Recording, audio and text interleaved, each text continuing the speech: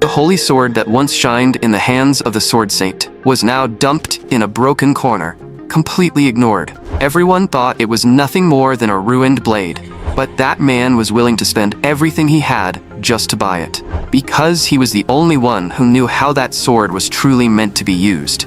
And it all began with a boy named Damien. Back then, Damien possessed an unrivaled talent, but he was ambushed by the Skeleton King and enslaved as a Death Knight. Under his command, the Skeleton King's army swept forward without mercy. Humanity's final city was burned into scorched earth. Even Soros Man, the man hailed as mankind's last hope, fell completely. In that instant, Damien felt a splitting headache. A tiny trace of his buried consciousness finally returned. He staggered to his feet, only to realize he had destroyed humanity's last hope with his own hands. The Skeleton King's voice thundered across the night sky. His wish of thousands of years had finally been fulfilled. Next, he would turn the entire kingdom into a land of the undead. Looking at the captured king, the Skeleton King knew this was the first true unification of the continent in demon history. And for that, he had to wear the crown and complete his coronation. Death Knight, you are my most perfect masterpiece. The Skeleton King pointed at Damien and ordered him to present the crown with his own hands. The crown rose at once and flew straight toward the Skeleton King, but the moment it was about to fall into his grasp, a razor-sharp sword aura tore through the sky. The Skeleton King instinctively raised a shield. Every demon around him went on high alert, yet no one expected that attack to come from the Death Knight himself. The Skeleton King roared in shock and fury. "How is this possible? I completely erased your mind." Damien answered coldly. It only looked that way. I was always trapped inside this shell, watching everything happen with my own eyes. The Skeleton King growled through his teeth. You are the first puppet to ever break free from my control, but even if you have awakened, the ending will not change. As soon as he finished speaking, the Skeleton King let out a furious roar. The 4 guardian demon kings lunged at Damien at once. In the next second, blinding light erupted from Damien's body.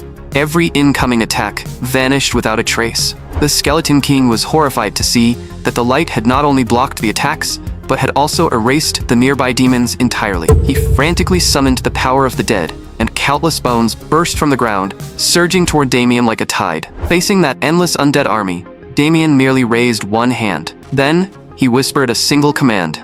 Disappear. In an instant, every skeleton and every bone lit up faintly before crumbling into ash. For the first time, the Skeleton King's voice trembled beyond his control. I created a monster capable of standing beside the gods. The human world is already dead. Join me, and we will rule the new world together. I have no interest in your new world. A cold flame burned in Damien's eyes. During all those long years of imprisonment, the only thought in my mind was how to kill you. The Skeleton King sneered in disdain. Even if you destroy my body, my soul can still reincarnate. Damien cut him off. To kill you for good, I trained this move every day while I was trapped.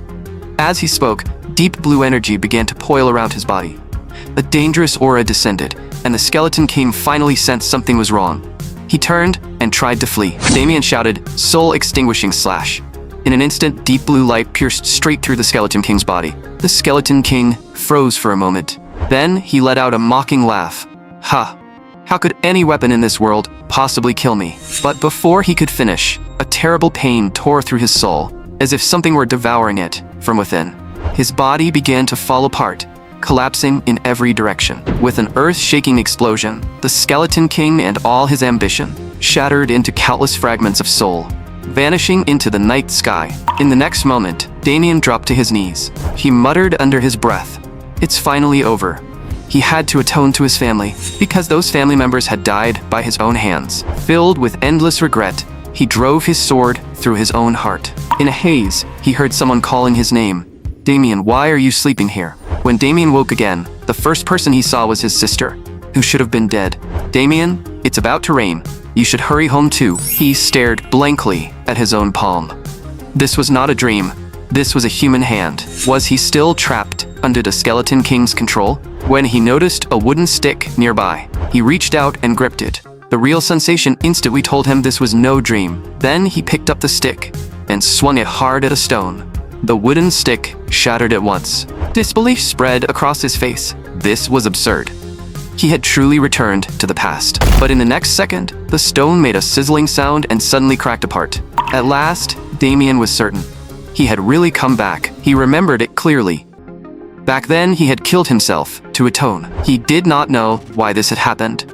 But this had to be a chance from the gods to make things right. Right now, he had every technique from his previous life, but his strength was still far from enough. A sudden shout interrupted Damien's thoughts.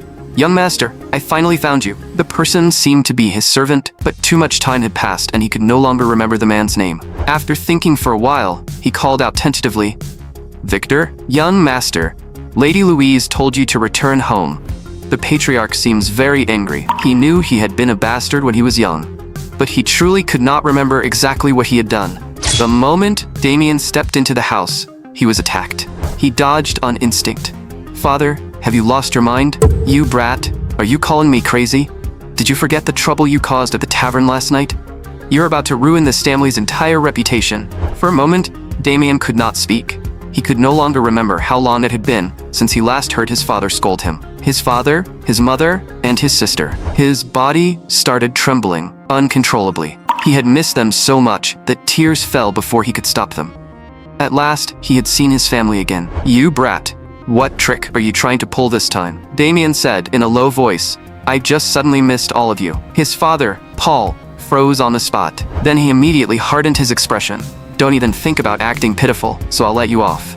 Father, this was my fault. I should never have damaged the family's reputation. I'll make up for the mistake I made." Paul sighed. "As long as you stop causing trouble, I'll be relieved. Father, I'll go settle the trouble I caused first. Once I handle it, I'll come back and accept your punishment." Was this really something Damien would say? Did he get beaten stupid after causing trouble yesterday? "Young master, this is the tavern where you caused trouble yesterday. Are you really going in? I heard this tavern has a powerful backer." Damien acted as if he had not heard a word and walked straight toward the tavern. In this life, he would protect his family properly, and he would never bury his own talent again. "The brat from last night? Didn't we beat you enough yesterday? You actually dare come back here looking for trouble?" "I'm not here to cause trouble. I came to apologize to the tavern owner for my rudeness yesterday." The man across from him clearly could not believe it. A noble is actually apologizing? Though you're just a fallen noble, forget the apology. "I heard your sister is famous as the prettiest woman in town. If you really want to apologize, send your sister over to keep us company. We're all nice guys here. We'll take very good care of her." In the next second, a blur flashed past the two men's eyes.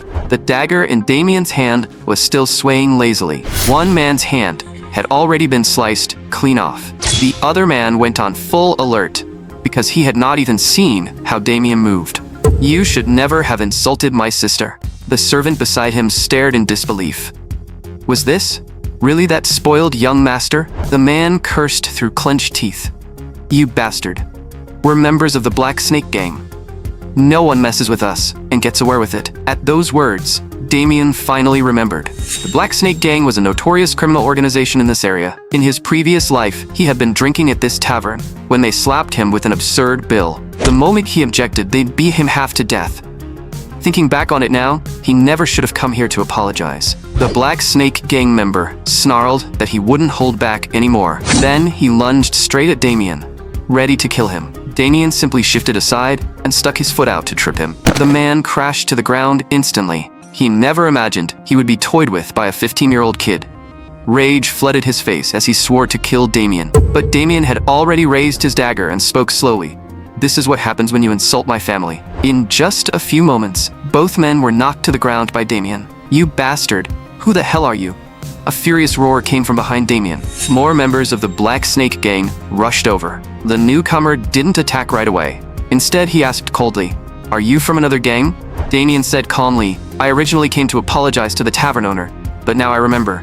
This was never my fault." The man clearly didn't understand what Damien meant. "If you refuse to tell the truth, then I'll beat it out of you." 3 hulking men charged at Damien at the same time. Damien muttered, "What a pain." Then he took a deep breath. In the next instant, only an afterimage remained, and all 3 men were crushed in a flash. The leader's face turned pale with fear, and even his words started to stutter. By then, Damien was already standing right in front of him. He frowned and complained, "This body is still too weak. Just using that move once already made me tired. Do you still want to continue?" Seeing this, the man hurriedly waved his hands and apologized. But Damien still moved toward him again and said flatly, "Consider this a lesson." At that moment, everyone inside the tavern turned toward the entrance. The man was forcefully lifted and carried straight to the doorway. In the next second, Damien appeared behind him. The tavern customers were so frightened that they scrambled out in a panic. "Who dares cause trouble in my tavern?" The man who appeared was Anderson, the tavern owner. He frowned as he looked around. "Strange. Where did all my guards go?" Damien answered calmly, "The men outside have all been dealt with." Anderson stared in disbelief. A child had taken down members of the Black Snake gang. His anger flared at once. "Who exactly are you?" Damien replied coldly. "My name is Damien Haxon." Anderson froze, wondering if he was a noble from the Duchy of Haxon. Damien continued, "I'm not here to cause trouble. I'm here for your apology. Your tavern gave me an outrageous bill, then spread rumors that I caused a drunken scene afterward. In his previous life, it was because of this incident that his father became even more disappointed in him. So I need you to apologize to me, and I need you to publicly clear things up to restore my reputation." Anderson sneered. "I don't quite understand what you're saying. As far as I know, the Duchy of Haxon has been in decline for a long time. What reputation could it possibly have left? Don't use such a pathetic excuse to make trouble in my tavern." Damien's gaze darkened. "Looks like you have no intention of apologizing. I understand. If you refuse to apologize, then I'll beat you until you do." Just then, rapid footsteps approached, and Damien instantly sensed danger. He instinctively raised his dagger in front of him. The next second, a sharp clash rang out, and during the collision, he felt a faint pulse of energy. After that brief exchange, both of them stepped back. Anderson immediately shouted, "Mr. Ted, this brat is trying to ruin my tavern's business." Damien said softly, "Now this is surprising.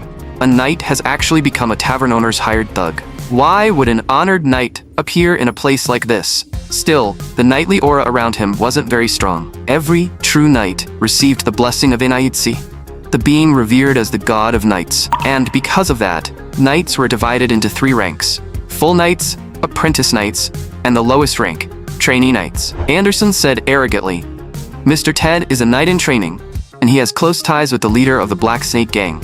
Now that Mr. Ted has stepped in, you better get ready to die." Damien asked calmly, "So what is he exactly? A trainee knight or an apprentice knight?" During their brief exchange just now, Damien had already felt it. Teddy's energy was still far from enough to make him a full knight. Ted was shaken. "I haven't even used my knightly power yet. How did he figure out I'm a knight?" Damien seemed to understand something. "So that's it. Your talent wasn't enough to become a full knight, so you got thrown out and ended up working as a tavern thug." At those words, Ted started trembling all over. "Apprentice? Apprentice? Why does everyone keep saying I'm not even qualified to be an apprentice knight? I'll rip your mouth off." In the next instant, Ted leapt forward and attacked Damien.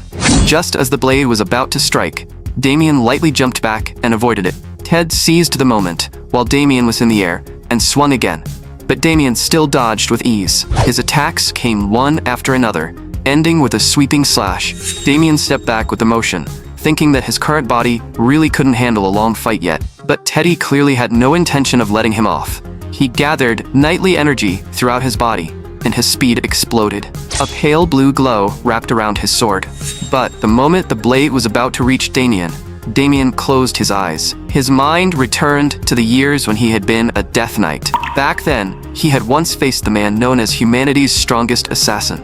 At that level, the man could easily analyze every movement his opponent made. Even Damien, as a death knight, had once been cut in half by a single strike from him, but with his undead bloodline, Damien came back to life again. After that, he used his terrifying learning ability to master assassination arts, then killed humanity's strongest assassin with the assassin's own ultimate technique. And because of that, when Damien opened his eyes again, Ted had already been taken down in one strike. Anderson had no idea what had happened.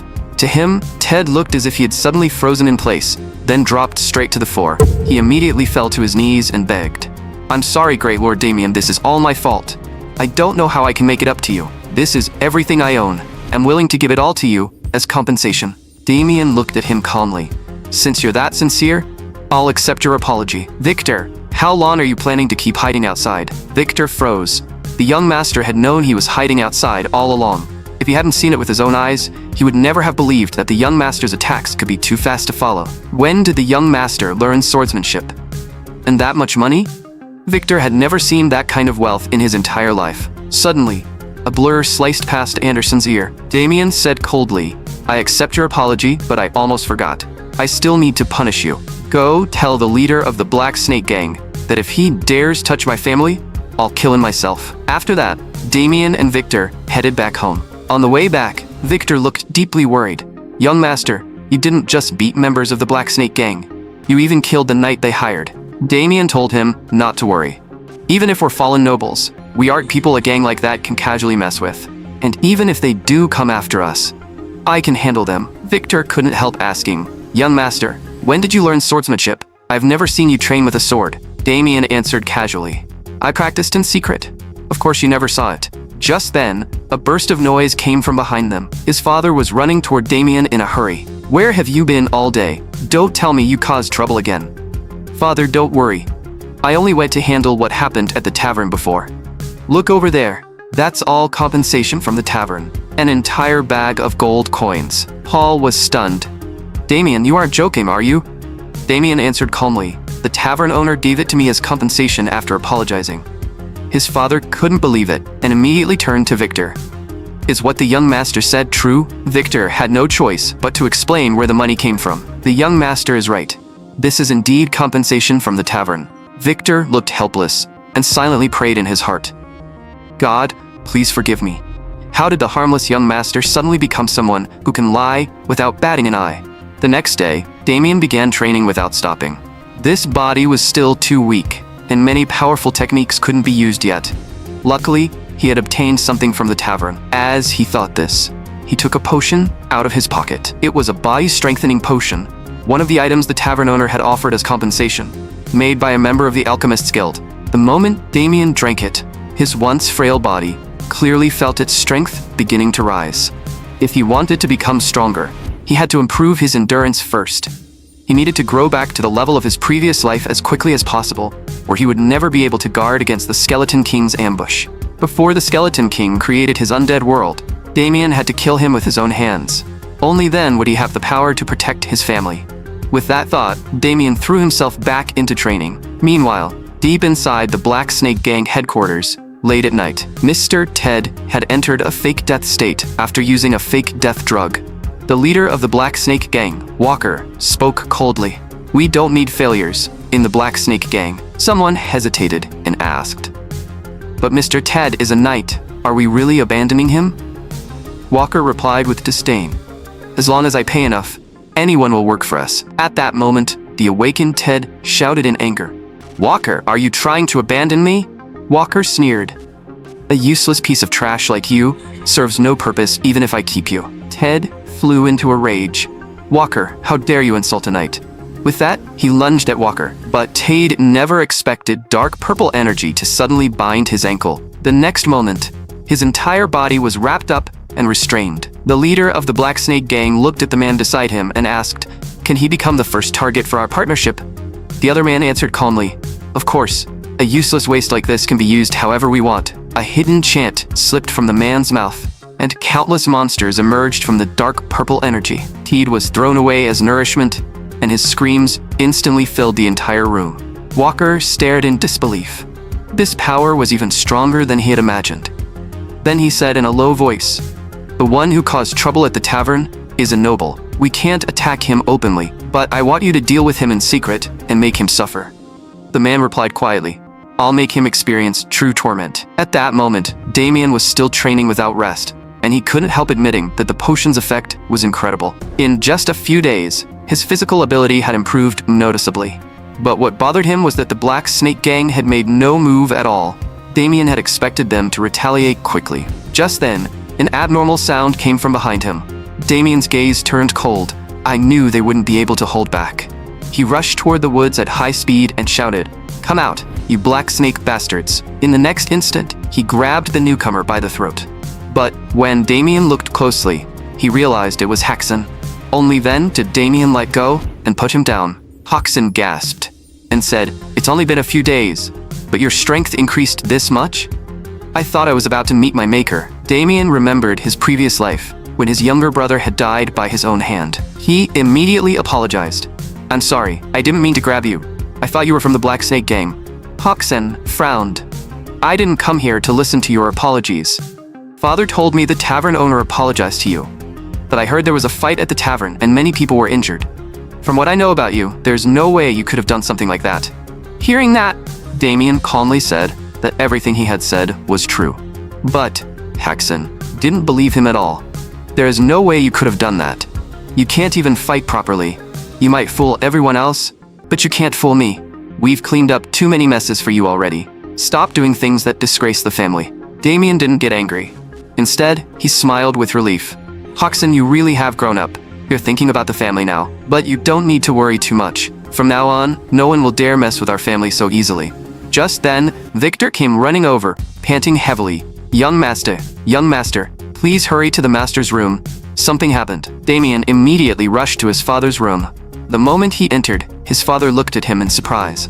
Damien, why are you here? And the man standing in front of his father was Brian, a noble from the Duchy of Angrim. In his previous life, Brian had openly provoked Damien at a banquet. He had not only insulted Damien's sister in front of him, but even declared that he would do whatever it took to have her. Furious, Damien had beaten this noble from the Duchy of Angrim right there at the banquet. Brian then used that incident to threaten Damien's father and force him to accept his demand. Now, Brian spoke with fake elegance, saying that he had always greatly admired Lady Louise. His father asked in a low voice, "What exactly are you trying to say?" Brian smiled and said, "My request is simple. I want Lady Louise to marry me." That demand left his father completely shocked. But Damien's expression didn't change at all, because this was exactly the same as what had happened in his previous life. His father immediately refused. "Brian, we can't accept your demand. Louise already has a fiancé. Do you really want everyone to know that you're using your status as a noble from the Duchy of Angrim to threaten us?" Brian sneered back. "Then what about the humiliation I suffered? Can your family really endure the wrath of the Brahm family?" The Brahm family was one of the most powerful noble families in the Duchy of Angrim. Even so, his father could never allow a scoundrel like this to take Louise away. Just then, Louise walked in from outside the room. She said calmly, "I'm willing to accept his request. Use me to calm his anger." "Louise, don't worry. Father will never hand you over to him. Sister, we'll find a way to solve this. You don't need to sacrifice yourself." Damien lowered his head. In his previous life, this was exactly how he had kept bringing trouble to his family. But Louise said softly, "It's fine. I'll leave with Sir Brian." A victorious smile immediately spread across Brian's face. Lady Louise truly is a smart woman. I'll have my family send an official marriage proposal. As for the details, please wait patiently, Lady Louise. But just as Brian was about to leave, Damien stepped in front of him. Brian raised an eyebrow and sneered. "Damien, do you still have something to say?" "Oh, right. You should be calling me brother-in-law now." Damien's gaze turned cold. "I won't let you ruin my sister's life again." Brian deliberately provoked him. "Then I'll make sure to treat your sister very well." But Brian never expected Damien to punch him in the face in front of everyone. Damien knew he shouldn't have let a cheap provocation get to him. But he couldn't hold back. Since he had been given a second life, he would never allow the same tragedy to happen again. In his previous life, he had heard from his father that his married sister had returned home. Back then, Damien had thought it was something to be happy about. But when he finally found his sister, he discovered that she had been brutally beaten and was living a life too miserable to describe. Only then did Damien finally understand that he had been the one who pushed his sister into the abyss. So in this life, he would never make the same mistake again. "You will never get to humiliate my family." The commotion quickly drew the guards' attention. When they saw Brian on the ground, they were shocked. "How dare you hurt the young master of the Brahm family?" Brian slowly climbed back to his feet and said through gritted teeth, "You actually dared to hurt me more than once." He reached for the sword at his side and said coldly, "I'll make you regret this. Today, just die quietly, right here." The guards hurried to stop him. "We'll handle this properly, young master. Please calm down. Even if they've fallen, they're still of noble blood. Leave this matter to us." But Brian punched the guard away. Then he roared, "Even if I break the agreement between nobles, no one will dare come forward and condemn my family. We are one of the most powerful noble families. Fallen nobles like you can't even compare to us. Damien, you've humiliated me today, so choose how you want to die." Damien said calmly, "Since we're both nobles, let's settle this with a duel between nobles. If you win, my life is yours. If you lose, the grudge between us ends here. You wouldn't be afraid of losing to me, would you? After all, You were once praised as the man most likely to become a middle knight. Brian was secretly unsettled. Damien is supposed to be trash, so why is he acting so confident? After a brief pause, he said coldly, "I accept we're duel." The two of them then moved to the open space outside the entrance. Paul knew he should stop the duel, but when he saw Damien's expression, he felt as if his son already had a way to handle this. Haxon, however, was deeply nervous. How could Damien possibly beat Brian? Among lower knights, Brian had already reached the level of a full knight. Brian sneered, "You don't even have a weapon. What are you gonna fight me with?" Damien gave him a sly smile. "Against you, this fork is enough." Brian stared in disbelief, wondering if he had heard wrong. Everyone around them froze as well. Brian laughed in anger. "You must be terrified of me if you think you can duel me with a fork." As soon as he finished speaking, he charged at Damien. Damien simply shifted to the side and avoided the attack. Brian's heart jolted. This useless brat actually dodged. He immediately tightened his grip on his sword and rushed in again from the side. 4 sharp waves of sword energy sealed off the space around Damien. This was the Lion King's sword, a technique only full knights could learn, and it swept across the entire field in an instant. But when the blast of air faded, Damien was still standing in the center, completely unharmed. Brian could not believe it. How can this piece of trash keep avoiding my attacks? Every strike is about to land, yet he dodges all of them at the last second. And somehow, he seems extremely familiar with my sword style. After several days of training, Damien's physical ability had improved greatly. More importantly, he knew Brian's swordsmanship far too well. Because in his previous life, Damien had fought Brian's older brother Michael, the man known as the Sword King. Damien said lightly, "Any other moves you want to use? Go ahead." His gaze gradually sharpened. "You're far weaker than your brother." Brian shouted, in frustration. "You only dodged my attacks because you got lucky." Then Brian gathered all his power into his ankles. In the next instant, he rushed straight in front of Damien and roared, "Can you dodge this one too?" But Damien's expression still didn't change at all. A sharp clash rang out. Everyone around them was stunned, and cold sweat broke out across Brian's body. He blocked my high-speed slash with nothing but a fork? In the next second, Brian suddenly felt the sword in his hand become incredibly heavy. Damien was using his own strength to slowly suppress Brian. The moment Brian tried to pull his sword back, Damien used the prongs of the fork to flick the blade out of his hand. Before Brian could even recover from the shock, Damien's attack was already in front of him again. "Brian, you lost." Brian stared in disbelief. He had actually lost. Damien said coldly, "Don't ever come after my sister again." After Damien defeated Brian, everyone at the dining table fell into silence. Then Damien casually said that he still had training to do. After Damien left, his mother finally spoke in a low voice. "Are you really not going to ask Damien about it?" Haxon kept muttering to himself. That weak, spoiled older brother is suddenly like a completely different person. His sturdy father finally spoke. "I know everyone is wondering what happened to Damien, but I believe that when the time is right, he'll tell us himself." Even his father was shaken for the first time. The Damien he saw now felt like a battle-hardened warrior. At that moment, Damien was getting ready to continue his training. Then, his sister's voice suddenly came from beside him. "Sister, did you need something from me?" Louise said softly, "I came to thank you. Thank you for standing up for me today." Damien froze for a moment. "I should be the one apologizing to you. My reckless actions were what put you in this situation. I promise it won't happen again." "Damien, I was truly happy. When I said I'd agree to marry Brian, I was terrified. But then you suddenly stepped forward and protected me so firmly. In that moment, I felt like you'd really grown up." "Sister, I'll keep getting stronger, and I'll protect you." Just as Damien was about to leave, Louise stopped him again. "This sword has been in Father's study for many years.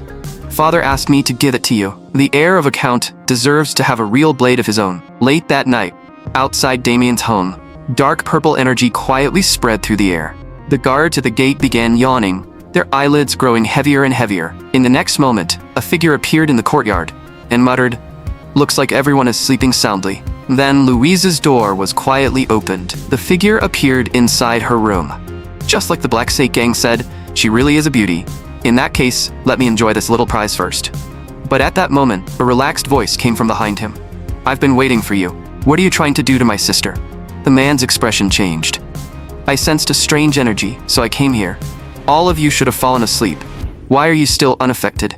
As he spoke, dark purple energy gathered in his palm.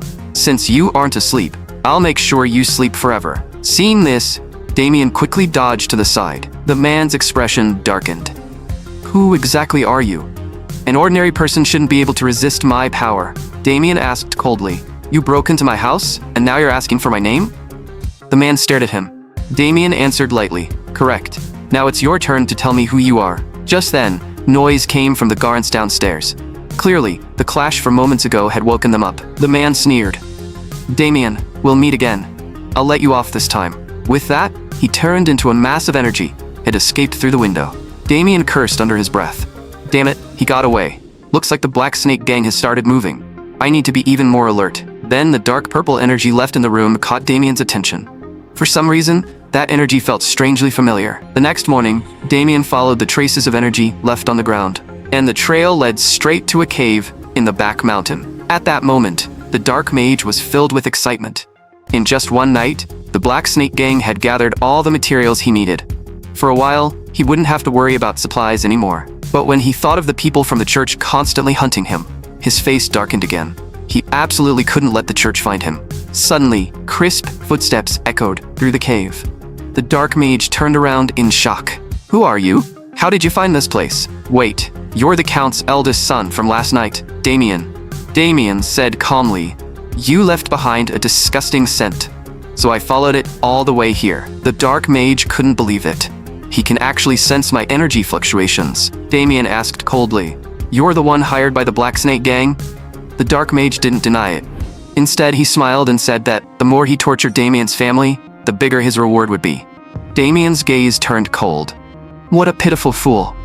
You're going to pay for accepting this job with your life." The dark mage laughed in anger. "A mere brat dares to talk that big?"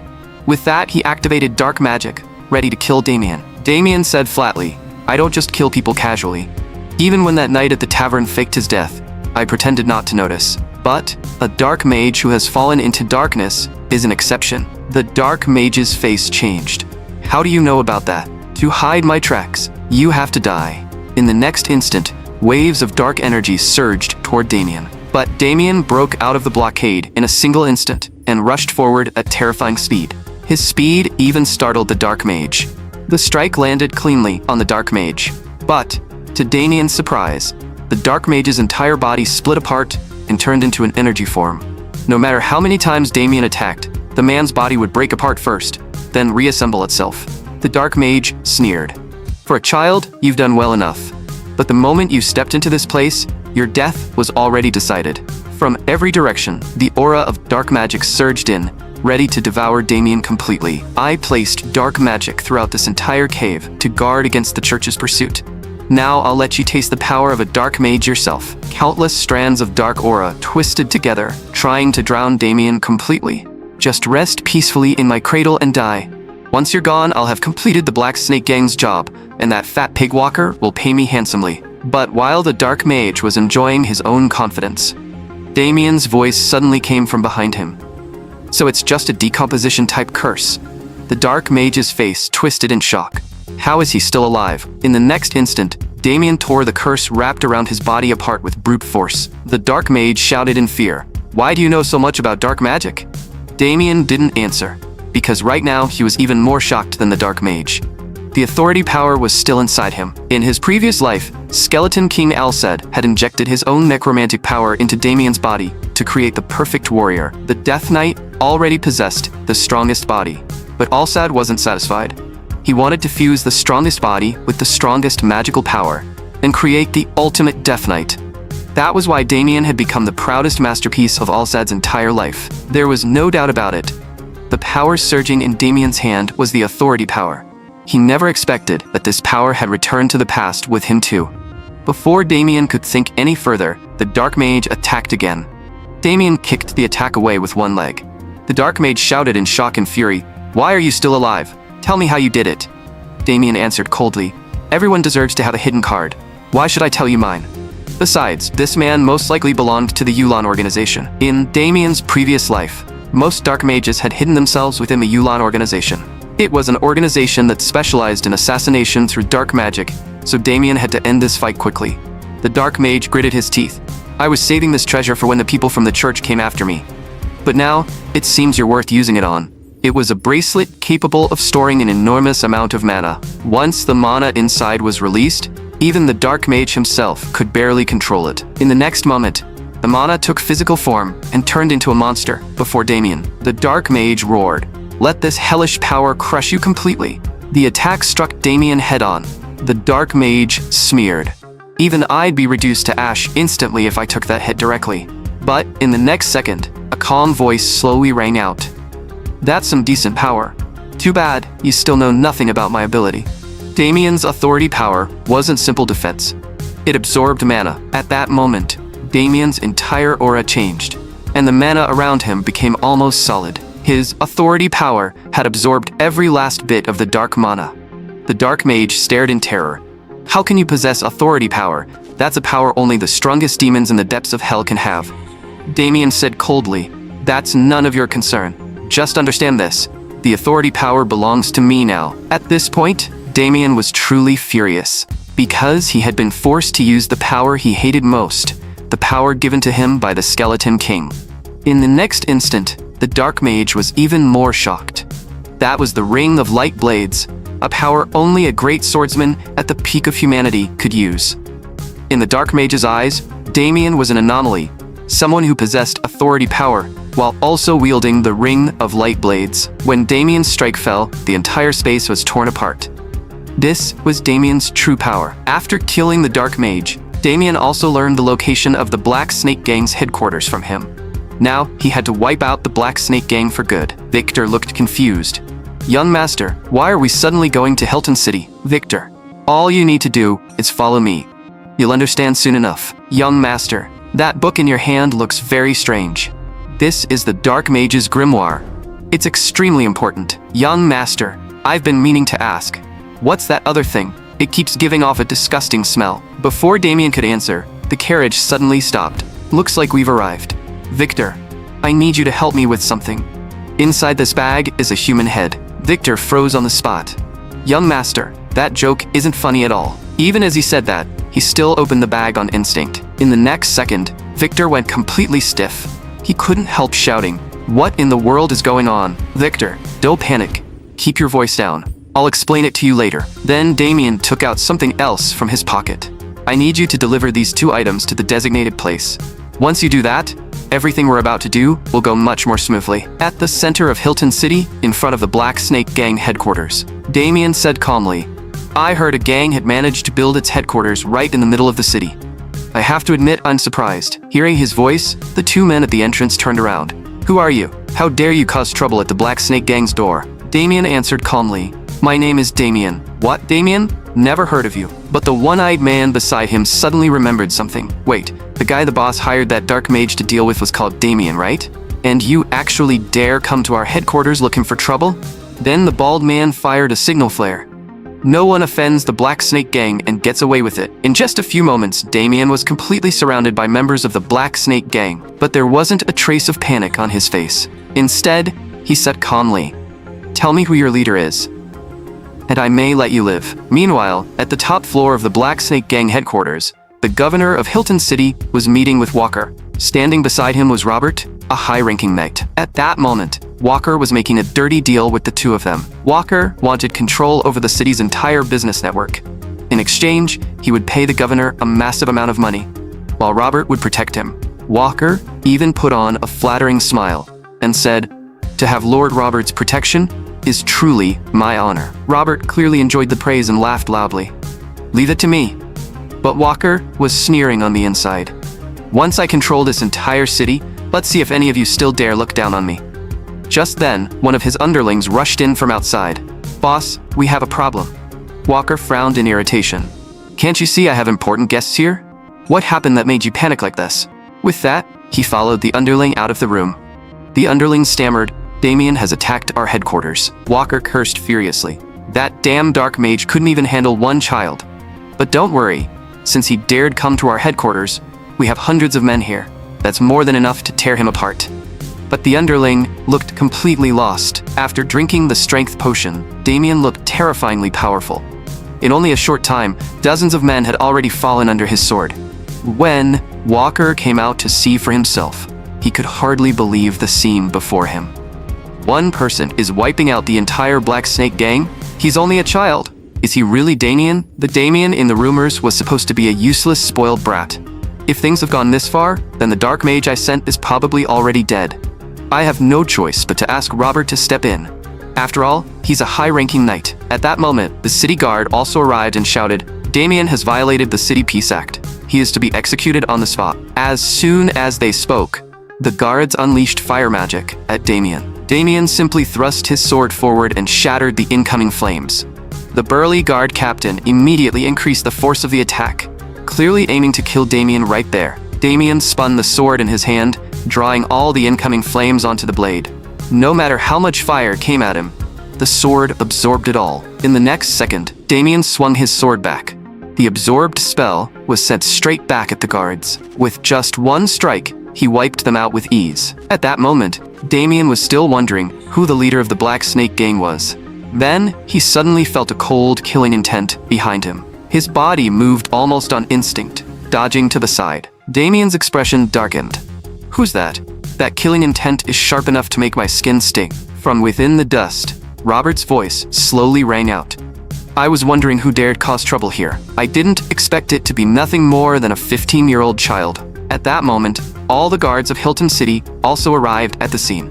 The governor immediately stepped forward and shouted, "I'm the governor of Hilton City. How dare you bully the good merchants of our city?" Walker is a well-known benefactor of Hilton City. Walker sneered inwardly. As expected, once the money is paid, everything becomes easy. Damien looked at him and said, "So you're the leader of the Black Snake gang. I've been looking for you for a long time. The city governor is protecting the leader of a gang. Looks like the two of you have been working together for quite a while." The governor's face darkened. "Everything I said is true. You're the one who dares insult me like this. Robert, I'll leave the rest to you." Robert slowly stepped forward. "I'm Robert, captain of the city guard. Drop your weapon and surrender." Damien didn't move. Robert said coldly, "Looks like you have no intention of surrendering." As soon as he finished speaking, his attack was already in front of Damien. Damien quickly retreated. With his current strength, he still couldn't face Robert head-on. For now, all he needed to do was hold on and buy time. But every strike from Robert made his body tremble. Damien tried his best to dodge, but he still couldn't avoid everything. With just one exchange, his arm was almost crippled. In the blink of an eye, Robert appeared right in front of Damien, clearly aiming to kill him with the next strike. This time, Damien had no way to dodge, but at the critical moment, a figure suddenly stepped in front of him, blocked the attack, and kicked Robert's weapon away. The sight shocked everyone around them. The governor shouted in anger, "Who are you? How dare you interfere with the city guard's official duties?" The newcomer slowly removed her straw hat, and a silver-white glow radiated from her body. "That aura, that outfit. You're a holy knight of the church?" At that moment, Victor's voice sounded behind Damien. "Young master, I completed everything you asked me to do." Seeing this, Damien finally let out a breath of relief. "Victor, you carried out the task I gave you very carefully." A few hours earlier, Victor had arrived at a branch of the church and happened to meet the holy knight Anis while she was praying. Exhausted, Victor asked, "Is this a branch of the church?" Anis confirmed that it was and asked if he needed help. Victor quickly said, "My young master asked me to deliver these 2 items to the church. He also said this book contains records of someone trading with a dark mage." At first, Anis could hardly believe that anyone would dare trade with a dark mage. But when she sensed the aura left on the notebook, Anis immediately understood that it truly belonged to a dark mage, and the mark on it belonged to the Yulan organization. A church member beside her immediately took the notebook and checked it. "That's right, this belongs to Dark Mage Agato, who is wanted by the church, and he's also one of the managers of the Yulan organization.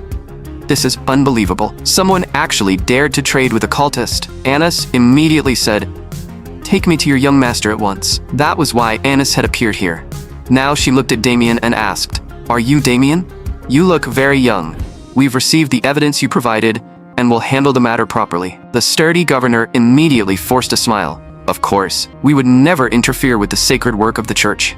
Victor was shocked. Her aura changed way too fast. A moment ago, she was an imposing holy knight. Now she suddenly seems like a gentle young girl. The church called itself the agent of God, and it helped all suffering humans. But when facing dark forces, it was just as fierce and unforgiving. Anis ordered everyone in public, "Lay down your weapons. The church has received a report that someone here has been trading with cultists." The surrounding civilians could hardly believe it. Someone actually dared to trade with cultists? Anis continued. Until the truth is fully investigated, Hilton City will be temporarily taken over by the church. The governor shouted at once. Hilton is an autonomous city, specially approved by the king. Anis replied calmly. The authority of the church stands above all royal power. More importantly, you and your knight are both key suspects in this incident. He's the criminal who hit a cultist, and all of you are major suspects as well. The governor immediately glared at Walker. Walker, you actually colluded with cultists? Walker panicked and denied it. I didn't, Anis said coldly. The evidence is solid. You can't deny it. This notebook records everything clearly, including the items you purchased and where you bought them. Walker stared in disbelief. That damn dark mage recorded all of it? He even wrote down what I did when I was bored. Anis said in a firm voice. We'll investigate the truth fairly. So I ask all of you to cooperate. I won't let a single criminal go, and I won't wrong an innocent person either. Only then did the governor finally understand that all of this had been part of Damien's plan. Walker also knew that if he was taken away by the church, death was the only ending waiting for him. So he looked at Robert and said, Sir Robert, are you really willing to let them frame me like this? Robert knew very well that once he was taken in for investigation, every filthy thing he had done would eventually be exposed. In the next instant, he suddenly broke free from the people around him and charged forward with lightning speed. Robert picked up his weapon again and shouted, My fate must be in my own hands. Then he rushed straight at Anis. Seeing this, Damien thought Robert was unbelievably stupid. He was only a high-ranking knight, yet he dared attack a sacred holy knight. Before Robert could even react, Anis had already appeared in front of him. In the next second, her fist slammed into Robert with terrifying force. Walker stared in disbelief. Robert was a high-ranking knight, yet Anis had killed him with a single blow. Anis said in a low voice, What a foolish man. Only then did everyone around them realize that they were completely finished. Damien looked at Anis and understood that thanks to her, everything had gone smoothly. Judging from the aura and sacred power radiating from her, Anis was very likely the successor of Yulan. Legend said that, among the blessings granted by the god of knights, 5 powerful knights had once been born, and Yulan was one of those 5 great knights. Anis looked at Damien and said seriously, Damien, thank you for helping the church eliminate a cultist. So with this, we can call things even. Damien asked in confusion. I don't quite understand. What do you mean by even? Anis explained. Your attack on the Black Snake Gang was an act of personal revenge. By stepping in this time, the church has officially helped cover that issue for you. Hearing that, Damien admitted it openly. I apologize. I did use the church to cover up my attack on the Black Snake Gang. Anis clearly didn't expect Damien to admit it so easily. Still, although you attacked the Black Snake Gang, your intentions weren't evil. Also, there's a large bounty on the Dark Mage. The church will pay it to you as soon as possible. It should be around 1,000 gold coins. But Damien clearly didn't care much about gold. Instead, he asked, Can I exchange it for another reward? Something like a Holy Knight's mana training method. Anis was a little surprised. You're already strong enough to wipe out the Black Snake Gang alone. Why would you want such basic training? Damien answered calmly. Because I've never received proper professional training. Anis found that even harder to believe.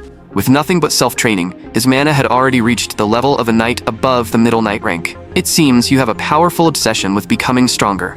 In that case, I have a good proposal. Join the church and become a holy knight. Victor froze on the spot. The young master can actually become a holy knight? But Damien looked helpless.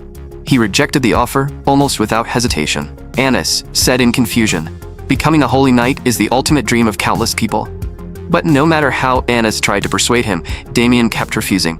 To Damien, life in the church had to be boring and restrictive, and he might even be ordered around like a dog. Still, he needed a proper excuse to turn her down. So Damien said, I'm not qualified yet, and I haven't earned the recognition of the gods. For now, I'll follow the gods as an ordinary believer. Anis was deeply moved. Damien, you're the most sincere believer I've ever met. I believe we'll get along very well in the future. Meanwhile, at the Brahm family estate, Marquis Brahm rushed over as soon as he heard that his son had been beaten. But the moment he entered, he saw something that left him stunned. His son, who had already become a knight, was so terrified that he didn't dare move. Marquis Brahm immediately grabbed Brian and demanded to know what had happened. But Brian only kept repeating the same words. He tried to kill me. Rage instantly burned through Marquis Brahm. A mere fallen family dared treat my child like this? Send men to Damien's estate at once. I'll make him understand that no one offends the Braun family and gets away with it. A few days later, Anis arrived at Damien's home and spoke politely. Greetings, Count. My name is Anis, a holy knight of the church. The moment his father saw her, his first thought was that Damien had caused trouble again. He had only gone out for a few days, and now he had somehow brought people from the church to their door. So he glared hard at Damien. His father wanted nothing to do with the church, so he said politely, although you wish to stay here for a few days, we're a little short on rooms and may not be able to host you properly. But Anis directly took out some gold coins. Please consider this our rent. His father immediately changed his tone and said they could stay as long as they wanted. Damien sighed inwardly. Father really does love money. Anis said seriously, thank you for allowing us to conduct our investigation here. Then she looked at Damien and handed something over. Damien, this is what you asked for. Damien was surprised after receiving it. Why are there 2 training manuals? I only remember asking for one, Anis explained. One is the destructive swordsmanship training method. The other is the aura training method you requested. Damien looked at the 2 books and couldn't help thinking, there's way too much training material. Learning all of it at once would be exhausting. Anis asked, then what do you plan to do now? Damien answered, I'll begin aura training now. Meanwhile, inside the Dark Mage's cave, members of the church were investigating the research records left behind by the Dark Mage. One of them spoke up. Don't you find this strange? Agito was a high-ranking member of the Yuan organization, and he had escaped the church's encirclement several times before. Even if Agito mainly studied curse-based dark magic, he still shouldn't have died at the hands of a child. Another member nodded. I had doubts about that too, but Lady Anis said she believes Damien was the one who killed him. Can we really trust Damien? At that moment, Anis's voice came from behind them. You can trust Damien completely. The 2 quickly explained. We aren't questioning your judgment. We're just very curious how he managed to do it. Anis said, he told me he dodged the Dark Mage's attack, then killed him from behind with a single sword strike. That explanation is admittedly hard to fully understand. Can it really be that simple? Even if Agito was a curse-type Dark Mage and not skilled in direct combat, he still shouldn't have been someone a child could kill. Anis said calmly, at first, I had the same doubts. But when he fought the Black Snake Gang, I observed him from the side. His swordsmanship was extremely refined, and he killed the Black Snake Gang members with incredible speed. He could even use his sword to neutralize magic attacks. Not only that, what is even harder to believe is that he could reflect those attacks back. The jaws of the 2 church members dropped. Using a sword to neutralize magic and reflect it back? That would require at least the level of a sword master. Anis understood that Damien couldn't truly be a sword master yet, but he definitely possessed extraordinary potential in swordsmanship. Meanwhile, the Knights of the Braun family arrived near Damien's family territory. The man leading them was Garrick, a high-ranking knight of the Braun family. He looked toward the distant estate and said coldly, that's where Damien's family lives. The Marquis ordered us to arrest Damien. As for everyone else, life or death doesn't matter. Only the blood of this fallen noble family can wash away the shame they brought upon the Braun family. Just then, an old man slowly walked up from behind them. Garrick asked coldly, are you one of Damien's family's subjects? The old man nodded and confirmed it. Garrick didn't hesitate at all. He swung his sword and killed him on the spot. And with that, the massacre began. He would stain this land with blood. At that moment, Victor was sweeping the courtyard when he suddenly heard a commotion behind him. He turned around and saw war horses carrying knights straight toward him. Meanwhile, Anis and the others had already completed most of their investigation, but the flow of aura nearby quickly caught their attention. The aura in the air was slowly gathering around Damien. With every breath he took, they could clearly feel his aura growing stronger. Anis stared in disbelief. What she had taught Damien was a highly destructive aura training method. Only someone who had reached an extremely high level should be able to absorb mana from the surroundings. But Damien had only studied it for a few hours, and he had already done it. When Damien came to his senses, he found everyone staring at him with almost worshipful eyes. He asked, have you finished the investigation? Anis nodded and said it was done. Then she sighed. I never expected your understanding of aura to be this strong. Damien replied, that's thanks to the training method you gave me. It's far better than ordinary training methods. Anis explained, this method was created by gathering the experience of many knights, and since Damien had been a swordmaster in his previous life, his understanding of training was naturally far beyond ordinary people. Just then, Damien, who could now sense the mana around him, suddenly felt a murderous aura in the air. He immediately looked at Anis. We don't have time to chat. Someone has broken into my territory. I need to return at once." With that, Damien rushed back to his territory without delay. His expression grew colder and colder. Anyone who dared hurt his family had to die. At that moment, back on the family estate, Victor was being tortured. A knight shouted at him, "How dare you disobey my order? Tell me where Damien is. Bring Damien to us now." Victor gritted his teeth and said, "Even if I die, I won't tell you." Hearing the commotion, Damien's father rushed out and shouted, "Stop." The man sneered. "Who do you think you are, ordering me to stop?" His father said in a low voice, "I'm Count Haxon, lord of this territory." Then he quickly looked at Victor. "Victor, are you all right? Do you understand what you're doing? You call yourselves holy knights? Yet you invade another noble's territory and attack civilians?" Garrick said coldly, "Count Haxon, Marquis Brahm wants to see your son, Damien." His father knew the Brahm family would retaliate, but he never expected them to be this brutal. Garrick was infamous for his cruelty. If he handed over his son, the entire territory would likely be turned into a sea of fire.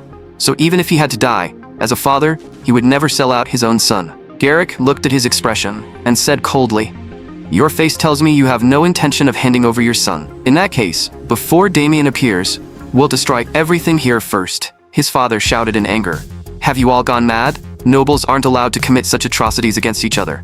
Do you all want to die?" Just then, a quiet voice sounded from the side. The mana around Damien was ice cold. Garrick's heart tightened. When did he appear there?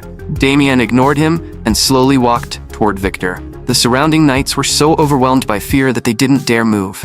Their instincts were screaming that if they made even one careless move, death would be waiting for them. "Victor, are you all right?" Damien felt Victor's breathing. Good. He was still alive. "You should consider yourselves lucky.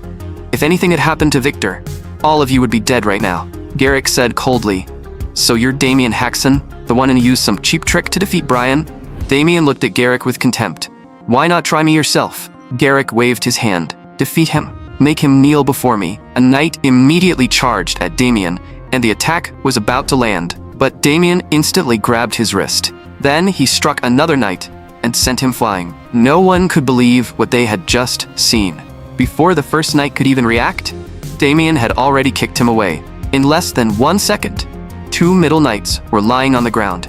The muscular Garrick finally walked toward Damien himself.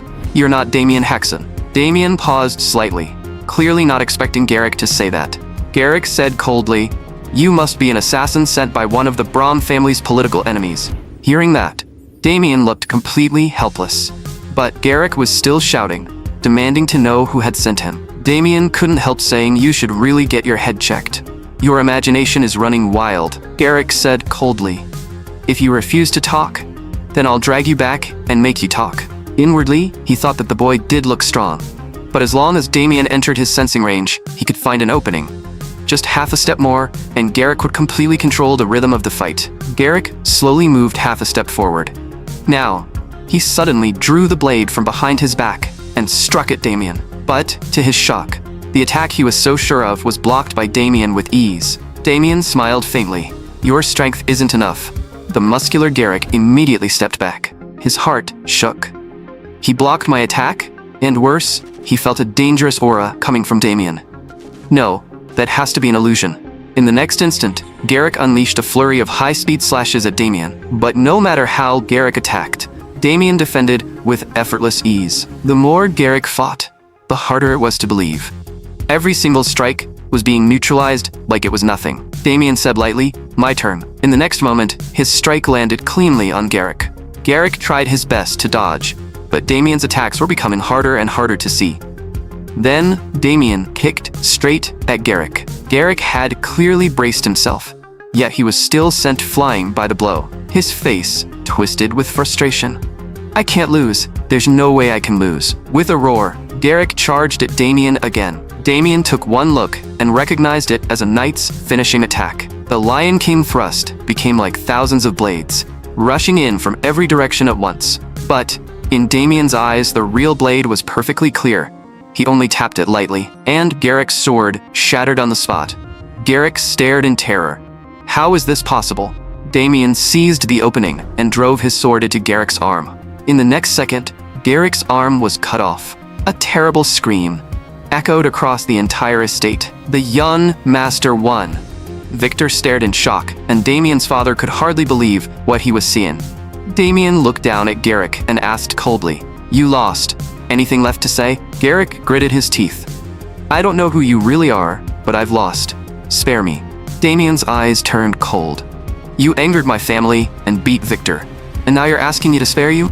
I'm not the one you should be apologizing to." After that, Victor and the others stepped forward and gave Garrick's group a brutal lesson. Victor still looked unsatisfied. "Young master, I think I still have some strength left." Damien calmly warned him, "That's enough. If you keep going, you really will beat them to death." At that moment, his father also spoke. "Enough. They've apologized. We can't actually kill them." Damien had never planned to kill them anyway. Now wasn't the time to go to war with the Braun family completely. He still had to think about his own family. Although Damien had defeated a high-ranking knight of the Braun family, if the problem wasn't resolved, the Braun family would eventually retaliate again. Just then, Annis returned and asked what had happened. Seeing Annis arrive, Damien had an idea. The church was the perfect shield, and maybe this time, she could help him. After hearing what had happened, Annis said the matter was actually simple. Since you helped the church kill a dark mage, the church can designate you as a church ally, and your family will be treated as the family of a church ally. Hearing that, his father finally relaxed a little. With this, they might be able to avoid direct retaliation from the Braun family. Then, Damien looked at Garrick and said coldly, "You heard our conversation. Go back and tell Braun that we're now allies of the church. If he still dares to retaliate, then he'd better be ready to face the church's wrath." After driving away the Braun family knights, his father immediately held a family meeting. "We can't expect the church to fully interfere in the conflict between us and the Braun family. After all, the church won't deeply involve itself in noble disputes, and the Braun family has countless other ways to retaliate against us." Annis understood this as well. The church could stop the Braun family from launching a military attack, but it couldn't interfere with every other form of retaliation. Damien knew very well that what his family truly needed now was the protection of a more powerful noble house. "Leave the rest to me. I'll find a way to settle this incident. Count Haxon, excuse me."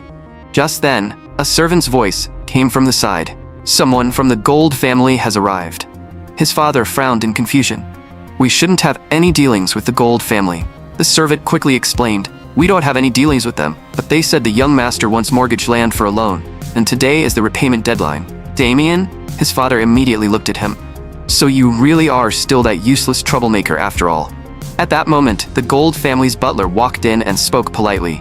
"Pardon the interruption. Today's the agreed repayment date." Damien finally remembered that in his previous life, he had mortgaged family land just to get money for pleasure. Damien asked in a low voice, "How many gold coins do I still owe?" The butler answered, "The original loan was 200 gold coins. With interest, the total is now 300 gold coins." Damien's heart sank. My past self really was a complete bastard. Seeing Damien's awkward expression, the butler gave a contemptuous smile. "Looks like you can't produce that many gold coins. Then kneel and beg me to give you a few more days." The butler knew very well that Damien couldn't repay the debt. He simply enjoyed watching highborn nobles kneel before him and beg for mercy.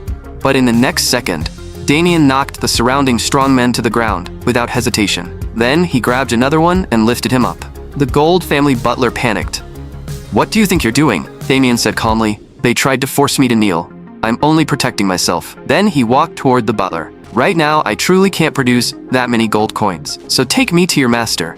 I'll repay this debt another way." After saying goodbye to his family, Damien set out for the Gold family. A few days later, he finally arrived at the Gold family's territory.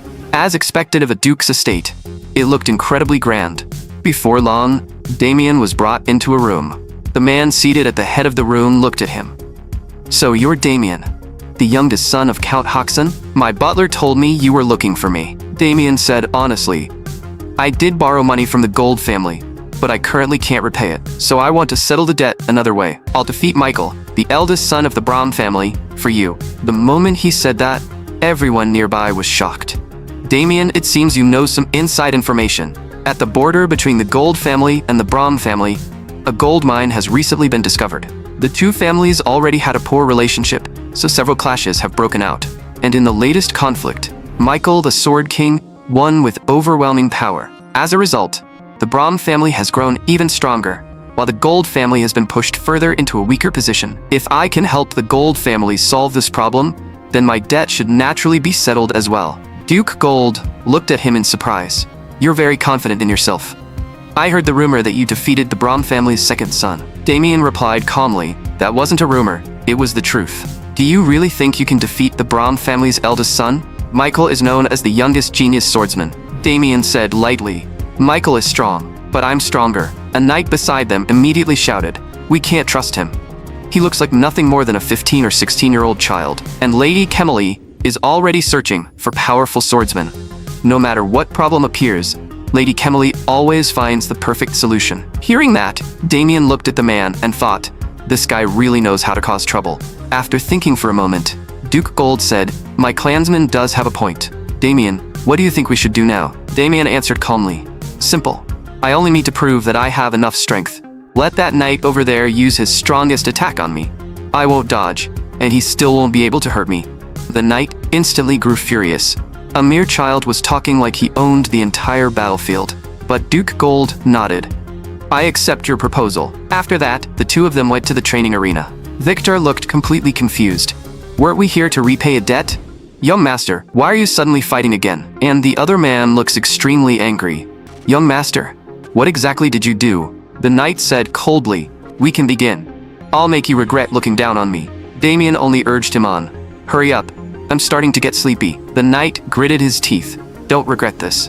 I'll use my strongest strike. Watching the man's aura rise higher and higher, Damien couldn't help wondering if he had provoked him a little too much. The man's aura climbed all the way to its peak, and then he charged at Damien without holding back. In the blink of an eye, he was already right in front of Damien.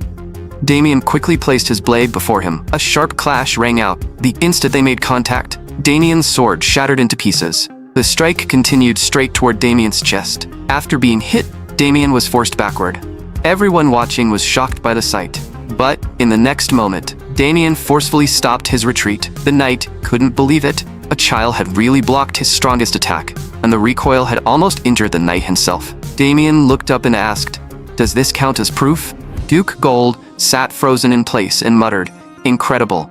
You're the first person to willingly take an attack like that and still look this energetic afterward.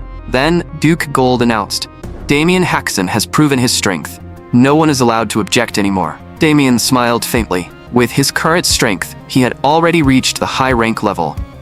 Against the attack of a middle knight, he didn't even need to defend properly, because the man couldn't even break through Damien's mana defense. Duke Gold said, you may look uninjured, but there could still be internal damage. This is a medicine I had made by the Alchemist's Guild. It strengthens the body and has excellent recovery effects as well. I hope it helps you. I also look forward to your future performance.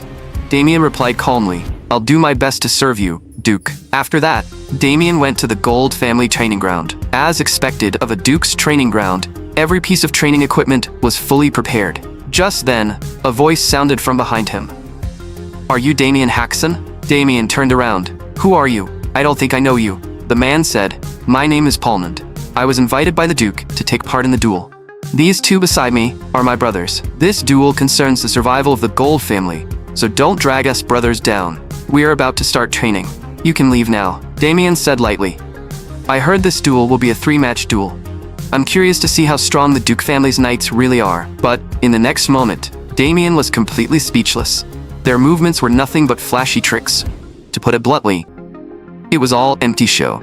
If they actually stepped into the arena, the Gold family would lose without question. At that moment, Duke Gold was asking the knight beside him, what do you think of Damien? The knight answered seriously, he's a very strong knight. The instant he was hit, he immediately raised mana to protect his body. Duke Gold continued, then do you think we can win this duel?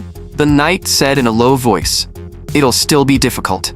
This is a 3-match duel, and we need to win 2 matches first to claim victory. Duke Gold immediately understood what he meant. In other words, our other knights also need to perform well. Meanwhile, Damien was already watching with a dark expression. These people were treating the duel like a joke. He had to find a way to train them, or they were definitely going to lose. Damien spoke directly. With that level of skill, do you really plan to take part in the duel? Palmond frowned at once. Are you looking down on us? You have quite the nerve challenging me like that. Damien said lightly, I'm not talking about one person in particular. I'm saying all 3 of you are weak. If you want to prove yourselves, attack me together. The 3 of them were instantly furious. In the next moment, they charged at Damien without hesitation. But, just as they were about to hit him, in a single instant, all 3 of them were knocked unconscious. A short while later, Palmond woke up. Looking at his brothers lying beside him, he couldn't even remember how he had been defeated. He stared hard at Damien. "Who exactly are you?" Damien answered calmly, "It's not that I'm too strong. It's that the three of you are too weak. If you truly want to take part in the duel 3 days from now, then you need to accept my training. Starting today, after you finish your daily training, I'll continue training you, and I'll train you to the limit." Palmond lowered his head. "As long as it helps us serve the Duke, please teach us." Just then, one of the Duke's servants hurried over. "Lord Damien, I finally found you. The Duke has asked me to invite you over. Lady Chemily has returned, and she has brought back a powerful warrior." At the same time, Chemily was reporting to her father. "Father, I've returned. I completed the task you gave me, and I found a knight whose strength is beyond imagination." Duke Gold didn't speak right away. He simply looked at the man beside her. The man said in a low voice, "I'm Gillick." The moment everyone heard that name, they were shocked. Gillick? The brutal mercenary? Rumor says he once slaughtered the civilians of an entire city by himself. Chimley continued, "Father, Gillick has sworn to me that he'll help us take part in the duel against the Braun family." The others quickly agreed. If it's Gillick, he might truly be stronger than Michael the Sword King. Having him fight for the Gold family is definitely good news. But Duke Gold said calmly, "The representative has already been chosen. Let me introduce him first. Damien Haxon is the representative I selected." Chemily immediately shouted, "Father, you said you'd wait until I returned before choosing the representative." Duke Gold replied calmly, "You did say that, but I never promised to agree. This concerns the survival of the Gold family, so I can't replace the candidate carelessly." Chemily frowned. "Father, you're being far too foolish. I've never even heard the name Damien Haxon before. Is it really safe to place the fate of our family in the hands of someone so unknown?" Duke Gold admitted. Compared to Gillick, Damien has no reputation at all. But Damien easily blocked a Middle Knight's full power attack without taking even the slightest injury. Chemily said unwillingly, "You simply don't want to acknowledge my efforts." Duke Gold's face darkened. "You're the Duke's eldest daughter. Who allowed you to be so rude in front of a guest and argue with your elder?" Chemily refused to back down. Elders can be wrong too. Seeing this, Damien could tell that the relationship between father and daughter was clearly not good. "Chemily, no matter what you say, I'll discuss it with the others first. Go rest for now." Just then, Gillick suddenly burst out laughing. "My lady, we're both men. Why not decide this the way men do? Let me fight him. Whoever wins becomes the representative." Chemily nodded. Gillick isn't wrong. The winner should naturally be qualified to represent the family. "What do you think, Mr. Damien?" Damien immediately understood that this was another test from Duke Gold, so he said calmly, "I also believe the stronger one should fight. Still, I don't think we need to go all the way to the arena. We can decide the winner right here." Hearing that, Gillick burst out laughing. "I'm afraid I might accidentally twist off a child's hand. If you think you can do it, then try." In the next instant, Gillick reached out fast, grabbing toward Damien's hand. But in that same moment, Damien caught his wrist instead and slammed him hard into the ground. Duke Gold stared in disbelief. He defeated Gillick in a single move. Damien said casually, "Sorry, I may have used a little too much force." The Gold family's guard knight was shocked.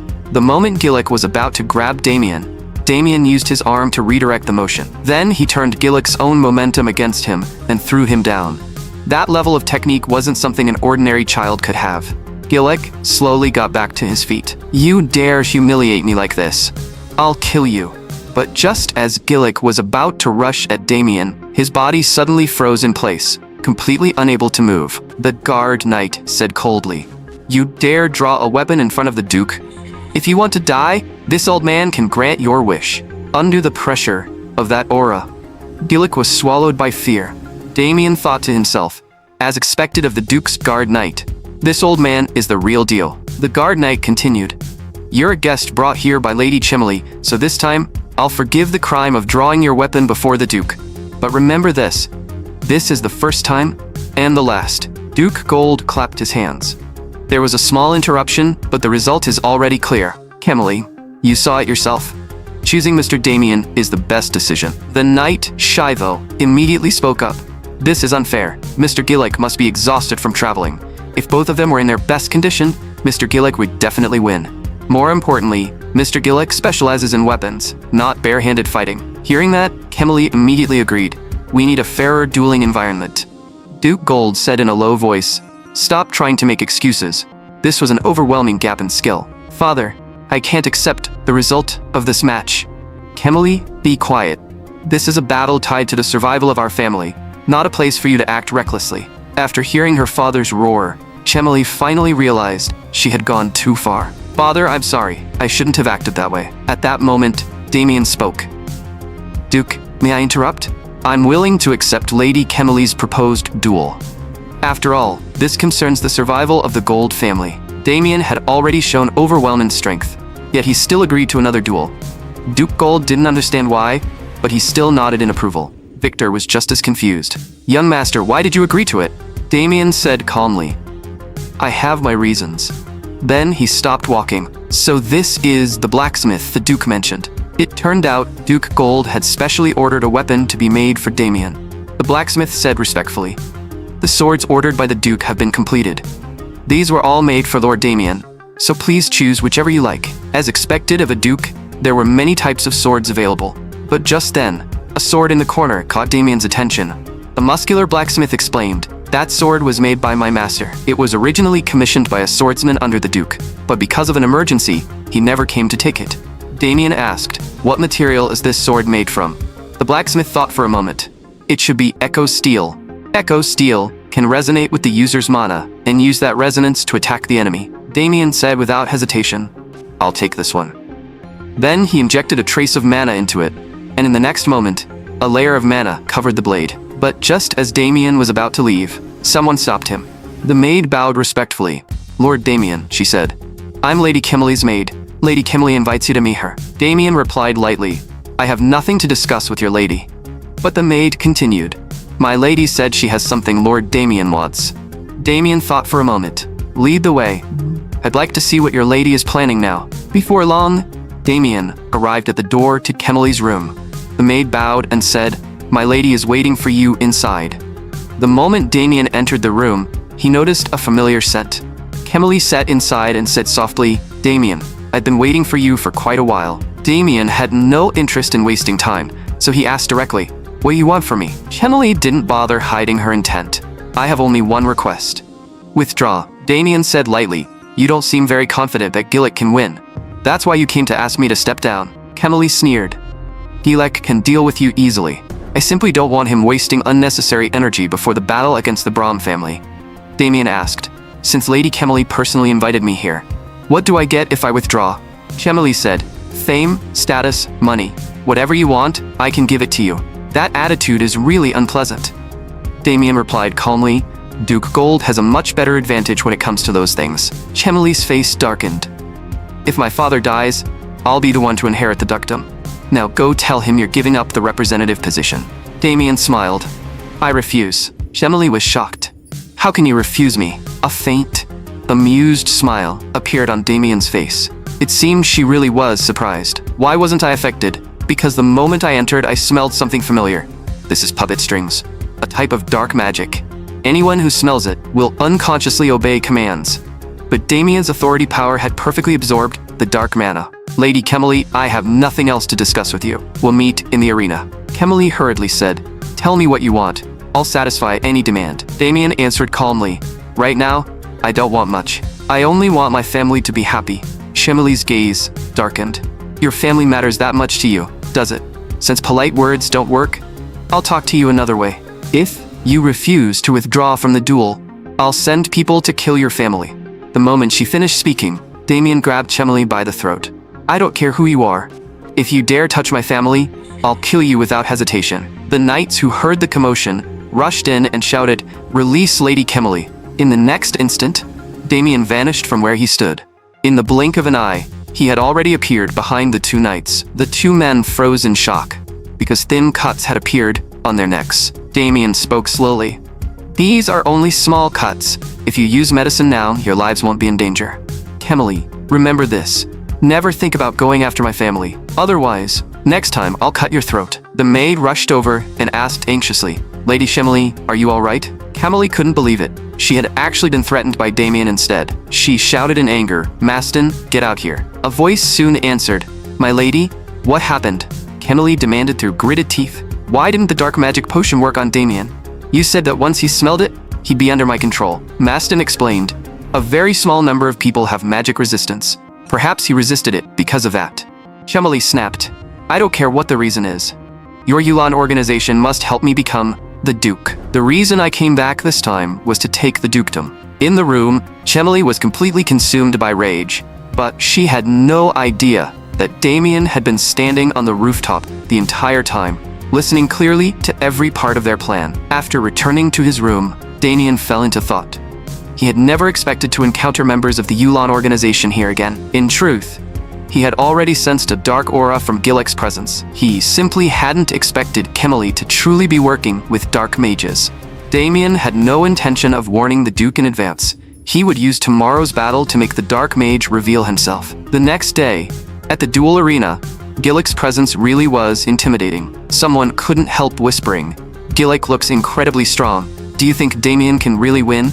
If we judge by reputation alone, Gillick's odds of winning are definitely high." Hearing this, Halnand and his brothers immediately grew excited. Does that mean we can finally escape Damien's clutches? Ever since they had accepted Damien's training, they had been tortured mercilessly every single day. I'd honestly love to see that guy lose for once, but my instincts are telling me Damien Haxon can't lose.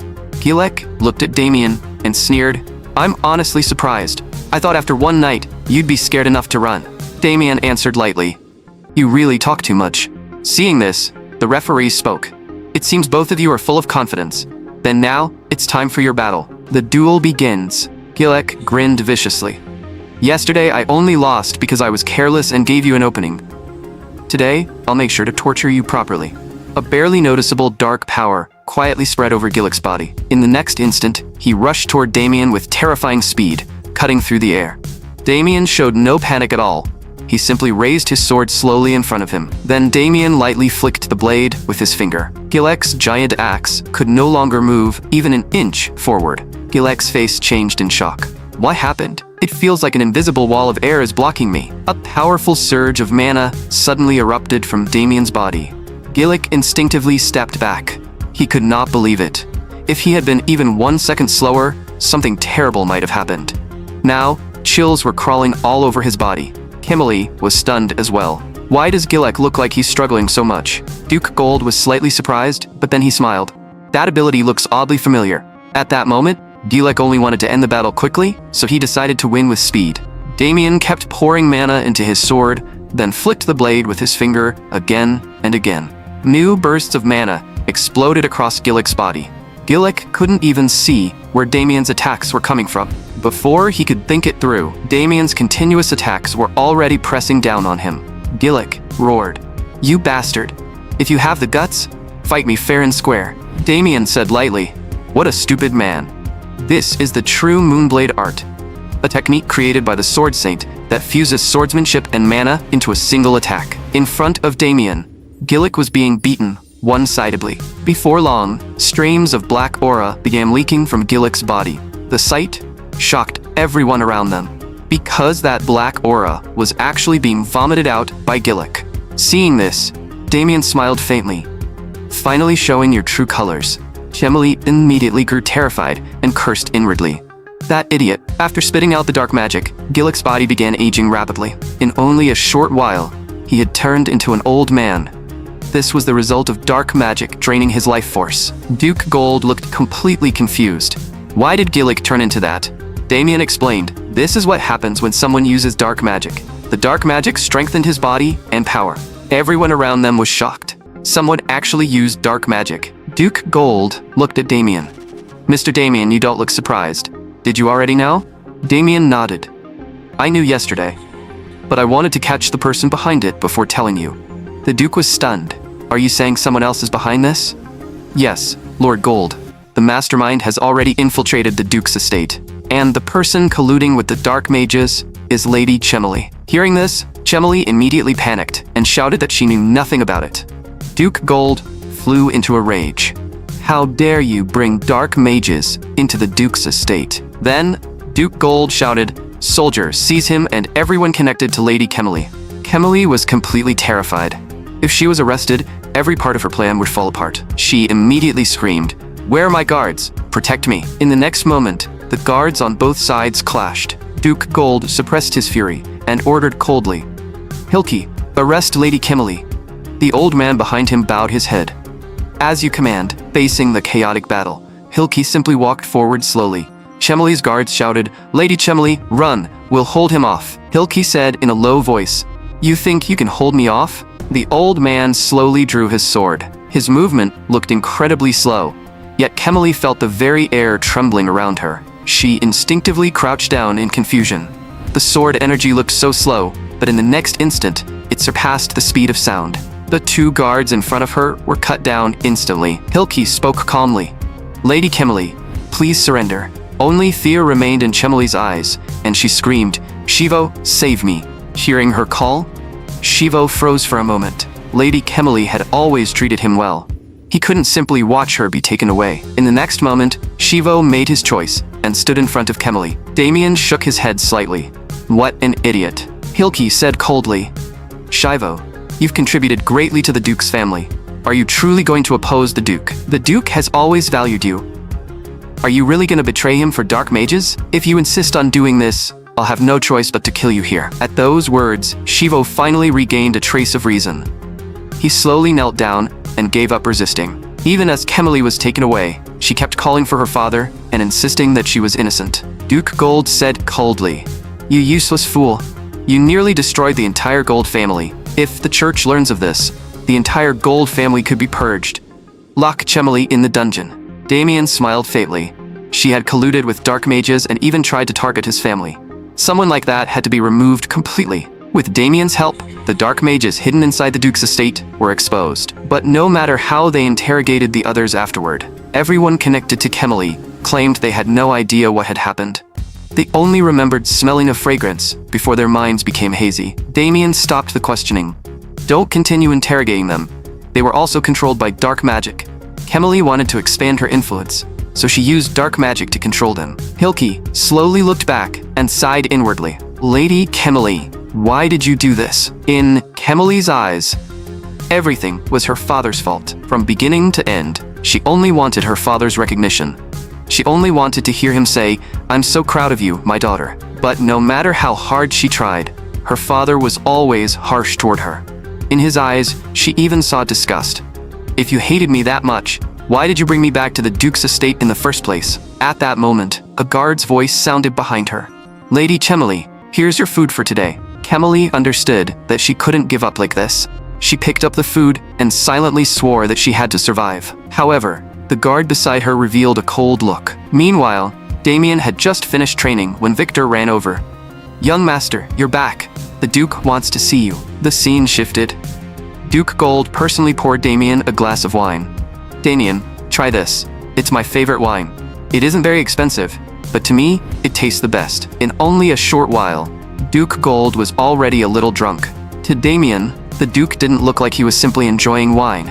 He looked like he was drinking to drown his sorrow. As for Chemely's matter, I still plan to ask the church for help. After all, the dark mage behind everything escaped. Damien was slightly shocked. Duke Gold continued, "We captured every important person around Chemely, but we found no trace of that dark mage. I was careless. I thought there was someone like Hilki here. There was no way a dark mage could escape." Damien asked, "Did Chemely reveal any specific information about that dark mage?" The Duke shook his head helplessly. Chemely refused to say anything.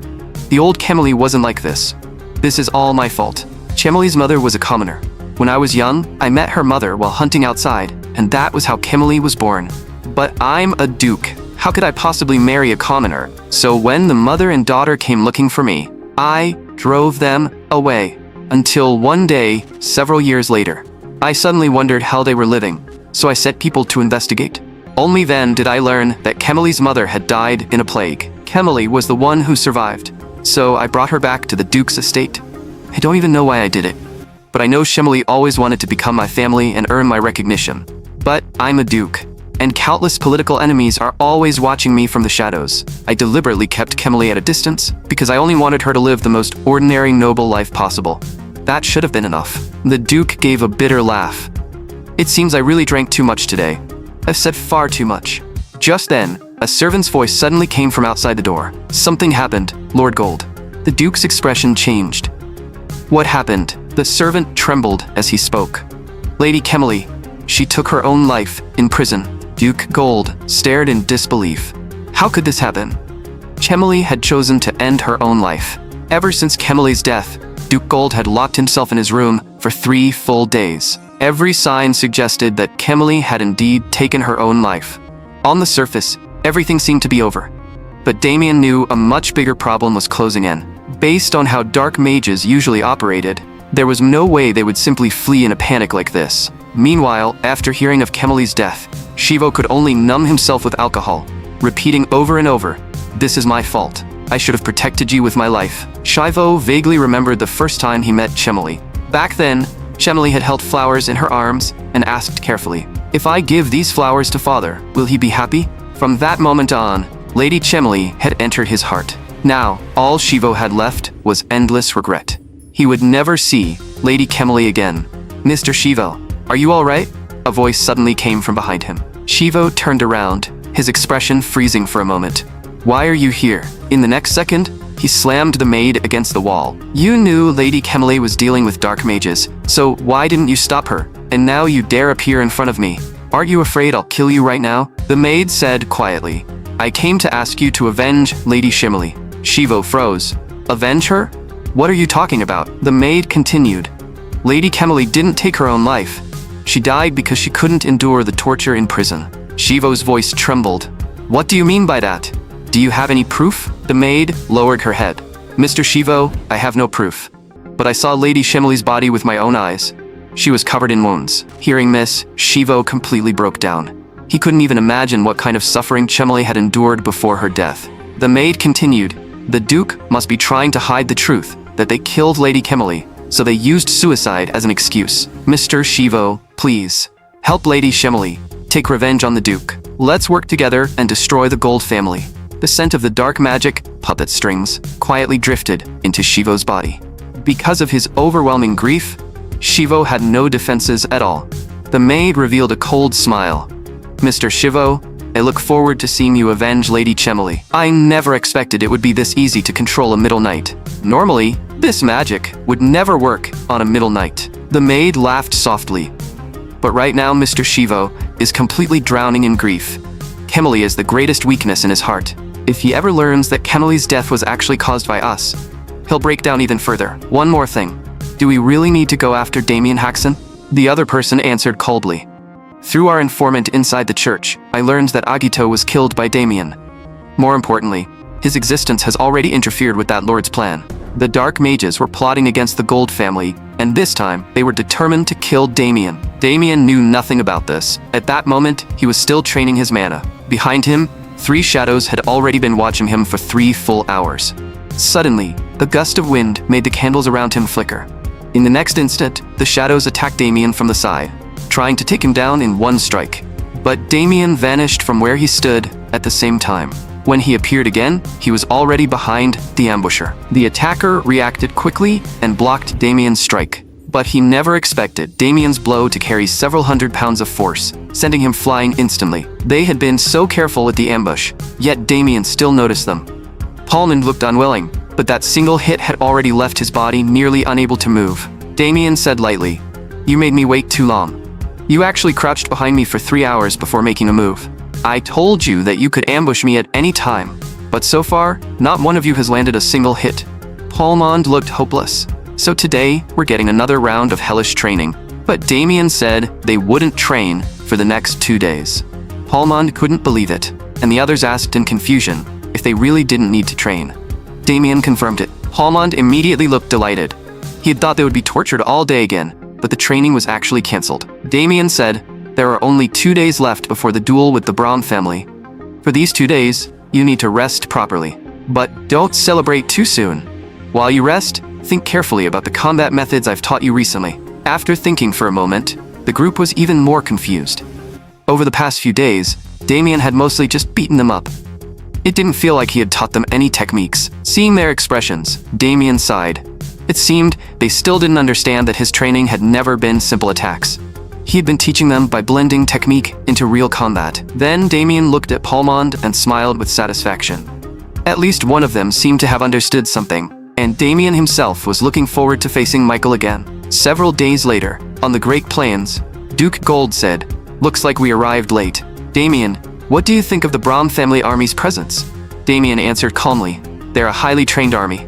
From their equipment to their aura, you can tell they're ready for battle. He could also clearly sense a powerful wave of mana coming from the Braum family side. Duke Gold laughed. Damien, you're right. Braum may be a fool in my eyes, but when it comes to training an army, he does know what he's doing. At that moment, Hilke stepped forward and reported, My lord, the Braum family's envoy has proposed that both sides hold a meeting first. Duke Gold nodded. Since they proposed it, let's go meet him properly. Meanwhile, in the Braum camp, Braum was roaring in anger. We're about to meet the Gold family, and you're still sleeping? How long do you plan to stay in bed? A lazy voice replied, Father, you're too loud. I was having a wonderful dream, and you ruined it. The person speaking was Michael. Braum shouted, This duel is extremely important, and you're one of the fighters. Michael replied lazily, I can duel anytime. The opponents are just a bunch of weaklings anyway. Hearing that, Braum had no way to deal with this son of his. Then, keep sleeping. I'll go meet Damien Hoxton myself. The moment he heard that name, Michael immediately sat up. Why is Damien in Duke Gold's camp? Braum frowned. Didn't I already tell you that Damien joined Gold's side? If Damien Hoxton is really there, then this might become slightly interesting. When the two sides met, Duke Gold spoke first. Braum, it's been a long time. We agreed on a meeting time. Yet you still dared to arrive late. Braum brushed it off. Duke Gold, this is only a minor matter. Surely a man of your status wouldn't get angry over something so small. The two had only just met, yet the air between them was already thick with tension. Then Braum looked at Hilke. Sir Hilke, it's been a long time. I told you before, following Duke Gold must be terribly boring. Why not join the Braum family instead? Hilke answered calmly. My life has already been devoted entirely to the Duke. At that moment, Braum looked at Damien in confusion and asked, Who is he? Duke Gold said lightly, That's Damien. Damien Hoxton. Braum was stunned. The one who defeated Brian is just a teenage boy. If I get the chance, I'd like to teach him a lesson myself. But when he saw the faint aura coming from Damien, Braum's expression changed. He actually felt danger coming from that boy. What shocked him even more was that the aura felt somewhat similar to Michael's. Braum immediately shouted, Michael, come out. Michael's lazy voice soon answered, Father, I've told you many times, your voice is too loud. But the moment Michael saw Damien, his entire body froze. In the next second, an excited light appeared in his eyes. Finally, an opponent worth drawing my sword for. Just as Michael was about to move, Braum quickly shouted, Damien Hoxton. It was because of Braum's warning that Michael finally snapped out of that instinctive thrill. The sturdy Hilke said coldly, Drawing a weapon during a formal meeting is already a grave insult. Duke Gold also said in a low voice, Pointing a sword at a noble before the duel is a very serious crime. Braum immediately explained, This was only my son's foolish behavior. There's no need to take it seriously. But Duke Gold clearly had no intention of letting it pass so easily. Then how does the Braum family plan to take responsibility? Braum glanced at Michael, wondering why his son had lost control like that. In Michael's eyes, Damien was like a beast from the abyss. The moment Damien looked at him, Michael felt as though he had already become prey. Duke Gold naturally wouldn't miss such a perfect chance to pressure them. Still, on the surface he said, Since it has already happened, I won't make too much of it. Braum clearly didn't believe Gold would let the matter go that easily. Sure enough, in the next second, Duke Gold said he wanted to add a new stake to the duel. Looking at Duke Gold's satisfied expression, Braum said coldly, Whatever the stake is, the Braum family accepts it. Then let's settle this in the arena. After saying that, he prepared to leave. Braum called to Michael, who was still lost in shock.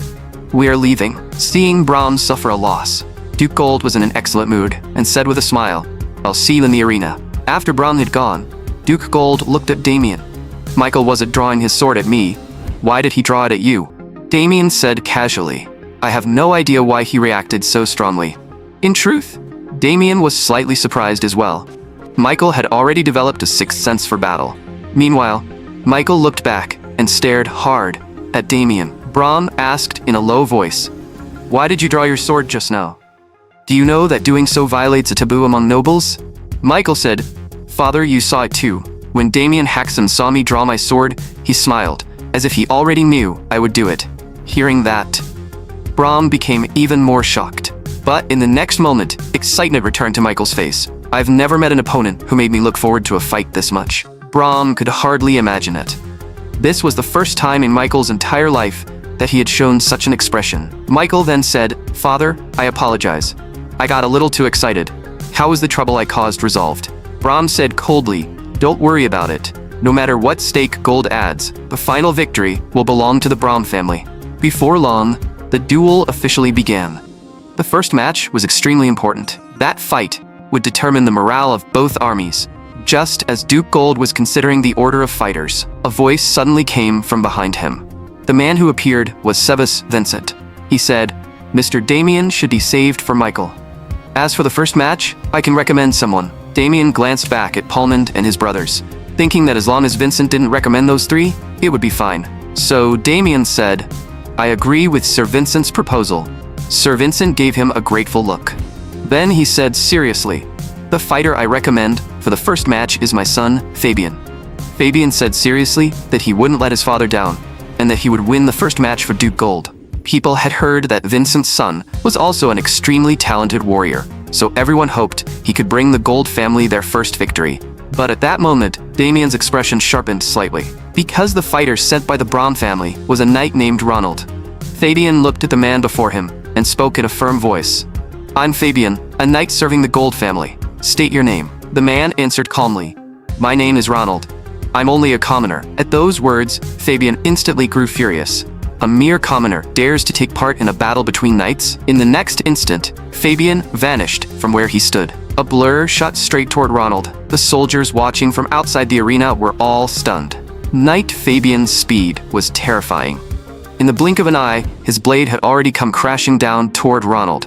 But at the very last moment, Ronald dodged the attack with ease, making Fabian's heart tighten. Fabian immediately adjusted his rhythm, sending hundreds of slashes from different directions, but Ronald still blocked them effortlessly.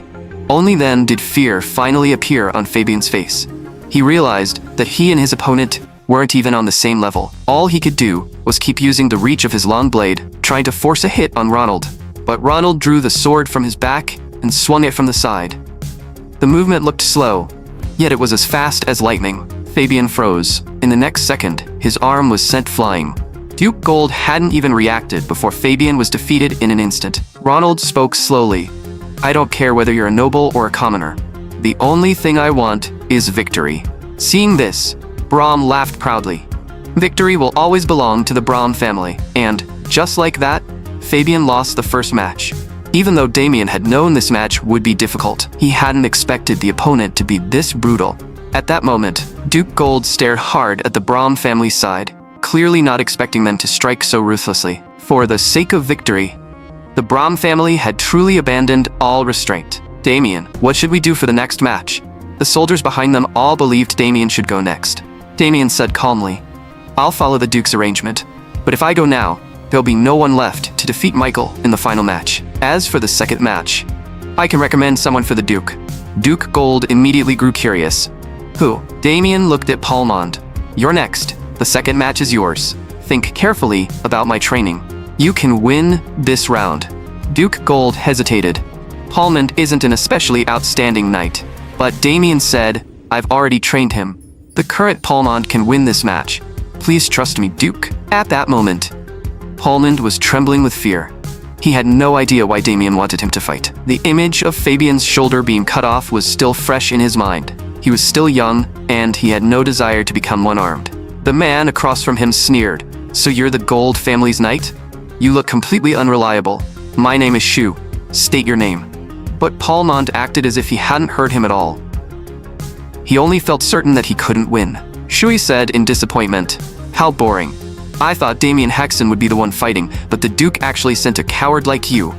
Then let me end this farce quickly." As he spoke, sword aura began covering Shui's blade. Palmond forced himself to focus. In the blink of an eye, Shu was already in front of him. But before Palmond could even react, his body dodged the attack on instinct. Because of the momentum, however, he crashed awkwardly to the ground. Shui stared in disbelief. "He dodged my attack? No, that has to be a coincidence." Palmond himself was shocked as well. Why does this feel so familiar? Before he could figure it out, Shu attacked again. Palmond once again dodged the strike in an extremely clumsy way. But because of the movement, dust rose all around them. His vision was blocked instantly. In the next moment, Shui's attack appeared from within the dust. Yet Paulmond moved as if he could see the attack clearly, his body reacting completely on instinct. This time, Shu could no longer believe it was just a coincidence. The first 2 times could be explained as luck, but the third attack had come through dust that blocked Paulmond's sight, and he still dodged it. At that moment, Paulmond was even more shocked than Shui. He had really managed to predict the attack. He looked back at Damien and finally understood.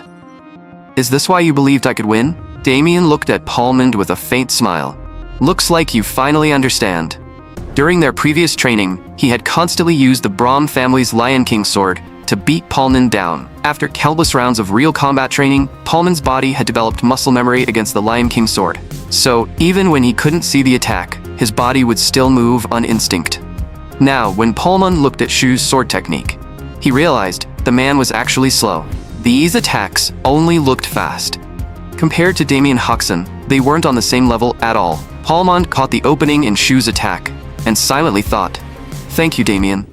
You helped me surpass myself." In the next instant, Paulmond's sword was already pressed against Shui's neck. Duke Gold stared in disbelief. Paulmond had actually won the match. Paulmond gasped and said, "You're strong, but I've surpassed myself. Winning a duel feels pretty damn good." At that moment, Duke Gold's expression turned extremely serious. In the end, it still had to come down to him. On the other side, Michael was already visibly excited. "Damien Haxon, I've been waiting for you. I hope you can give me something new. I've been looking forward to this fight more than you can imagine." But Damien only said lightly, "I'm not looking forward to it at all. All these years, no one has ever excited me the way you have. I've been waiting for an opponent who can stand on equal ground with me." Hearing that, Damien smiled. "Equal ground?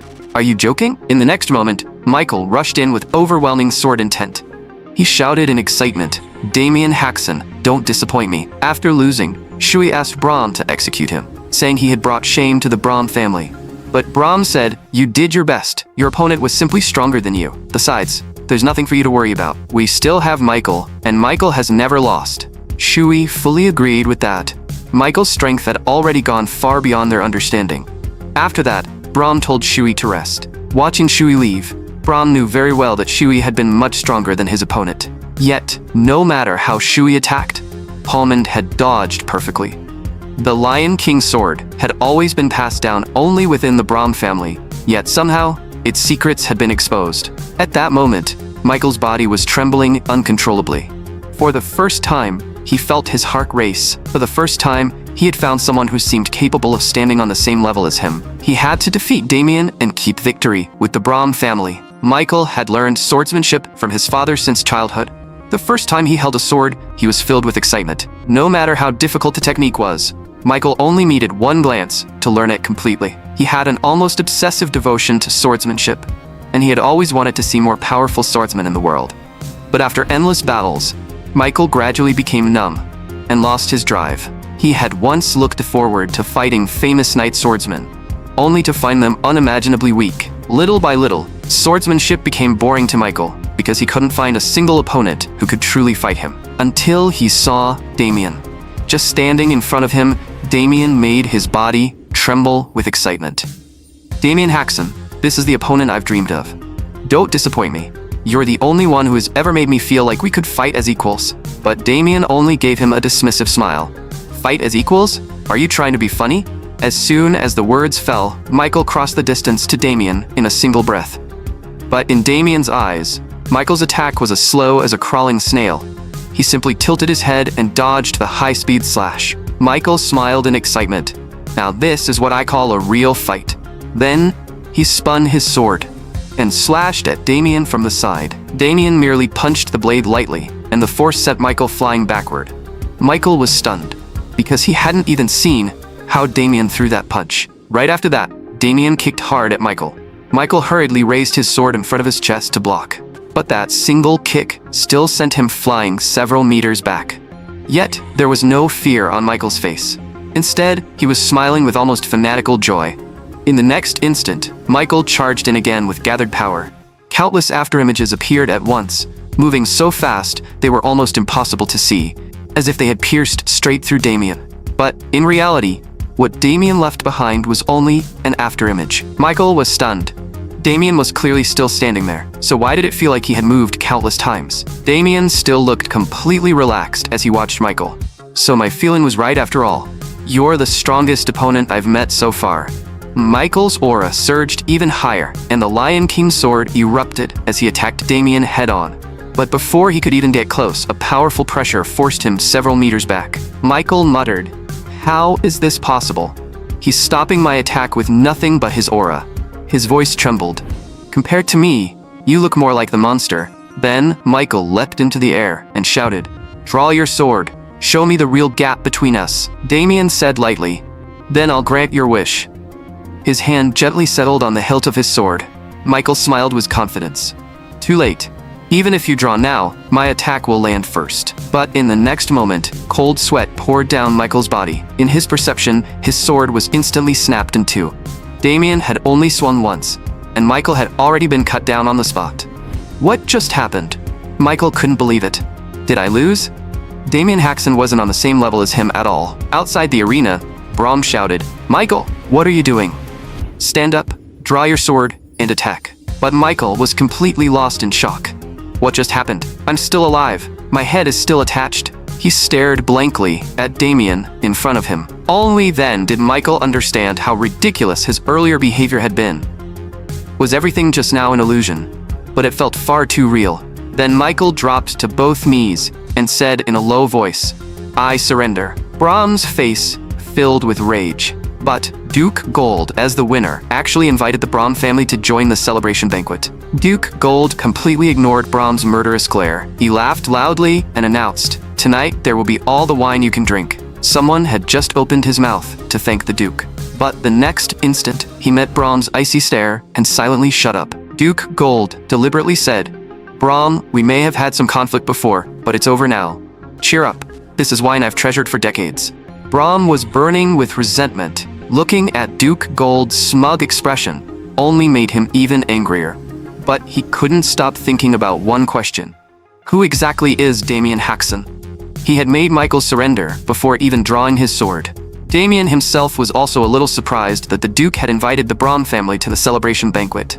On the surface, maybe the Duke simply wanted the banquet to feel livelier, but in reality, he was probably using this chance to mock Brahm to his face.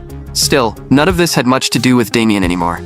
Even after defeating the Brahm family, it was better not to push them too far just yet, because this wasn't the time to fully break with the Brahm family. Damien still had something more important to deal with, the Dark Mages. "Mr. Damien, may I sit beside you?" Damien looked up slightly and saw that it was Michael. He answered calmly, "Go ahead." The slightly drunk Michael sat down and said seriously, "I deeply respect you, Mr. Damien." Damien glanced at him. "Are you drunk?" Michael continued on his own. "I thought there was no one left in this world who could interest me. But Mr. Damien, you went far beyond anything I imagined. Your strength shocked me. Even now, I still don't know how I lost. I only know that if I had swung that sword, I would have died completely." Damien understood that Michael had already surpassed ordinary humans and awakened superhuman perception. In Michael's perception, he had been pulled into a dimension of pure battle prediction. There, he had seen the outcome of the fight in advance, and his superhuman perception had warned him of death. Damien's level was far beyond Michael's. That was why Michael had clearly felt the terror of being cut down in an instant. Damien looked at Michael with a hint of satisfaction in his eyes. "The instinct you awakened saved you." Hearing that, Michael looked up at the night sky and sighed. "This world is much wider than I imagined. Michael, remember this. There are far more strong people in this world than we imagine. Your talent is extremely rare, but there are still plenty of people stronger than you. Even within this country alone, there are at least 3 or 4 people stronger than you. So always stay humble, and never believe you're the strongest." Damien himself had once believed he was the strongest. In the end, that arrogance allowed the Skeleton King to ambush him and turn him into his strongest weapon. Michael looked at Damien with admiration. Even someone as powerful as Damien still carried that kind of humility. In the next moment, Duke Gold and Brahm walked toward them. "What are you two talking about?" Brahm looked between them and frowned. "Looks like Michael and Damien are getting along rather well." Damien answered calmly, "We were only discussing combat techniques." "My lord, did you meet something?" Duke Gold said, "I just finished speaking with Brahm. Before the duel, Brahm and I made a wager. If we won, he promised to give you a reward. but now this man is trying to go back on his word. Brahm immediately shouted, "The Master Vault has never been opened to outsiders. And besides, Damien bullied my son Brian. Still, considering the current situation, I can let that matter go. Although I can't give you permission to freely enter the vault. I've prepared another gift as compensation." With that, Brahm took out a box. This is one of the rewards for the match. A spatial ring containing space magic. Damien was slightly surprised. A spatial ring was an extremely rare treasure. It held 100 square meters of storage space inside and could store all kinds of items.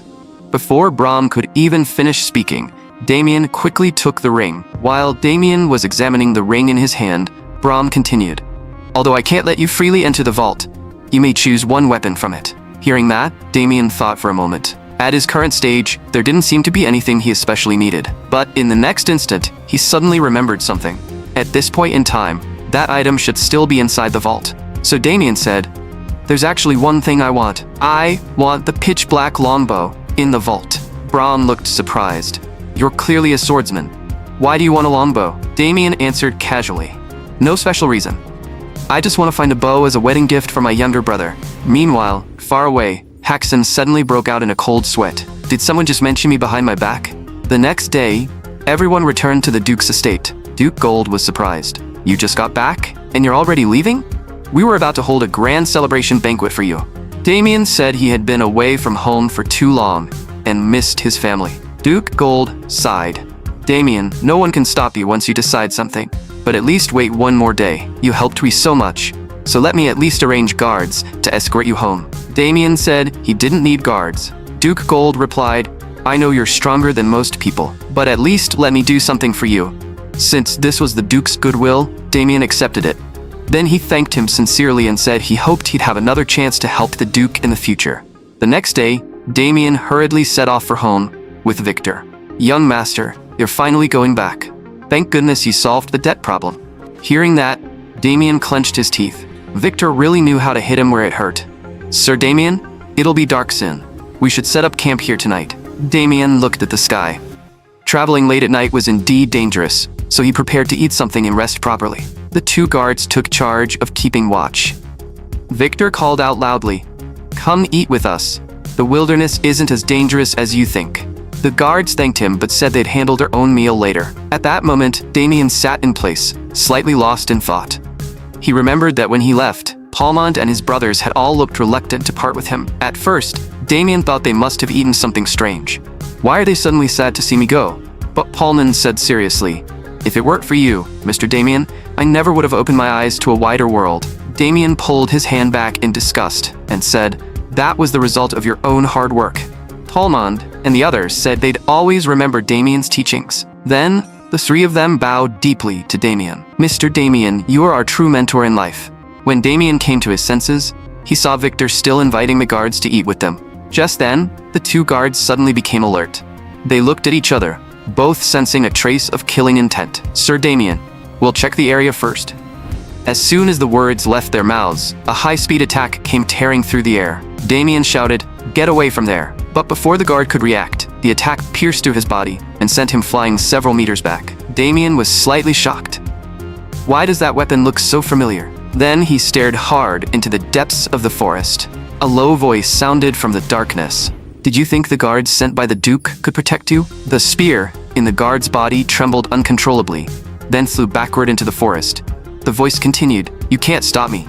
I'll avenge Lady Kemily." The other sturdy guard froze in shock. "Are you Sir Shivo? How did you become like this?" Damien frowned. "Shivo, why are you doing this? Are you betraying the Duke?" But another voice came from the darkness. "Don't waste your breath. The current Shivo can't hear you. He serves us now." The other guard suddenly smelled a faintly sweet fragrance. Then, his body began to go numb. Seeing this, Damien didn't hesitate. He knocked Victor unconscious first. The dark mage then said, "Twist your own neck." In the next instant, the guard actually placed both hands on his own neck and prepared to do it. Damien realized the man had been controlled, so he had no choice but to knock him out as well. "Looks like your target really is me. We've been watching you for a long time. You don't look that strong. Yet you can resist the scent of the dark spell puppet strings. I'd love to turn you into a puppet and study the structure of your body carefully. My little toy Shivo, go. We've already modified your body with dark magic. Kill Damien." After that, we'll turn him into a toy too. The Dark Mage's true goal was to kill Damien and turn him into the perfect puppet. Shivo spoke with hollow eyes. I finally found you, Damien. I'll tear your body apart and offer it to Lady Kemily. You and the Duke work together to kill Lady Kemily. Damien looked at him with contempt. How ridiculous. Back when Hilke arrested her, you were too terrified to move. You coward. How dare you say something like that now? At those words, Shivo's expression twisted violently. The woman beside him calmed Shivo down, then looked at Damien. Mr. Damien, you really are cruel. Every word you say is like salt in Sir Shivo's wound. But I don't understand why you can still look so calm. You don't actually think you can fight all three of us alone, do you? Damien said coldly. You two are members of the Yulan organization, aren't you? Most likely management level members too. The woman's expression changed. How do you know who I am? I shouldn't have met you in this identity before. Damien said lightly. I may as well tell you. I heard every ugly word spoken in Chemely's room. The woman sneered. Even so, you can't change anything. Shivo, kill him. In the next instant, Shivo rushed toward Damien with terrifying speed, but Damien made no move to defend himself. Instead, a figure stepped in front of him. The Dark Mage beside them showed a look of shock. The newcomer forced Shivo's attack back. Damien smiled faintly. It seems you misunderstood something. I'm not the one surrounded by you. You're the ones who walked into our trap. The person who appeared was Sir Vincent. Earlier, when Damien told the Duke he was returning home, the Duke had told him that Shivo had gone missing. Shivo has always held special feelings for Kemily, so I'm worried he may try to harm you. At the time, Damien said he would be careful, but the Duke continued. More importantly, you ruined the Dark Mage's plan. They may target you as well. I have Hilke protecting me, so the Dark Mages wouldn't dare strike at me easily. That's why I arranged a helper for your trip home. This is the best person I can assign to you. Damien was slightly surprised because the person was Sir Vincent, a peak middle knight. Everyone else happened to have assignments, and Vincent was the only one currently free. Only then did Damien feel truly glad that he had accepted the Duke's offer to send guards with him. At that moment, the Dark Mages and their group were filled with shock. They hadn't expected the Duke to predict this far ahead. Although the Duke called it protection, Damien understood that he was also being used as bait to lure out the Dark Mages. Then, Shivo looked at Vincent and said in a low voice, Vincent, it's been a long time. Vincent answered coldly, Shivo, you actually dared to collude with Dark Mages. As long as I'm here, I won't let you harm Sir Damien. Shivo shouted, I must avenge Lady Kemily. Damien and the Duke worked together to kill her. The sight of Lady Kemily covered in wounds means she must have suffered inhuman torture. I'll never forgive you. I'll send all of you to hell. At that moment, the Dark Mage revealed a satisfied smile. Shivo was completely under their control. Don't rush. After I kill Damien, I'll send the Duke to join him. Vincent shouted in anger, Shivo, have you lost your mind? You're actually talking about murdering the Duke? Damien stared hard at Shivo. He hadn't expected Shivo to be controlled to this extent. Vincent grew even angrier. How dare you say something like murdering the Duke? That's unforgivable. Damien looked at Vincent beside him and confirmed it.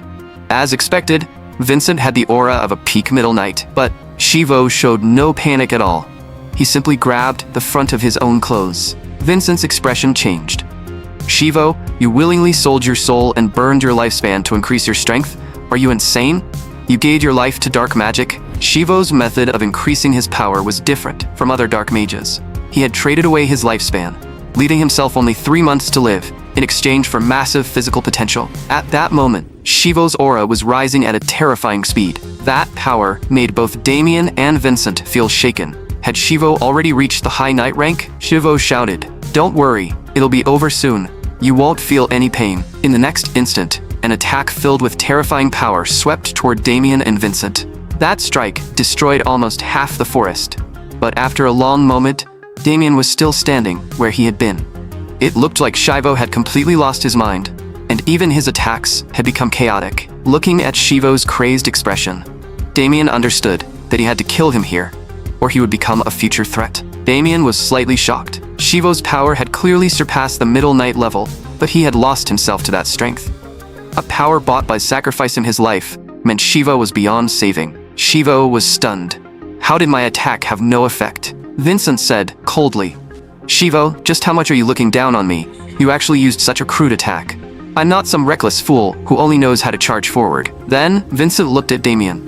Mr. Damien, I'll hold Shivo here. Please return to the Duke's estate and request reinforcements. Damien froze for half a second. Vincent, make sure you hold on until I return. With that, he lifted the unconscious Victor beside him. Without the slightest hesitation, he retreated toward the Duke's territory. The muscular dark mage was shocked. I didn't expect him to run that fast. The two dark mages immediately chased after Damien without stopping. Shivo roared. Damien, don't think you can escape from me.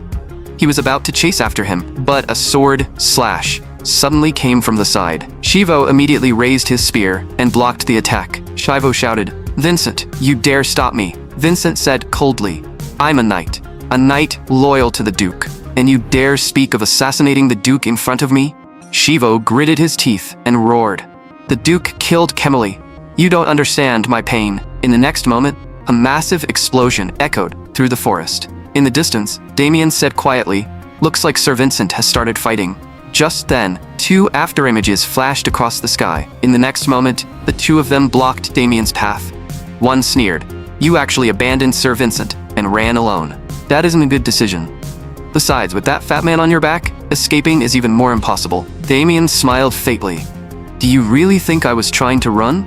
If I weren't carrying Victor, you would never have caught up to me. I only wanted to lure the two of you here. With Vincent nearby, I can't fight at full power. I need to deal with you quickly, then go back and save him. Hearing this, the two dark mages froze, their faces full of disbelief. What an unbelievably arrogant brat. You actually think you can fight both of us alone? Just how full of yourself are you? I'll make you pay for that arrogance. Dark mana began swirling around the man. In only a moment, the dark mage's body was wrapped in powerful magic. His body began swelling uncontrollably.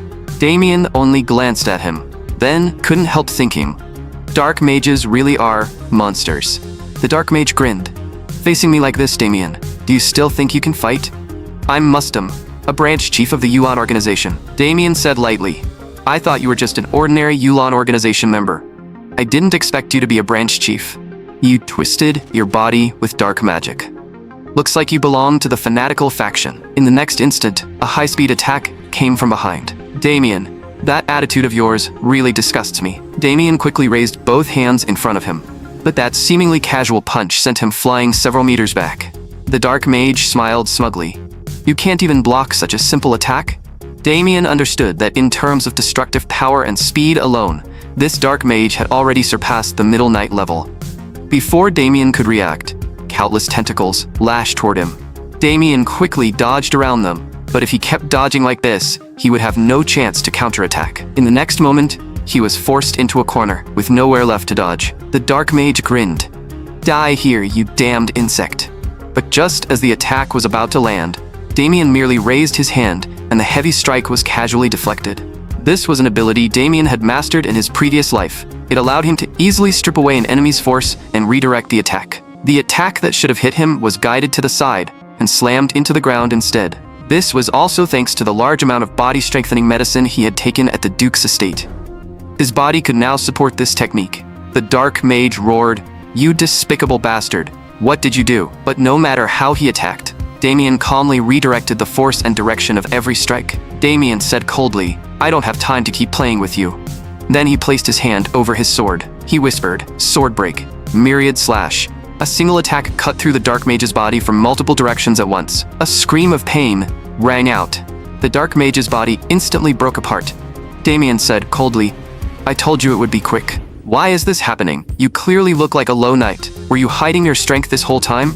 Damien Haxon, I admit your power is beyond what I imagined, but it still isn't enough to defeat me. In the next moment, all of the dark mage's wounds healed completely.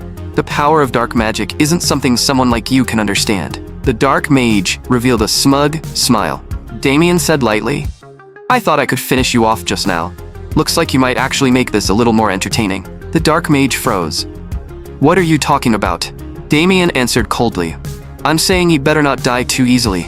I can finally use a little more of my power." Meanwhile, the battle between Shivo and Vincent had reached its peak. Vincent could hardly believe it. Right now, I have no room to fight back at all. Against every attack from Shivo, he could barely defend himself. Even blocking was already exhausting him, let alone finding a chance to counterattack. Shivo sneered, "Mr. Vincent, your face is covered in fatigue. Still, I must admire you for lasting this long. Vincent gritted his teeth. I only feel ashamed to be pushed this far by someone who gained power through dark magic. Shivo kept closing in. Stop struggling, Vincent. Your stamina has already reached its limit. Vincent didn't want to admit it, but the current Shivo was terrifyingly strong. As he looked toward the explosions in the distance, Vincent's heart sank.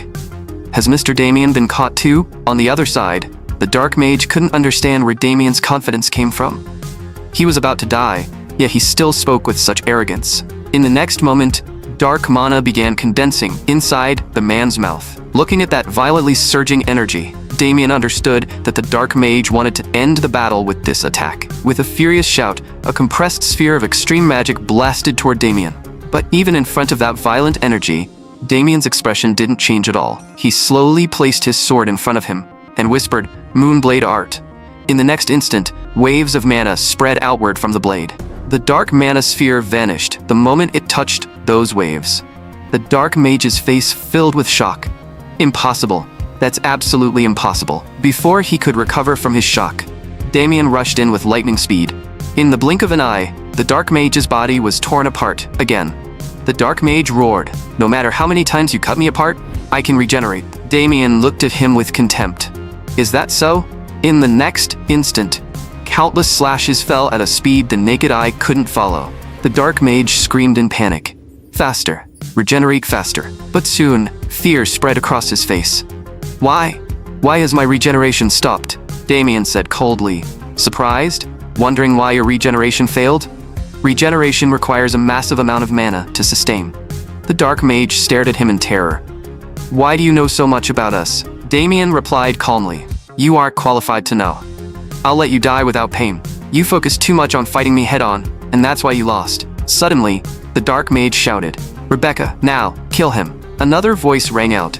Thank you for buying me enough time. The 7th layer demon god power summoning ritual is complete. Demon god of hell, destroyer of worlds, erase this cursed man before us. In an instant, a fanatical and wicked Grim Reaper skeleton appeared, its scythe already aimed at Damien's neck. The two dark mages laughed together. Everyone who opposes us dies.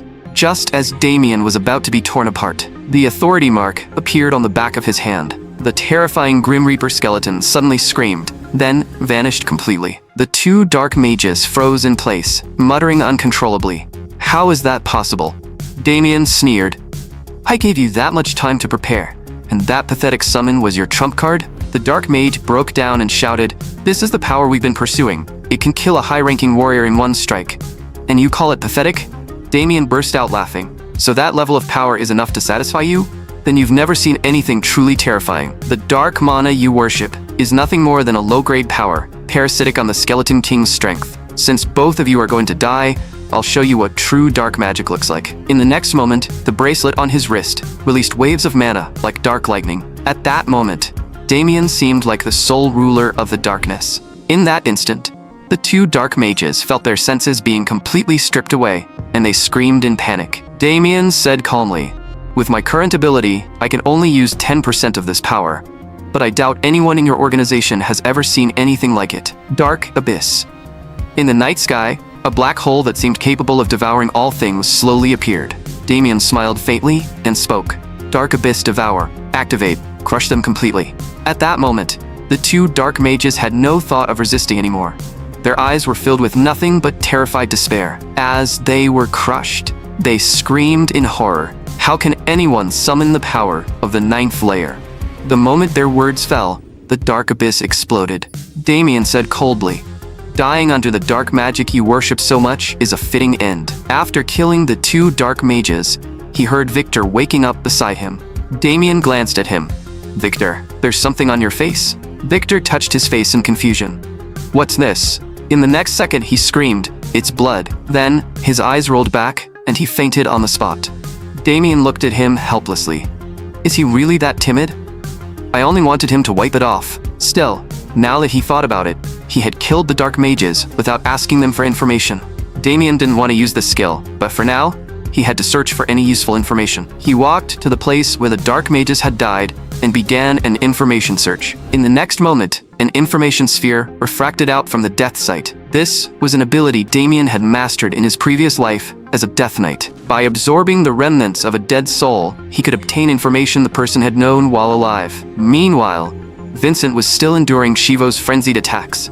Vincent's stamina had already reached its limit. At this point, he had no strength left to fight back. Even now, he could hardly believe he was losing to Shivo, who had offered his soul to darkness. Shivo walked toward Vincent with a smug expression. "Don't worry, I'll let you die without any pain." But just then, Damien's voice sounded beside them. "Sir Vincent, you performed extremely well." Damien slowly walked toward the two of them. Shivo said coldly, "I planned to kill Vincent first, then go find you. I didn't expect you to come to me on your own." Damien answered lightly, "You aren't qualified to kill me. Show me what ability you have to do it. If you take one more step toward me, you'll die immediately." Shivo sneered. "I'd love to know where that confidence comes from." With that, he attacked Damien, while Damien stood completely still. Just as the attack was about to land, Damien crushed the summoned Dark Mage soul in his hand. At the exact same moment, Shivo's attack could no longer move forward. His body froze completely in place, unable to move at all. It was as if all his strength had been drained away in an instant. In the next moment, Shivo collapsed heavily to the ground, without even enough strength to stand. The dark mana around him also vanished at the same time. Using the last of his strength, Shivo tried to get up and crush Damien, but in the end, he lost all breath and collapsed completely. Shivo's body had been invaded by the Dark Mage's spell. Once the Dark Mage was erased completely, the spell placed on Shivo also failed. After the danger was lifted, Vincent stared blankly and asked, "What exactly just happened?" Damien said calmly, "His spell was simply undone. Let's return to the Duke's estate first." "Sir Vincent, you're badly injured." The next morning, inside the Duke's estate, Duke Gold said seriously, "Thank you, Sir Vincent. You protected Damien with great dedication." Vincent shook his head. "Damien was the one who saved me. Without him, I'd already be dead." Duke Gold looked at Damien. "Mr. Damien, you never failed to surprise me." Damien replied calmly, "I only did what I should have done. There's no need to be so polite, my lord." Duke Gold slowly nodded, finally feeling a little more at ease. With this, Chemily has been avenged as well. Damien looked at Duke Gold and understood that the Duke was still deeply saddened. Now that the incident is over, I should return to my family as soon as possible. But Duke Gold said, "About your return home, Mr. Damien, you may need to wait a little longer. Someone wants to see you." Damien looked puzzled. "Who wants to see me?" In the next moment, the door behind him was pushed open. Damien's face filled with shock. "Why is she here?" The person who appeared was Anis. She smiled and said, "Mr. Damien, it's been so many days. I've missed you." Duke Gold, on the other hand, looked confused. They've only just met again, yet they're already sneaking off to talk alone? At that moment, Damien and Anis were speaking in the Duke's back garden. Duke Gold had never expected Damien to have such a close connection with the church.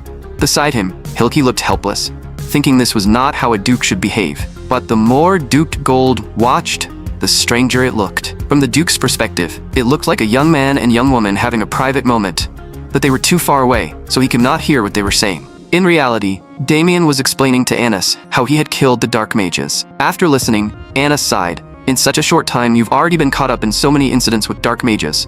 Damien could only smile awkwardly.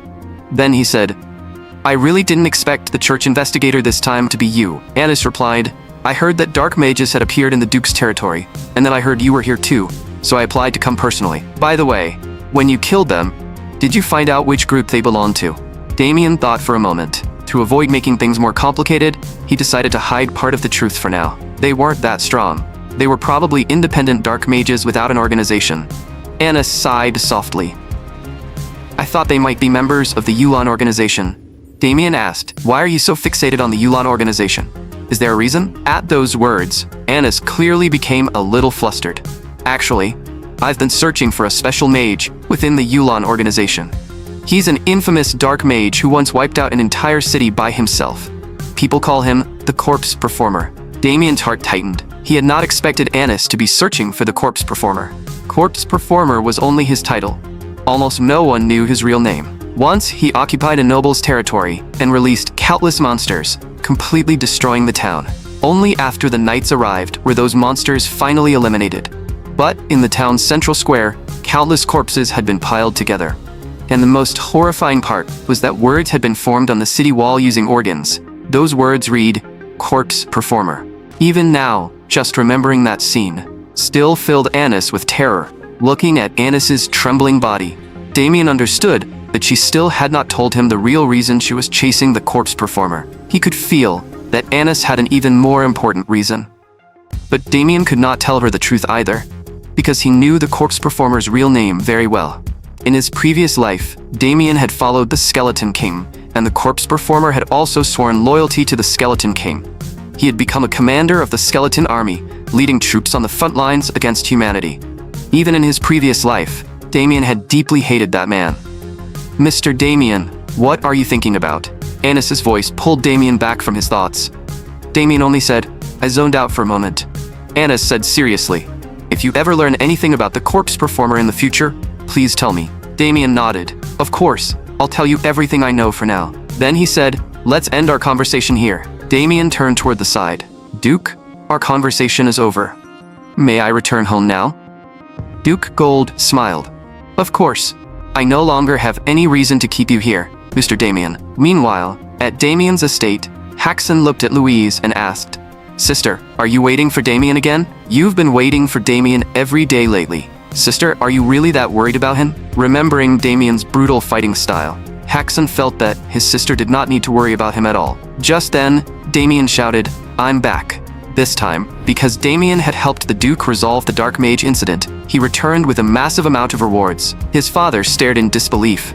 Was this really done by the son who had once been called useless? While his father was still stunned, Damien said he had prepared a gift for him. He knew his father loved books, so he had brought back many precious volumes from the Duke's estate. Among them were even his father's favorite poetry collections and novels. Of course, the wardrobes, made of cedarwood, were gifts for his mother.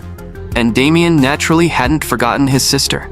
This piano was personally made by Master Balak. Then, Damien looked at his younger brother beside him. He cleared his throat twice. Why does your expression look a little strange, little brother? Huxon immediately said, I wasn't expecting a gift. Damien smiled faintly. Of course I didn't forget you.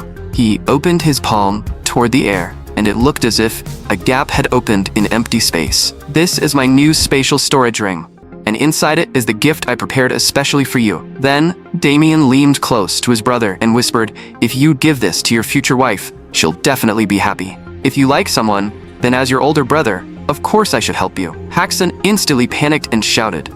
Damien smiled and asked, don't you like Lady Olivia from town? Haxon stammered, I do like her, but that doesn't mean she'd ever be interested in me. As for that, Damien said he had already thought of a plan. Soon, Olivia's family would hold a birthday banquet for her, and there would also be a duel tournament. The tournament was meant to test a knight's combat ability, but Haxon couldn't fight at all. Damien told him not to worry, I'll fight in your place. A few days later, the news had already spread through town. Did you hear? Lady Olivia's birthday banquet will include a duel tournament, and they say the winner can earn Lady Olivia's attention. This is a huge chance for us. But I heard a lot of important people will be attending too. That heir of Count Haxon, who has been the talk of the region lately, is also coming. I think his name is Damien Haxon. They say he defeated the genius swordsman Michael. We heard that too. Apparently, Michael surrendered before Damien even drew his sword. As soon as those words were spoken, a man nearby suddenly burst out laughing. The woman beside him smiled and said, Jackson, you think that joke is hilarious too, right? Anyone with a brain would never believe a rumor like that. The man's expression darkened. What did you say? Are you laughing at me? Seeing this, the woman quickly smiled and explained, we're laughing at Damien. Jackson suddenly stood up. Trash like you aren't even worthy of my explanation. In the next instant, he punched one of them. You pieces of trash aren't worthy to come near me. And you're definitely not worthy to speak to my woman. Who gave you permission to talk to her? The others immediately flew into a rage. You were the one who came over and talked to us first, Jackson said coldly. Do you know who I am? You should be showing me fear and respect. At that, the men charged toward Jackson. But just as their attacks were about to land, in the blink of an eye, all of them were sent flying. Jackson walked toward the fallen man and sneered. Do you really not know who I am? The man trembled and answered that he truly didn't know. Hearing that, Jackson became even angrier and threw another punch. Sophia, don't you find this strange? Damien, who used to be a useless nobody, has now become famous everywhere. I, Jackson the Demon Slayer, am somehow less known than that trash? Sophia replied, Jackson, this isn't your problem. These idiots are simply too ignorant. But inwardly, she couldn't help thinking. Not long ago, Damien was still a thug like nobody. How did he suddenly become this famous? The next morning, Damien said he was preparing to head to town. His sister and mother were reluctant to see him go. You just came home. Why are you leaving again? Damien smiled and said, I'm not going far this time. I'm only going to help my little brother fight for his happiness. His father looked at the two brothers and said with emotion, You two have both grown up. If I'd known you liked Lady Olivia, I should have arranged a marriage proposal for you much earlier. Haksun said shyly, It's fine. His father reminded them, No matter how this turns out, neither of you brothers should get hurt. After that, the two brothers set off for the town. Along the way, Victor's expression became extremely awkward. They're brothers, so how can they go for hours without saying a single word to each other? Damien was thinking the same thing. In his previous life, he had barely spoken properly with his younger brother either. Victor couldn't stand the awkward silence anymore, so he decided to break it himself. He asked carefully, Young Master Haksun, how did you fall in love with Lady Olivia? Hearing that, Haksun's face instantly turned red. Why would you suddenly ask me that? Victor said he was only curious, and Damien beside him was curious too. In his previous life, Damien only knew that his brother loved Lady Olivia. He had never known why. So Damien also said, Haksun, I'm curious too. I'm already planning to help you propose, so at least satisfy my curiosity. Haksun finally began to recall the past. It happened 4 years ago. Father took me to a banquet held by Western nobles. That was the first time I saw Lady Olivia. The moment she appeared, I was completely drawn to her. Her dark green dress, her light brown hair, she was the perfect woman in my eyes.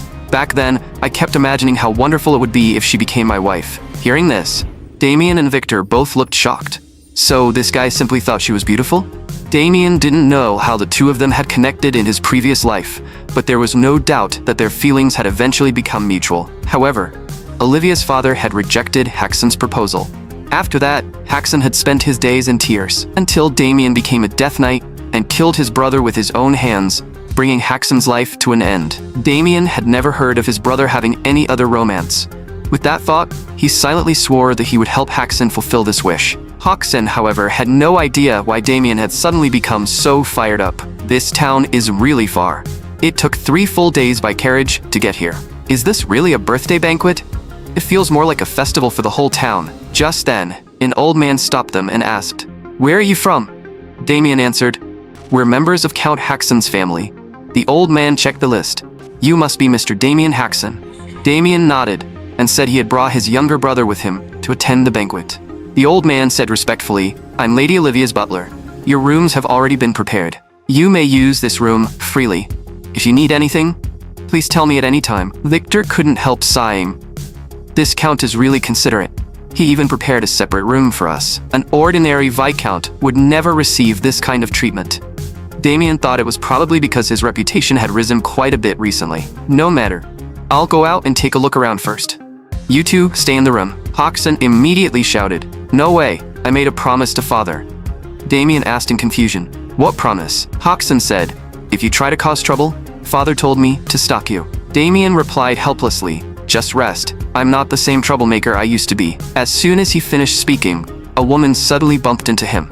Damien was still wondering what had happened, when a man in the distance shouted and rushed over. The man grabbed Damien and snapped, Watch where you're going. In the next second, the man narrowed his eyes in confusion. Are you Damien? So it really is you, Damien Haksun. Damien frowned slightly, as if trying to remember something. Then the woman spoke. I never expected to see you here. Damien looked at them in confusion. Who are you? Just moments earlier, Damien had said in confusion that he didn't know them at all. Besides, he hated being grabbed by the neck. Seeing this, Haksun quickly asked what had happened. Then he looked at the woman. Are you Sophia? Damien muttered. Haksun. Who exactly is Sophia? Haksun looked shocked. Sophia was your former fiancée. Did you really forget her? Only then did Damien seriously study the two people in front of him. Looking closely, this woman really did seem to be his fiancée from his previous life. He finally remembered that Sophia had betrayed their engagement so she could be with Jackson. Even though Damien had tried his best to keep her, nothing had changed in the end. He vaguely remembered Jackson arrogantly saying that trash from the lower level had no right to come near them. Sophia had also said that their engagement was only an arrangement made by their elders. Besides, the Haksun family had already fallen into the ranks of low nobles. In other words, the The current Haxon family was no longer worthy of her. Back then, Jackson had looked at Damien with utter contempt. Damien had never forgotten that humiliation in his previous life. At the time, he had gathered his courage and tried to vent the shame in his heart, determined to make that woman pay. Unfortunately, the old Damien had been no match for Jackson and was thrown to the ground like a dead dog. Now that he thought about it again, even though it had happened long ago, it still made Damien angry. In the next moment, Sophia said, "I know you don't want to see me, but you don't have to pretend you don't know me. That's honestly pathetic." Jackson sneered, "So that's what it is, Sophia. This poor loser is scared to see me. Still, I'm so happy to see you. I only want to shake your hand. You aren't too afraid, are you?" Damien looked speechless. This guy was clearly trying to embarrass him in public. Then Damien smiled brightly and said, "We're friends after all. Of course I'll do as you wish." Seeing this, Jackson was delighted. This idiot had taken the bait again, but in the next second, Jackson was lifted up by Damien in an instant. Then, he was slammed hard into the ground. Sophia stared in disbelief. Damien said mockingly, "Sorry, I used a little too much strength out of habit." Jackson, lying on the ground, trembled and moved his fingers. In the next moment, he suddenly stood up and roared, "How dare you humiliate me? I'll kill you, Damien Haxon." With that, Jackson was about to draw his sword and rush at Damien. Just then, a low voice sounded from behind him. "Jackson, stop. I didn't expect the former failure to change this much. Jackson, you're no longer his opponent." Damien looked at the newcomer and smiled faintly. "Looks like you understand me pretty well." The man said coldly, "Jackson, put away your sword. You and he are no longer on the same level. You've played enough today. It's time to go back." Jackson clearly didn't want to let it go. He shouted angrily, "That bastard made me lose face." In the next moment, that gloomy voice rang out again. "Jackson, I order you to go back." With that, he turned and left. Seeing this, Damien felt slightly confused. He's leaving just like that? At that moment, the man turned his head and said, "My name is Yaknor. Remember it well.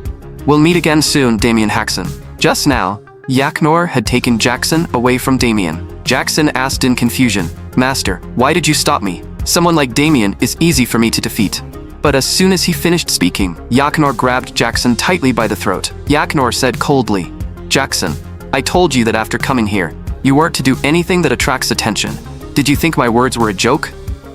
Feeling the ruthless look in his master's eyes, Jackson apologized in a hoarse voice. Then, Yaknor said, "This is the first time and the last. One more thing, you seem to have misunderstood something. If I hadn't stopped you just now, you'd already be dead at Damien's hands." Jackson looked completely unconvinced. "How is that possible? How could I lose to that useless trash?" Yaknor muttered, "I don't know what happened to Damien, but his aura is cold enough to cut into the bone. His power is far beyond yours. If you don't want to die, don't provoke him. Do you remember the only reason we came here?" Jackson frowned. "Master, I don't understand why you insist on having me enter this tournament. You want me to please Lady Olivia, but I'm already engaged to Sophia." Yaknor said coldly, "You only need to obey my orders. And now you're questioning my decision because of a woman?" Jackson met Yaknor's gaze again, trembled, and quickly said he had misspoken. Yaknor continued, "Your victory in this tournament is extremely important to my plan. As long as you win, my wish will move one step closer. That's my lifelong dream. I'll step into the master level." Jackson was shocked. "Is Master going to reach the master level?" Yaknor said, "You only need to focus on preparing for the tournament. I'll gather information on the other participants." Outside the tent, Sophia watched Yaknor leave. She hurried into the tent. "Jackson, are you all right? What happened to your neck?" Jackson said coldly, "It's nothing serious." Then he complained under his breath, "That old man wants me to win the tournament, but he won't tell me what that has to do with him becoming a master. And, Damien, once I reach the final rank, I'll definitely kill you." The next day, the tournament officially began. Everyone in the arena looked seriously toward one side. "Is that the rumored Damien Haxon?" "See, miss," Victor whispered.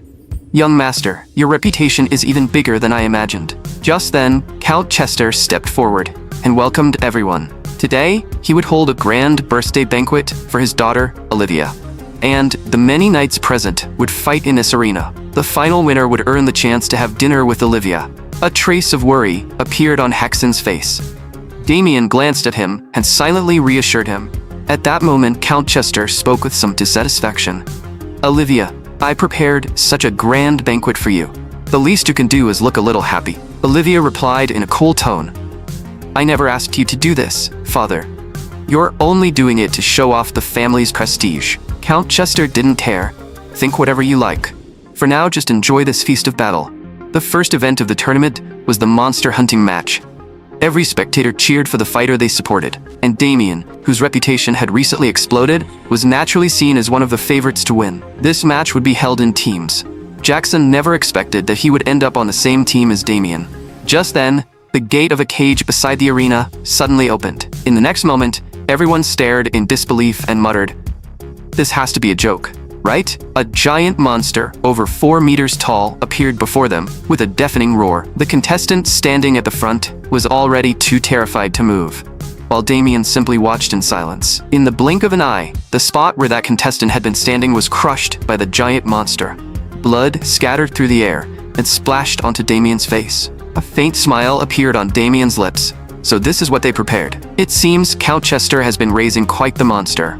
Hopefully, the Count won't regret releasing it. The audience was stunned.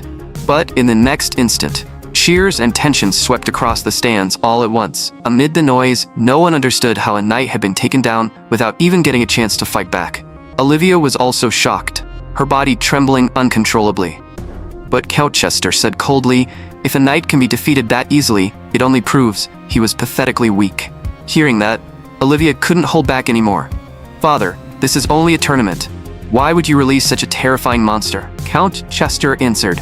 Olivia, don't exaggerate. This is merely part of the selection process. Besides, the audience loves this kind of thrilling spectacle.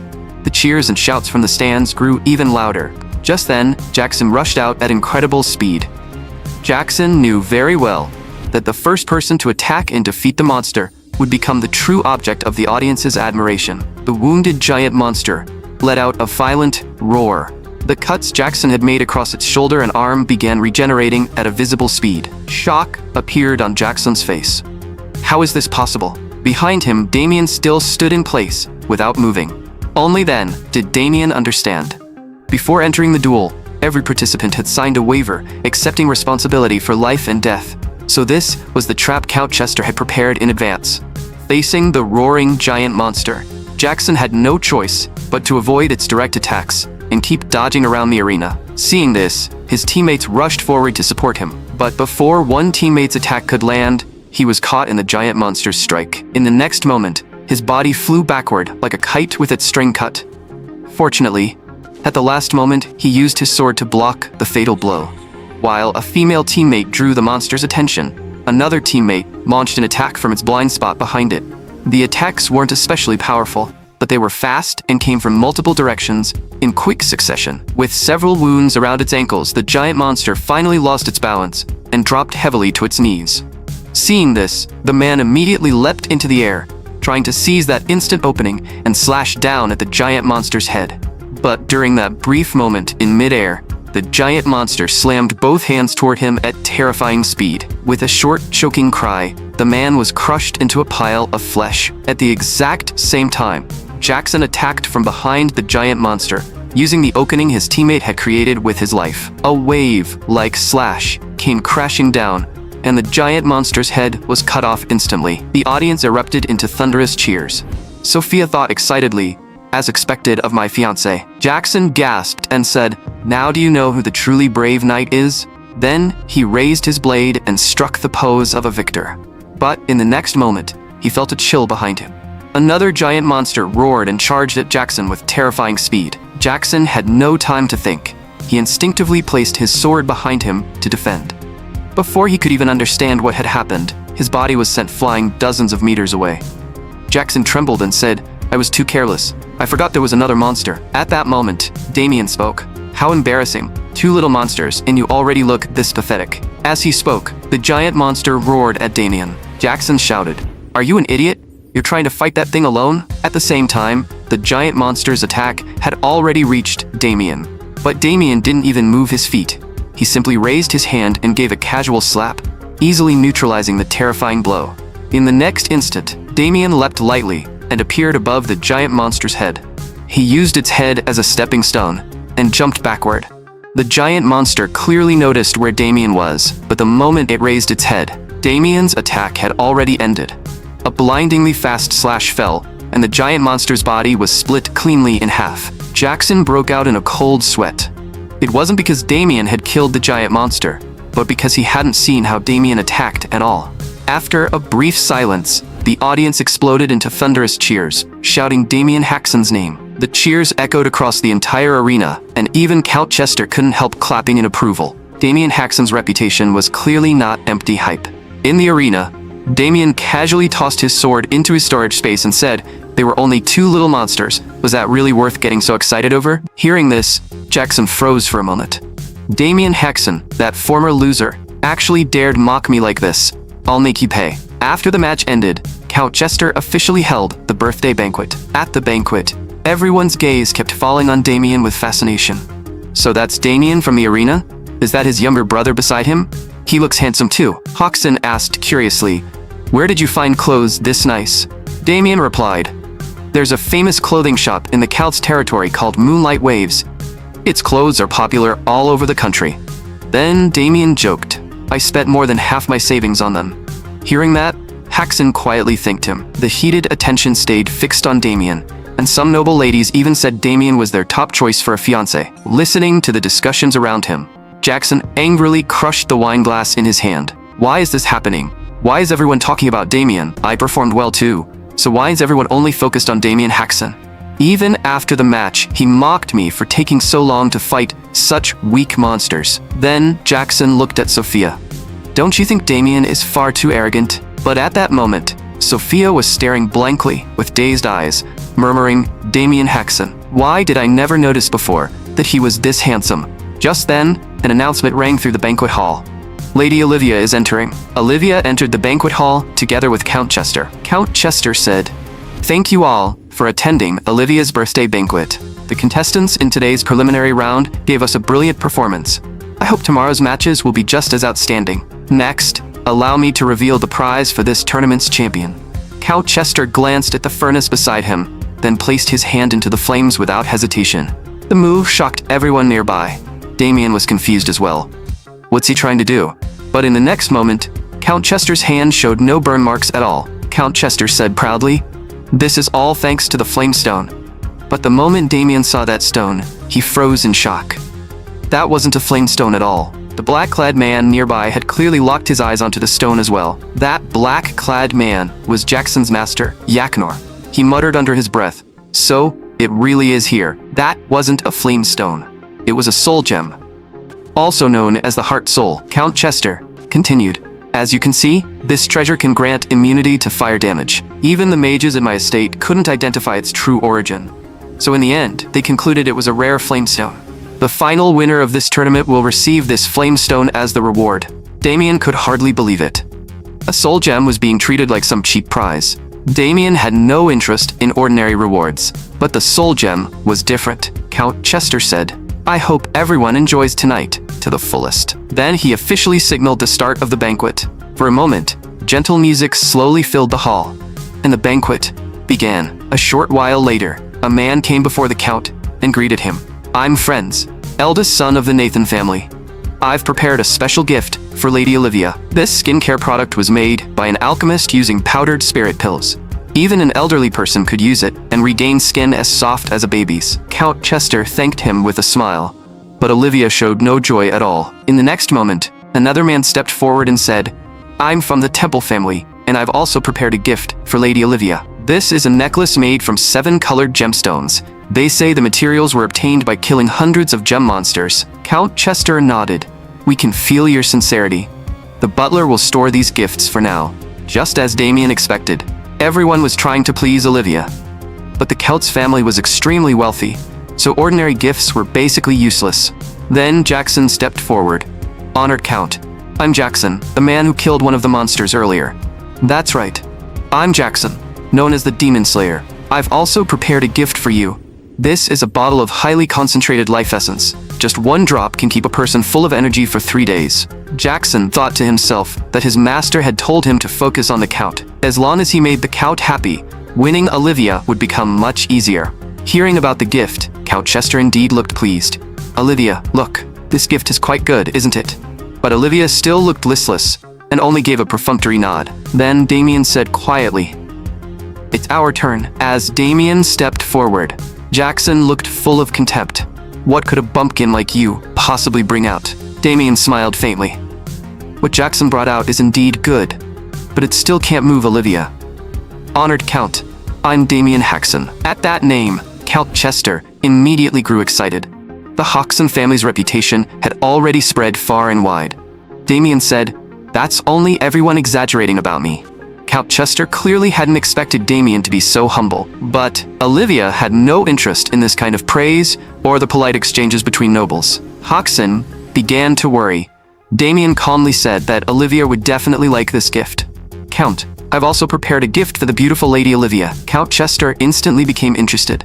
"Wonderful. I'm very curious what kind of gift a knight of your level would bring." Damien activated his spatial item. In the next moment, an object half as tall as a person appeared in his hand. Olivia instinctively looked over as well. Damien said, "This is the gift I prepared for Lady Olivia, a lawn bow." Count Chester froze in place. Why would it be a bow? But the moment Olivia saw the wooden bow, clear joy appeared in her eyes. The guests nearby all looked confused. No matter how they looked at it, it seemed like an ordinary bow. Even Count Chester thought Olivia couldn't possibly like something like that. But in the next moment, Olivia's face lit up with excitement. "May I touch this bow?" Damien smiled faintly. Just as he expected, Haxon, hurry and hand the bow to Lady Olivia. After Olivia received it, she spoke with some effort. What a wonderfully resilient bow. Damien knew from his previous life that Olivia was deeply obsessed with hunting. Olivia said in admiration, "This is the best bow I've ever used. Whether it's the elasticity of the string or the resilience of the body, everything is flawless. Mr. Damien, if I'm not mistaken, this was made from minotaur horn, wasn't it?" Damien nodded.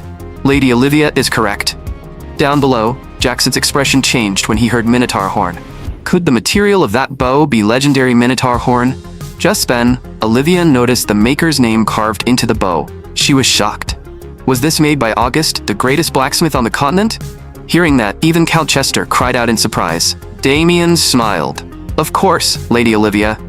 August's craftsmanship is unmatched." Count Chester took the longbow and looked at it. It really was August's signature. He had once been fortunate enough to see a shield forged by Master August, and that shield had eventually sold for an unbelievable price at auction. To think I'd receive such a precious gift in my lifetime. Olivia immediately reminded him, "Father, this isn't a gift for you." Then Olivia said seriously that this was the best gift she had ever received. Damien smoothly added, "This gift was actually found by my younger brother for you." Haxon searched everywhere for half a year in advance before finally finding it. Olivia looked at Haxon. "Thank you very much for your thoughtfulness, Mr. Haxon. I'm very curious how you obtained such a precious bow." Damien smiled. "Then I'll let my brother tell you himself." Olivia looked delighted. "Mr. Haxon, please tell me everything." Damien turned to Count Chester. "Count, may my brother step forward and speak with Lady Olivia?"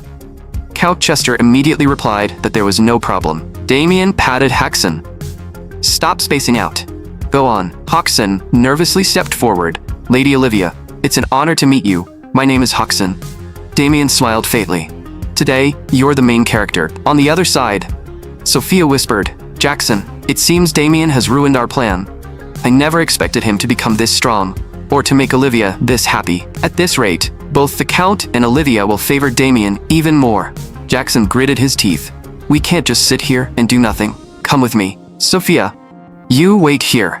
Damien glanced at Jackson, leaving from the corner of his eye, and thought, "Looks like someone is about to make a move." The next morning, Damien wore a teasing, mischievous smile. Who would have thought that Haxon, who usually speaks so timidly, could talk so smoothly with Lady Olivia last night? Hearing this, Haxon's face turned red, and he had no idea what to say. Damien laughed. "I look forward to hearing good news from you." Victor also said, "I hope young Master Damien achieves good results today as well."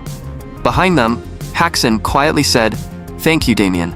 Damien looked back at him. Haxon said seriously, "Thank you, truly, for creating a chance for me to spend time alone with Olivia." Damien lifted his sword, and couldn't help saying, "Are you really the Haxon I know?" Then Damien smiled and said, "You're my younger brother. Helping you get closer to the woman you love is only natural, isn't it?" Hearing that, warmth spread through Haxon's heart. "That's right. We're brothers. The second match was a one-on-one battle. Damien merely threw out a casual punch, and his opponent was completely crushed one-sidedly. It was unbelievably easy. The audience immediately shouted, "Damien! Damien!"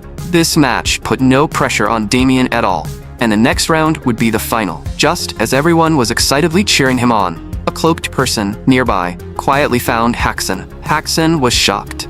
"Lady Olivia, why are you here?" Olivia said urgently. "Mr. Haxon, you and your brother are in great danger right now. Please leave this place as soon as possible." The night before, inside Count Chester's estate, Olivia had been humming happily. Her conversation with Haxon had put her in a very good mood. At that moment, a servant stopped Olivia and told her that Count Chester was looking for her. Olivia was confused. "It's already late at night, so why would father want to see me?" A short while later, in Count Chester's room, Olivia shouted in disbelief. "You called me here in the middle of the night just to say this?" Count Chester said coldly. "Yes. I called you here to tell you that you'll marry Jackson." "Father, have you lost your mind? I've never even spoken to the man beside me, let alone had any kind of relationship with him." At that moment, Jackson was also furious inside. "This old man told me nothing and simply dragged me here." Olivia questioned him. "Father, this is my life. Why did you decide this without even discussing it with me?" Hearing that, Count Chester merely swirled the wine glass in his hand. "Olivia, what are you saying? Children of nobles have never had the right to choose their own lives." "Then, father, what reason do you have for making this decision?" Count Chester said. "Reason? Of course, because this marriage will bring enormous benefits to our family. Jackson's master, Yaknor, is about to step into the high rank. Among nobles, having a middle-rank powerhouse is enough to live without fear, let alone a high-rank powerhouse. If this marriage succeeds, Mr. Yaknor will become a major asset to our family. Not only that, Mr. Jackson will also provide our family knights with mana and weapon manufacturing techniques." Jackson was shocked inside. "Damn that old man. He hasn't even taught me those techniques, yet he's making promises like that so casually." Olivia's heart sank into pain. "Father, are you trying to sell me in exchange for family benefits?" Count Chester shouted in anger. "Silence. Whether you agree or not, this matter has already been decided." Then he looked at Yaknor. "However, Mr. Yaknor, I do have one small concern. Our disciple Jackson hasn't shown any outstanding performance so far. If I let him become my son-in-law like this, people may criticize the decision." Yaknor said calmly, "What the Count means is that Jackson isn't yet qualified to become your son-in-law. But there's no need to worry. Tomorrow Jackson will win the tournament." Count Chester frowned. "I'd like to trust your judgment, but you also know that Damien is far stronger than Jackson." Yaknor replied, "Of course I know Damien is strong. That's why tomorrow, I need you to help me with one thing." Count Chester asked in confusion. "What kind of help?" Yaknor said coldly. "Don't stop the match midway. That's all." A moment later, everyone who heard those words was shocked. Count Chester sat frozen in silence. Olivia shouted, "We can't be that shameless." But in the end, Count Chester still said in a low voice, "Then we'll do as you say." Olivia stared hard at her father, her eyes filled with disappointment. Olivia said, "Mr. Damien, I can't stop my father." After hearing everything, Damien finally understood the situation. So that's what happened. Everyone nearby immediately grew anxious and urged, "We should leave right now." Yaknor already felt unfriendly to me, but I never expected him to pull something like this behind the scenes. But Damien said calmly, "I'm not leaving." Haxon quickly said, "Damien, didn't you hear what Lady Olivia said? Yaknor is a man with one foot in the high rank." Damien replied lightly, "Don't worry, I have a plan. He only has 1 foot in the high rank. For now, just watch the match patiently." Then, Damien slowly entered the arena. The moment he stepped onto the field, everyone's attention focused on him. Is that Damien? The one who instantly killed the giant monster? Then, the drums sounded all around them. Count Chester stood up and looked around in confusion. Where did Olivia go? Then he announced to the crowd, "Thank you all for your support. Today is the final match. Today's final has only one rule, and that rule is victory. No matter what methods are used, whoever wins and stands at the end will be the champion. Mr. Damien, don't blame me. This is the only way for Jackson to win." Everyone in the stands grew tense. Damien has to have some kind of plan. With no rules in place, Count Chester is clearly preparing to do something dishonorable. At the same time, the contestants on the field drew their swords one after another. "Damien, don't blame us." In the next instant, they surrounded Damien completely. Yaknor looked at the situation on the field and smiled coldly. Jackson didn't want to use such a shameless method, but he had no other choice. He had to admit it. "Damien Haxon, You're stronger than me, but don't blame me. I can only join forces with the others and attack you together." In the next moment, everyone charged at Damien at once. Damien only smiled faintly, without the slightest trace of panic on his face. The day before the match, inside Jackson's tent, Jackson had shouted that he hadn't heard anything about getting engaged to Olivia. "Even if I'm supposed to marry Olivia, Master, you should have discussed it with me first." But before he could finish speaking, Yahello struck Jackson hard. "You dare question me? If you weren't so useless, why would I need to personally step in and please the Count?" Anger surged inside Jackson. "This bastard is simply using me," Yahello said coldly. "My plan is extremely important. This time you absolutely can't drag me down again." Jackson gritted his teeth. "But Master, I'm already engaged to Sophia," Yahello said with contempt. "A woman like that can be discarded. Women are nothing more than tools to be used. I only agreed to let you get engaged to Sophia because of that item. The Sophia family swordsmanship guide is extremely useful to me. Now that I've obtained what I wanted, there's no reason for your engagement with Sophia to continue." Jackson's voice grew heavy. "So this time you want to use me again to please Count Jester's family?" Yahello said coldly. "I don't just want to please them. I want to completely control their family. This is the wish I've pursued for many years, and I won't allow anything to go wrong." A pleading look appeared on Jackson's face. "Master, I truly love Sophia," Yahello asked coldly. "Jackson, do you still not understand? Women will only affect your future. Besides, the only reason Sophia chose you in the first place was because Damien wasn't strong enough. You saw the way Sophia looked at Damien last time, didn't you? This ring can make you stronger. Once you wear it, you can prove that you're stronger than Damien. If you do that, I may consider allowing you to stay with Sophia. But once you use the ring's power, you must kill Damien in the arena." After hearing that, Jackson fell silent for a moment. He thought to himself, "This old man won't listen to me right now, so I should pretend to obey for the time being." Then Jackson picked up the ring. He said quietly, "I understand." Back in the arena, Sophia shouted, "Jackson, you can do it." Hearing her voice, Jackson finally made up his mind. "No matter what, I have to win. Sophia, just watch. Today, I'll definitely kill Damien." In the next instant, he locked his gaze on Damien. At the same time, everyone attacked Damien from every direction. Countless sword-likes flashed at once. But Damien still stood where he was, easily dodging every attack. One contestant tried to ambush him from behind, but Damien moved as if he had eyes on the back of his head. He leapt up instantly and stepped directly onto the man's head. With a light laugh, he jumped higher and said, "Next time you try to ambush someone, control your killing intent a little better." Then Damien slammed down from above and struck the contestant.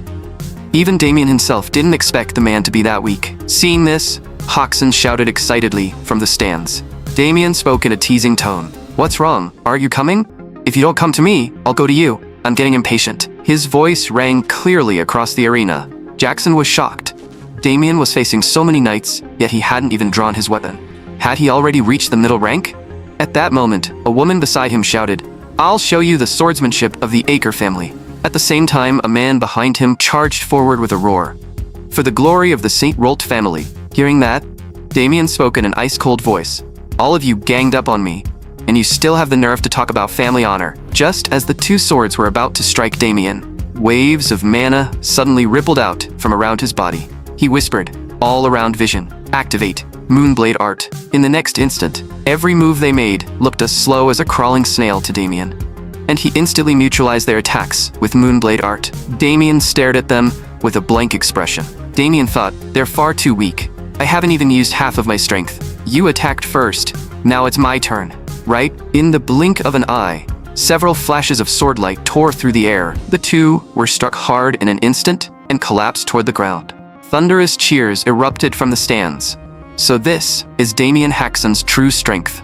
Even Yahello and Count Chester were stunned. He had defeated both opponents with just one move. Damien looked at Jackson. "Now you're the only one left. Are you still planning to stand against me?" Jackson clenched his teeth, as if he had finally made up his mind. "Damien, you forced me to do this." With that, he pulled the orb off the ring. Then he swallowed it without the slightest hesitation. The next moment, Jackson's body began to go numb, and sharp pain stabbed through his heart. A sinister wave of mana suddenly burst from him, slowly spreading toward the fallen contestants around him. Almost at the same time, the people lying on the ground let out bone-chilling screams. Their powers seemed to be devoured by Jackson alone. Even Damien was slightly shocked. I didn't expect Jackson to go this far. Jackson burst into wild laughter. This is Mana Rampage. Mana Rampage drives my own mana into an extremely active state. It can even devour targets around me that carry mana. And anyone whose mana gets devoured will most likely be crippled for life. Looking at the arrogant Jackson, Damien muttered, "So this is the effect of the pill you swallowed?" "That's right. This is the trump card my master gave me. You should already feel your mana draining away, shouldn't you?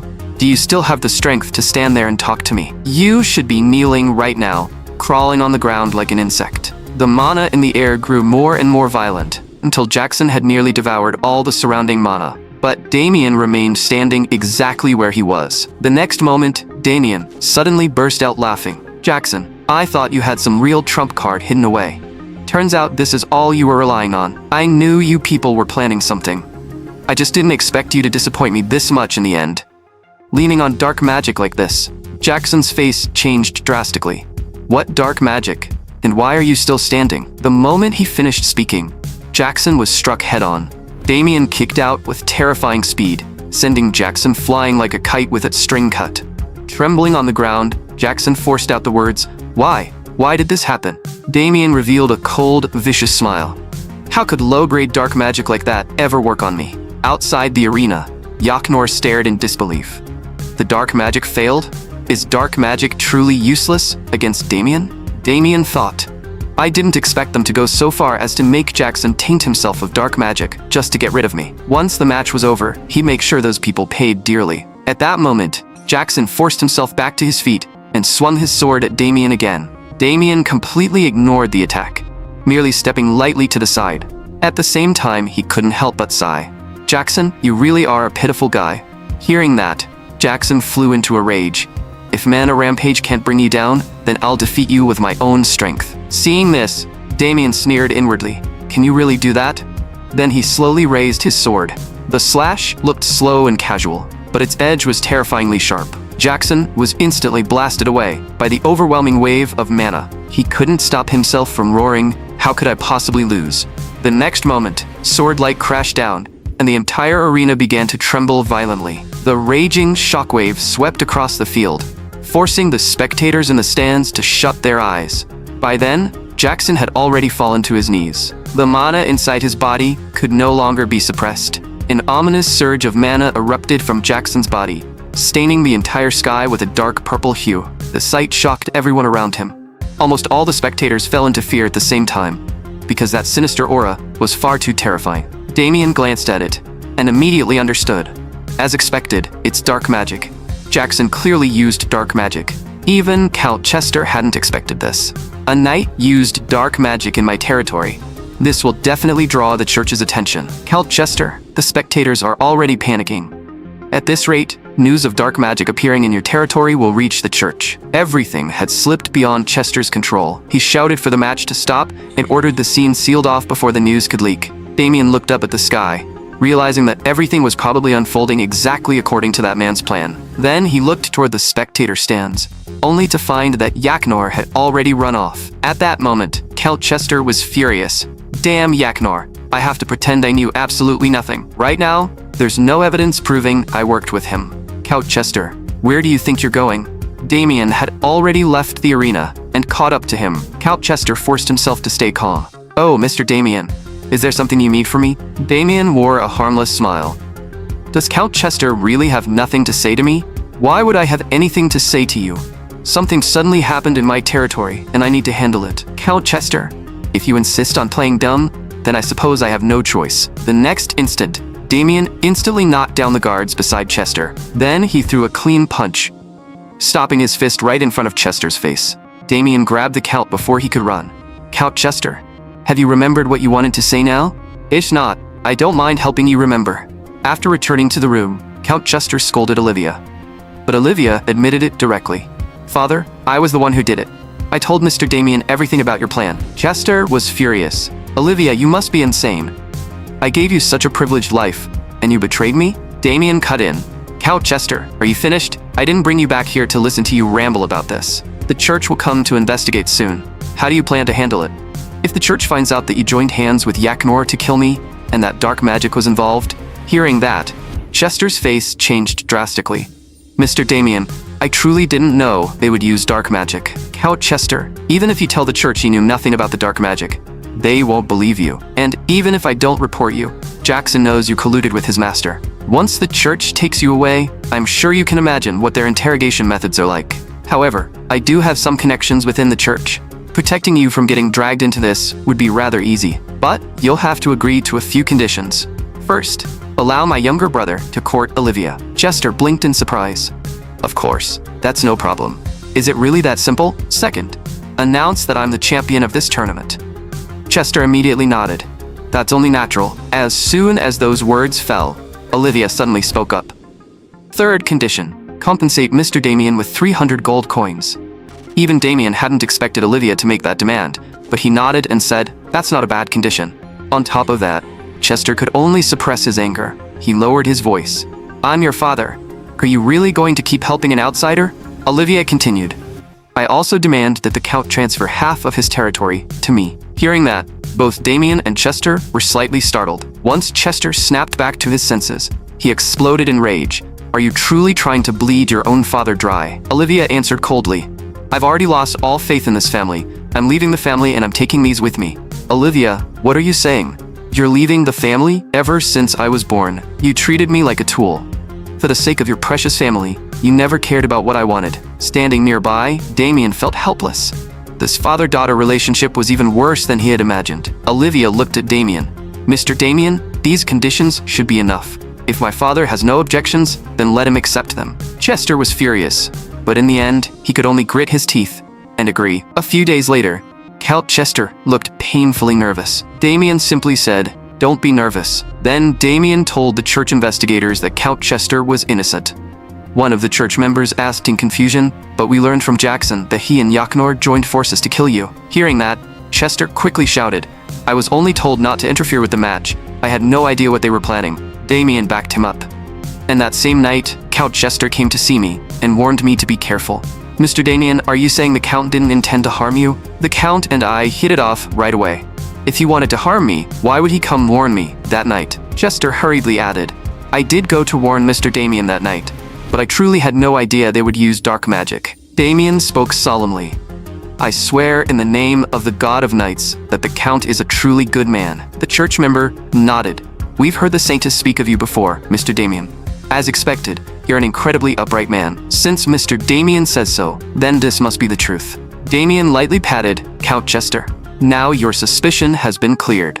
Count Chester, don't forget to honor our agreement. A few days later, Damien and his group rode a carriage back home. Damien sat inside the carriage with a look of pure exhaustion. He silently complained to himself, in this carriage, I feel like the most unnecessary person here. Fortunately, all of his goals for this trip had been achieved. After a week of investigation, the church finally left Chester's territory. The final result was that Jackson and Yahello were declared criminals, and the church began searching everywhere for Yahello. Since Olivia had taken half of the territory, Chester was so furious that he remained bedridden. Meanwhile, Haxon and Olivia were now traveling together to the Haxon family. As for Damien, he had obtained the gem that looked like a flame stone. Haxon asked curiously, is this the tournament prize? The flame stone? Damien thought to himself, Chester has no idea what this item is truly worth. This isn't a flame stone, but a soul gem formed at the moment a high-ranking mage dies. Also known as the heart soul, it's an extremely rare treasure that can only be born when a powerful mage is on the verge of death. If he could analyze and absorb the mana inside it, he would become even stronger. This was also Damien's first time encountering a heart soul, and it would definitely help him recover the power of his previous life faster. At that moment, someone outside the carriage was following Damien closely. Damien, did you really think you could leave that easily? Yahello had been secretly tailing Damien the entire time, until late at night when the group had fallen asleep. Only then did he creep forward, preparing to launch a sneak attack. But just as Yahello drew his sword, Damien's voice suddenly came from behind him. You finally showed up. My neck was getting sore from waiting. Hearing that voice, Yahello instantly swung his sword at Damien. Damien merely leaped down lightly and said, as expected of Jackson's master. Yahello's expression darkened. Damien, you knew I was following you all along? Of course I knew. Damien casually picked up the heart soul. And I also know this is what you're after. Yahello stared hard at the gem. So the heart soul really did fall into your hands. Damien gave a light laugh. The tournament winner receiving the prize is only natural. Yaknor narrowed his eyes. Damien, I'm curious. How did you know my target was the heart soul? Damien spoke calmly. Anyone with a brain could figure out what you were after. If all you wanted was for Jackson and Olivia to get engaged, there was no need to rush him into victory like that, much less push him into using dark magic. You were so desperate for Jackson to win because your real target was the heart soul. Yaknar sneered.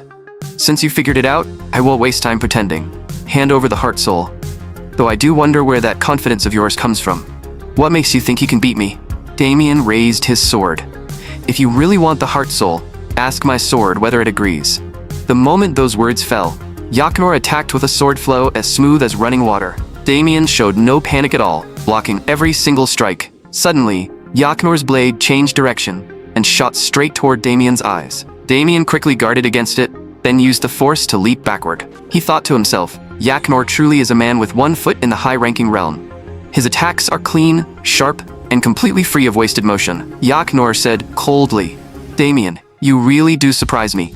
I didn't expect you to last this long against me. But now, it ends.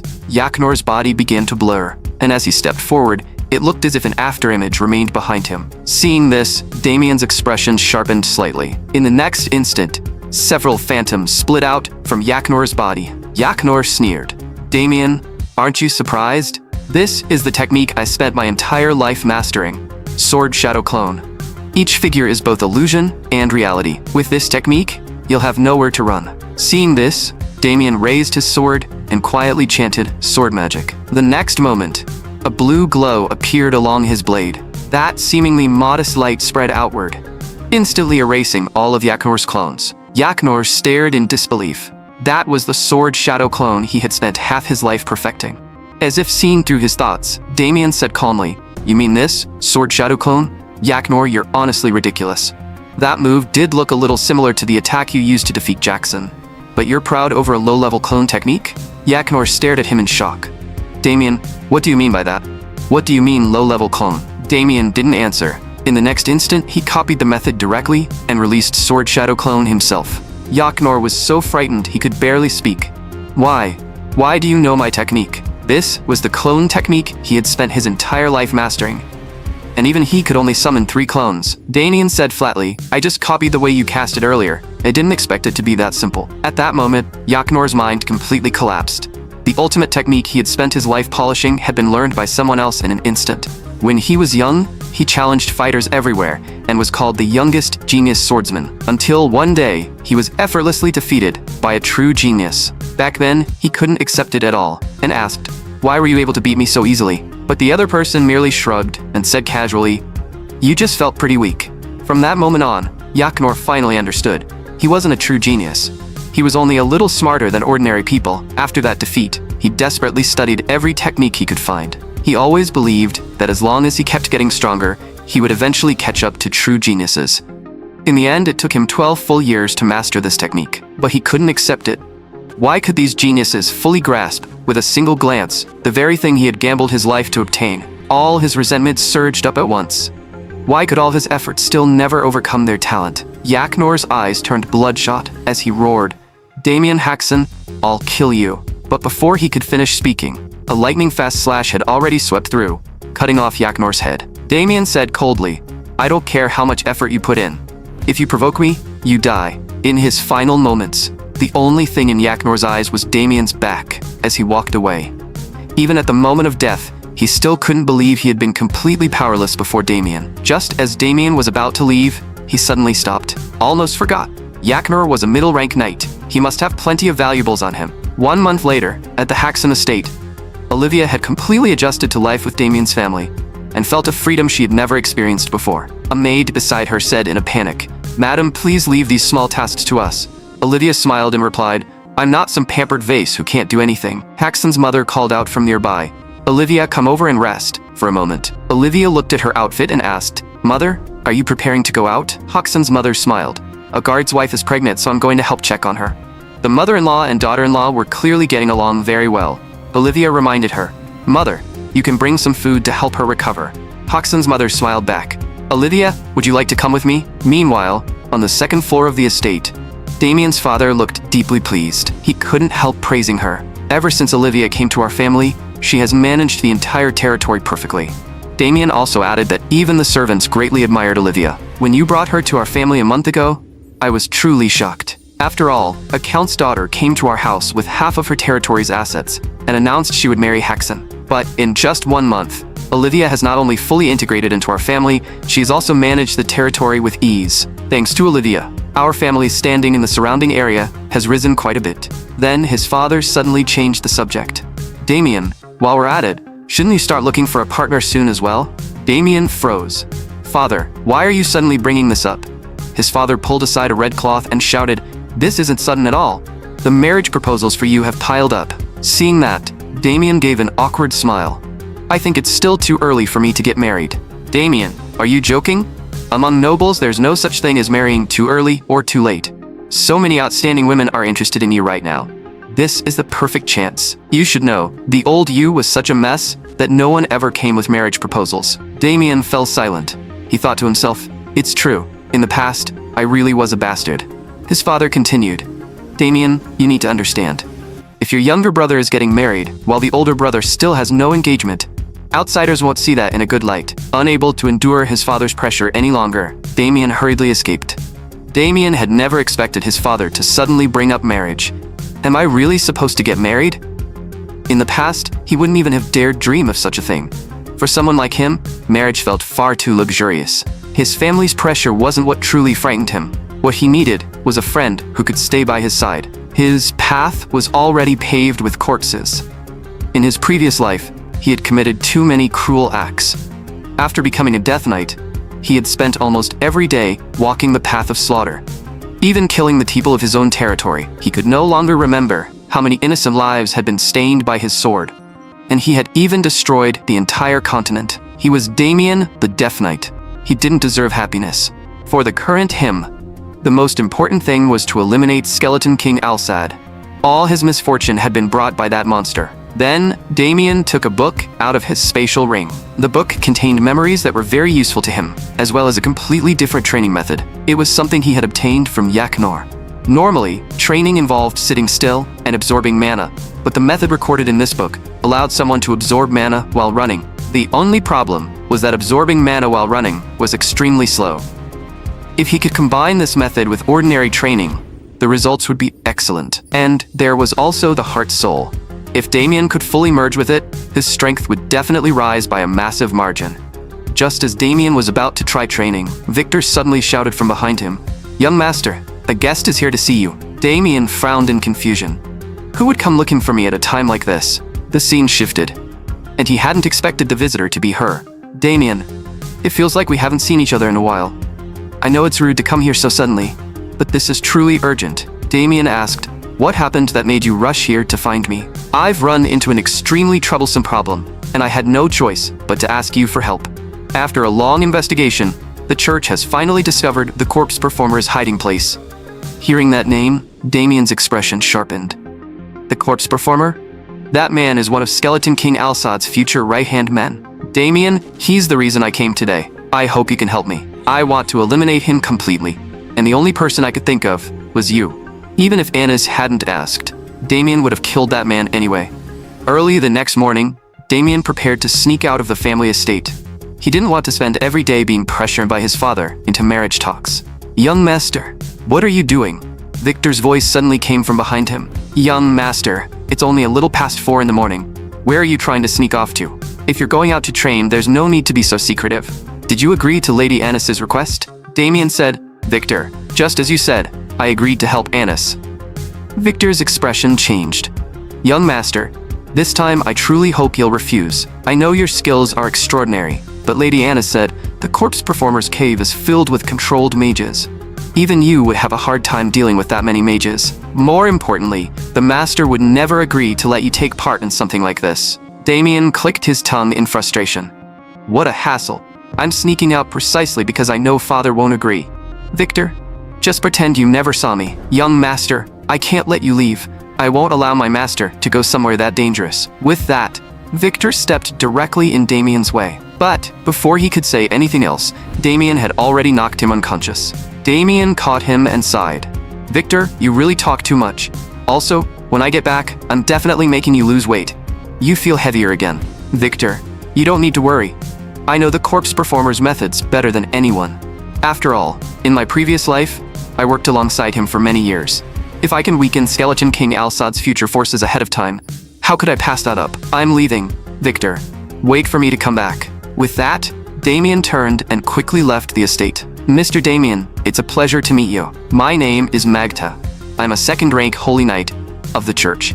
I've heard a lot about you from Anis. Hearing that, Damien smiled and replied, "It's an honor for me to join this mission with you as well." A second-rank Holy Knight was equivalent to the middle rank level.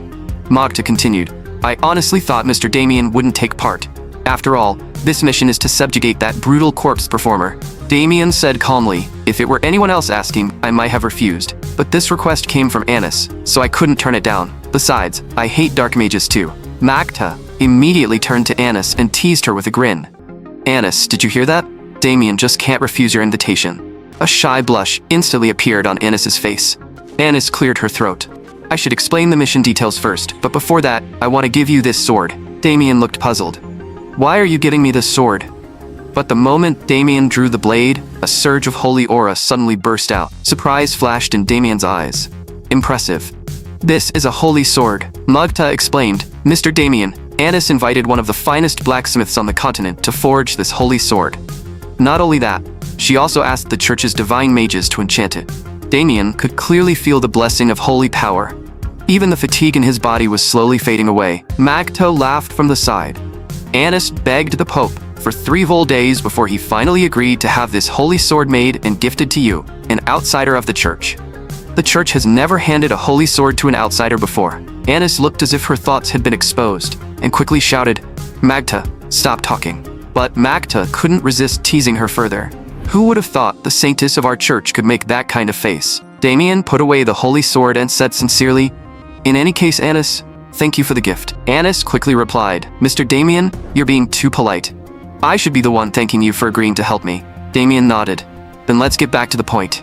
Can you tell me what information you have so far?" Anis said, "A few weeks ago, 3 disappearance cases occurred one after another in villages near the No-Free Mountains, so the church sent people to investigate. The scout dogs they brought suddenly became terrified.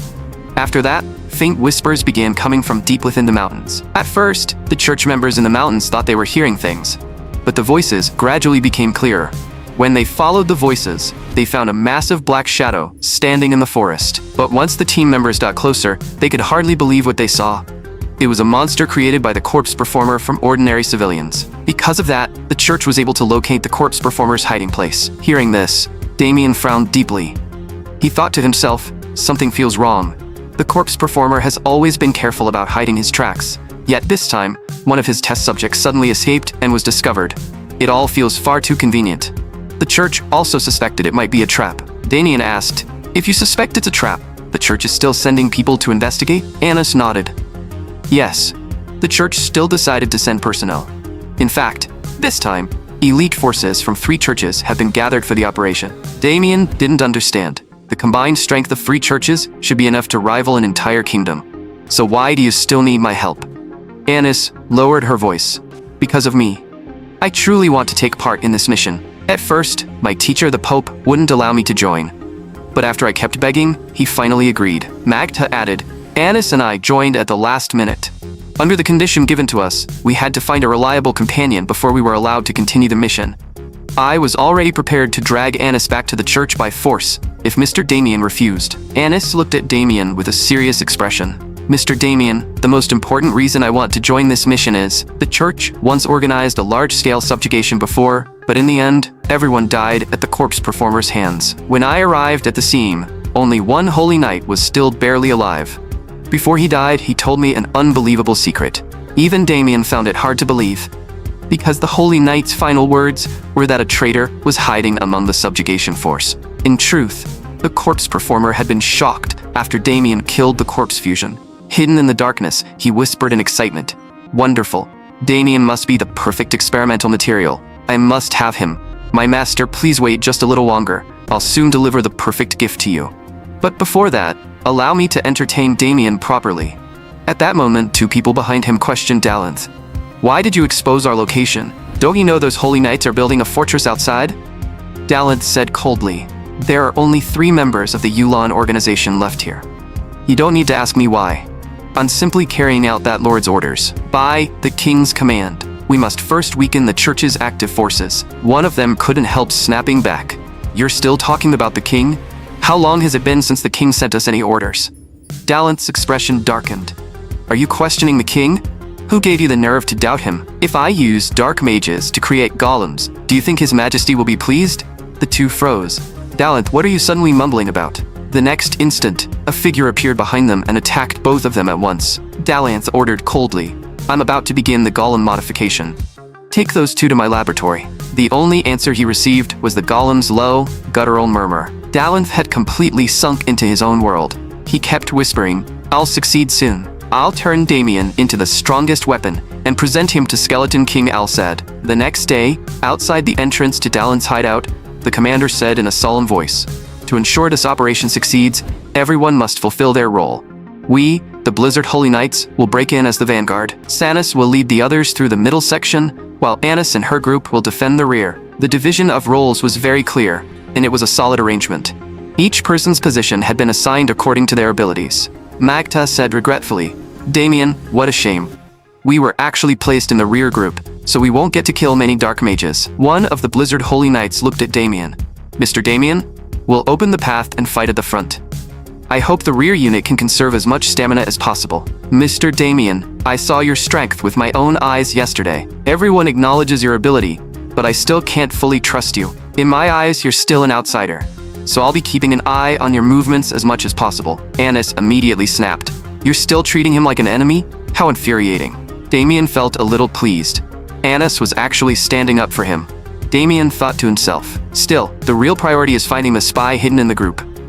Then he said, Anis, let's get moving too. Out of the corner of his eye, Damien noticed that Anis's aura had changed. He still didn't know why she hated dark mages so much. After they entered the cave, the golems along the way were quickly eliminated. The group known as the Blizzard Holy Knights fought with incredible speed. No matter how many golems appeared, they were instantly frozen and cut down. Damien couldn't help admiring them. No matter how many times he saw it, that power still impressed him. The holy power carried by holy knights was something the current Damien couldn't possess. In his previous life, he had once fought against the top 5 great holy knights. Sanis suddenly said, Holy power is fascinating, isn't it? Strictly speaking, he should have been in the middle section of the formation. Sanis smiled.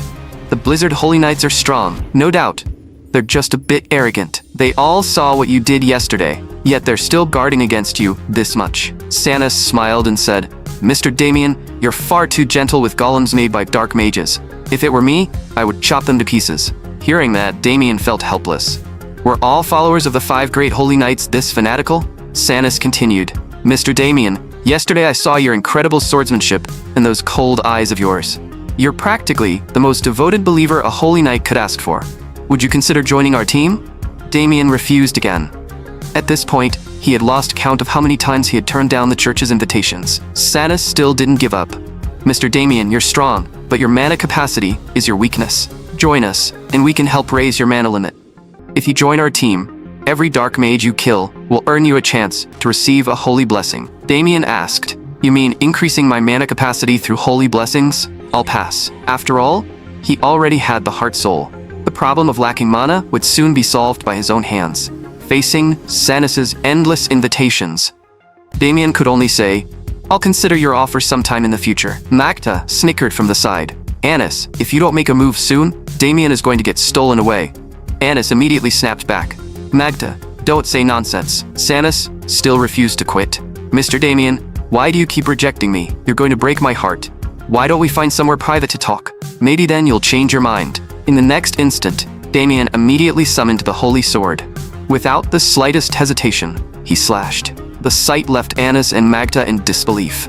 What exactly was Damien doing? Sanis was clearly startled by Damien's move as well, standing frozen in place. The pressure coming from Damien didn't feel like a joke at all. Suddenly, a pained roar echoed from the empty space behind Sanis. A faint, half-transparent golem emerged from the void. Sanis immediately said, Let me handle this golem. Its defense is stronger than I expected. I didn't think an invisible golem had been following me. Then she took out the book she carried with her. I'll deal with this one. The moment she swung the book backward, the golem's body erupted in a violent explosion. Even Damien hadn't expected her to completely destroy a golem with nothing but a magic book. At the same time, Anis shouted, "Golems are attacking from the rear. Everyone, return to your assigned positions. Sanis, return to the middle section. Leave the golems in the back to us." Sanis sounded regretful. "Damien, what a shame. I wanted to talk with you a little longer." That instantly made Anis burn with jealousy. In her eyes, Damien and Sanis looked almost like an intimate couple, and the jealousy inside her kept swelling. Magda asked, "You're not hurt, right?" Damien replied calmly, "I'm willing to fight these monsters with you." Magda smiled and said, "Little Damien, let's not bother Anis right now. She needs something to vent on." The furious Anis slowly walked forward, carrying a terrifying pressure around her. She slowly raised a fist covered in mana, ready to strike. Seeing that, even the golems felt fear. It was a fear carved deep into their bones. Damien thought to himself, "Anis truly is the first disciple of Yu'lon. Among the 5 greatest saints on the continent, one possessed the power of Yu'lon's blue flame. Any dark-type creature touched by Yu'lon's blue flame would be heavily suppressed." Damien looked at the shattered golem and confirmed it once again. Anis might look a little innocent and dazed, but her strength is absolutely not to be underestimated. A short while later, the team stopped at a fork in the cave. Magda suggested splitting up, but Jamal believed they shouldn't divide their forces carelessly. The two began debating whether they should split up. At that moment, Anis said, "Mr. Damien, I'll go get some food." Before long, someone called out, "Anis, so this is where you were. The logistics unit has prepared food for us."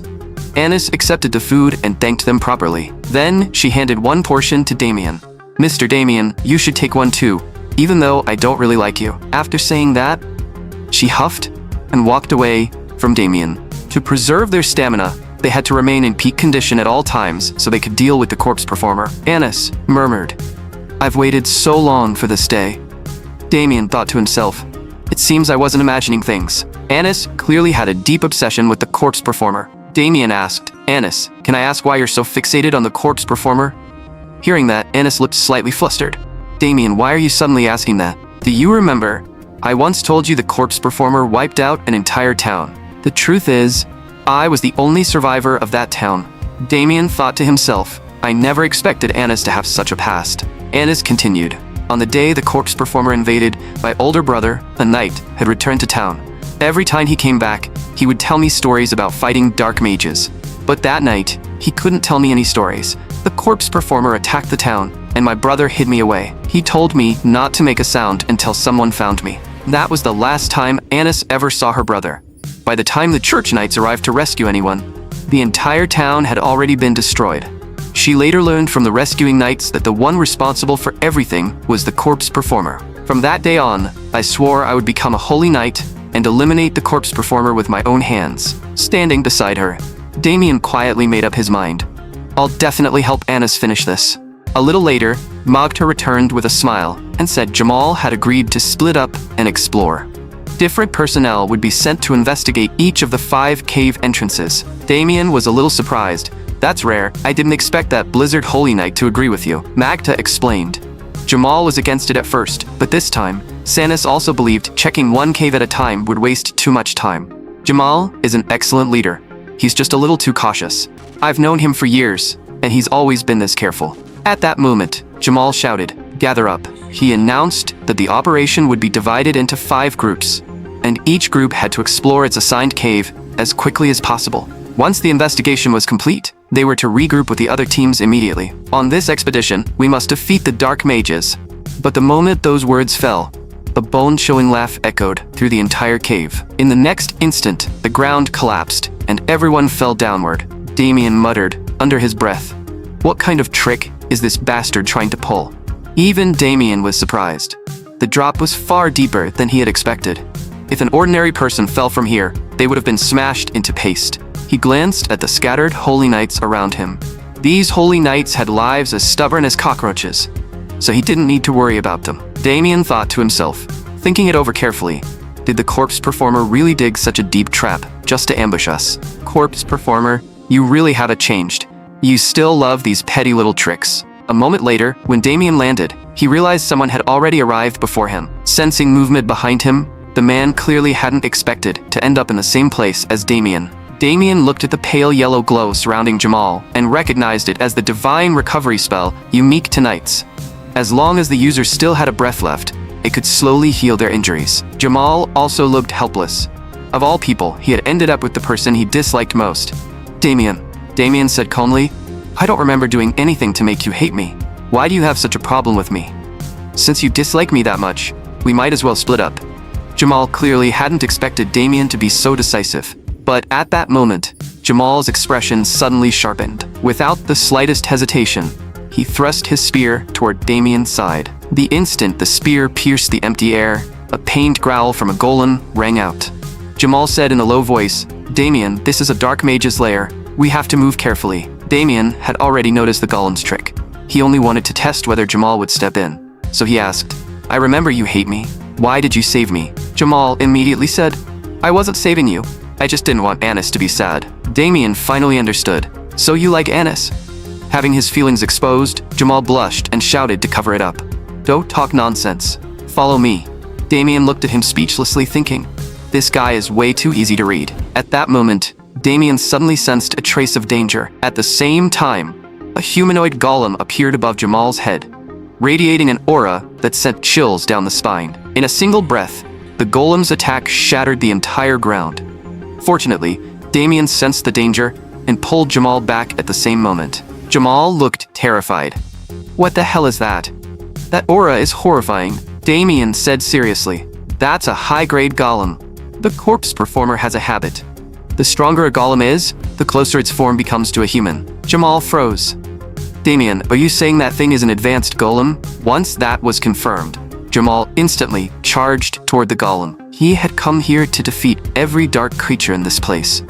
Holy mana covered his weapon, and he clearly intended to destroy the golem in one strike. But Jamal never expected that his attack, even coated in holy mana, would have no effect on the golem at all.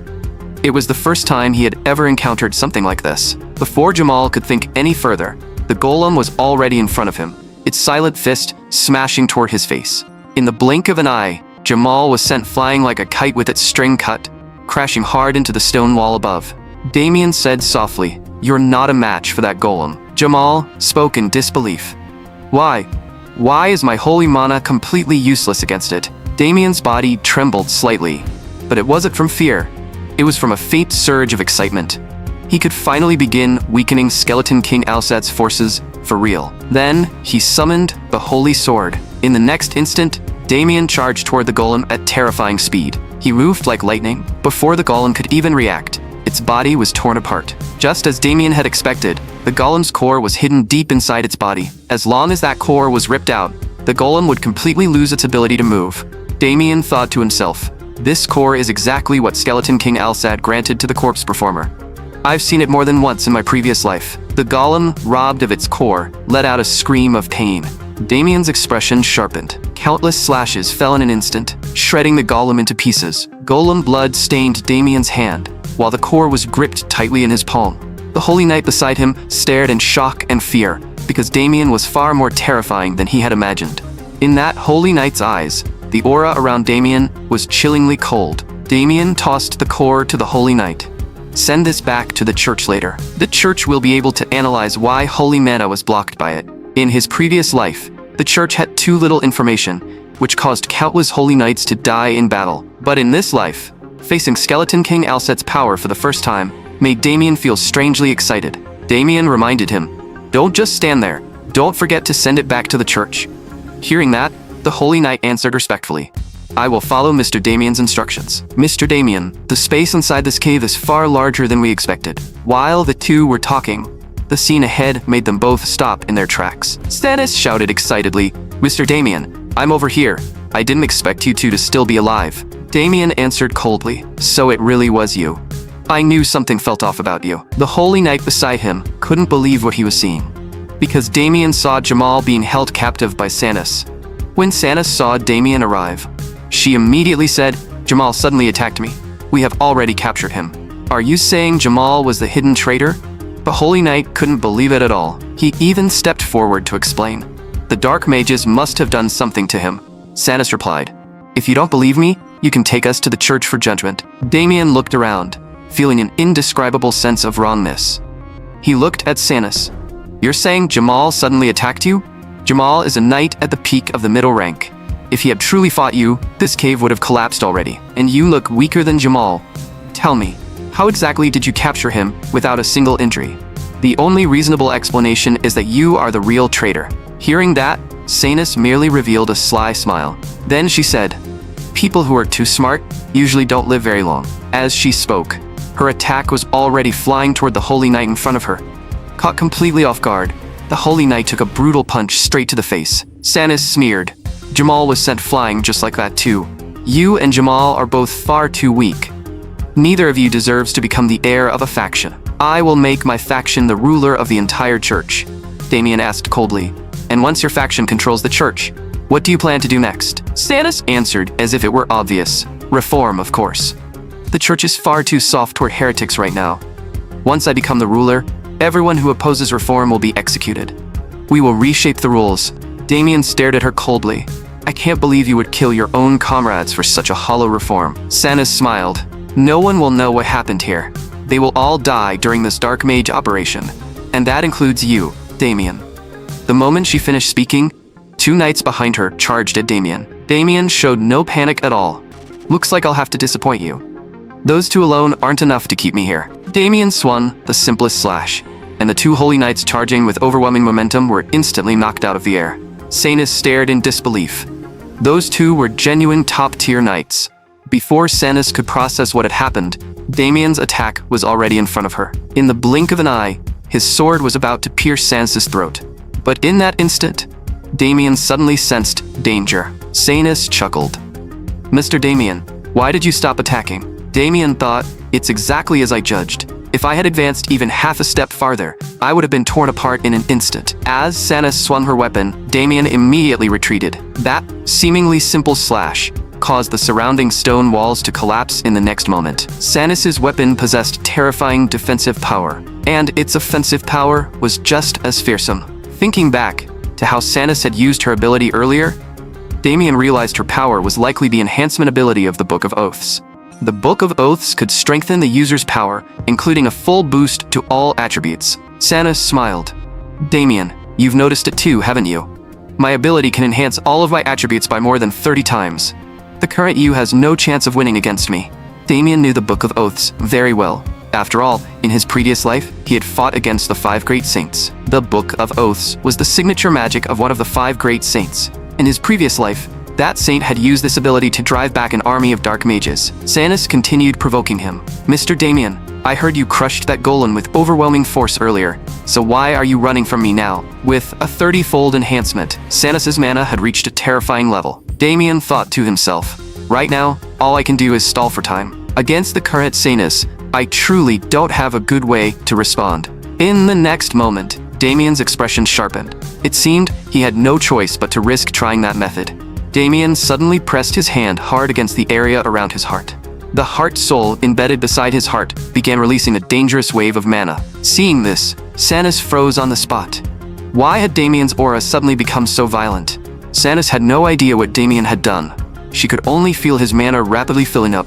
At the same time, Damien's expression began to turn wild, like out of a madman losing control. Worried that something unexpected would happen, Sanus immediately thrust toward Damien's heart with all her strength. But she never expected that Damien, who had been retreating until now, would push her attack away with his bare hand and summon the Holy Sword at terrifying speed. Sanus thought Damien would counterattack with the Holy Sword, but in the next instant, Damien kicked her away with brutal force. The sight left the 2 heavily injured people nearby stunned. Sanus roared.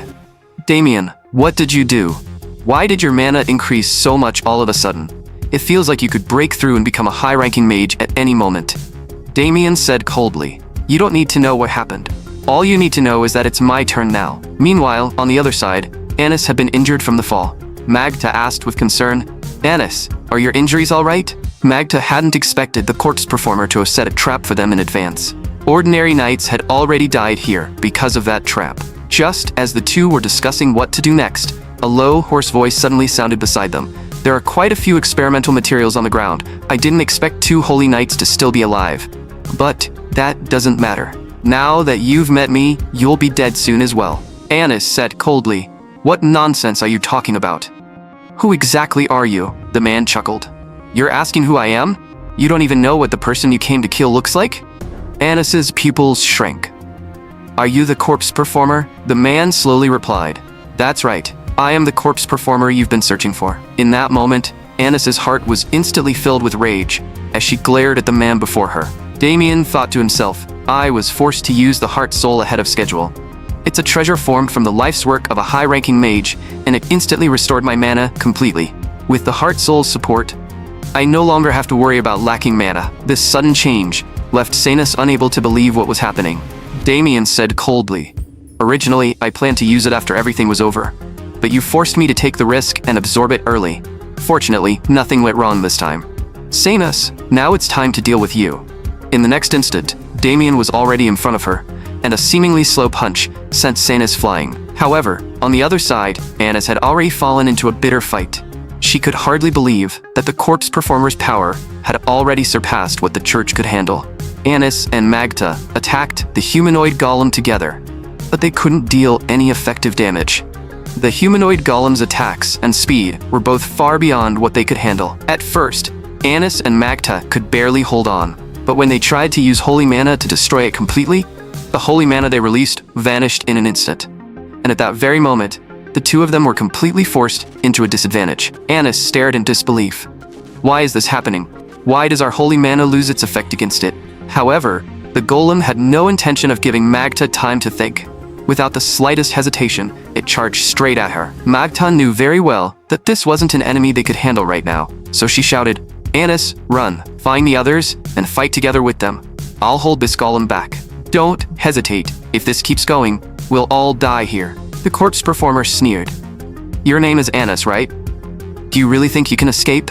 At some point, countless golems had already surrounded them completely. Seeing this, despair began to rise in Anis's heart.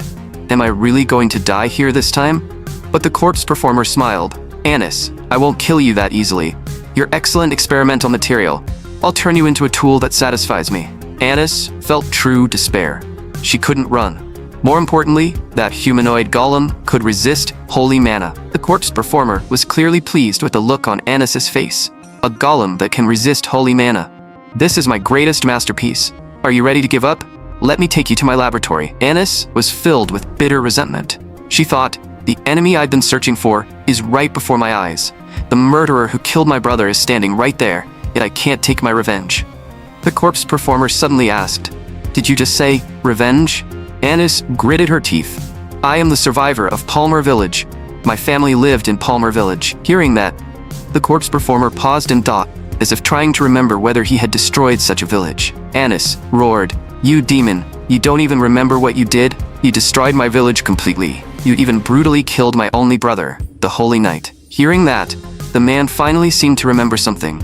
Then he burst into laughter. So you're the survivor from that village. I remember that village. Your brother is one of my finest works so far. When I destroyed that village, the only one who fought back with everything he had was your brother. But your brother didn't die. He became one of my perfect creations. Hearing this, Anis trembled and asked in a shaking voice, What do you mean? The corpse performer smiled. I won't kill people casually.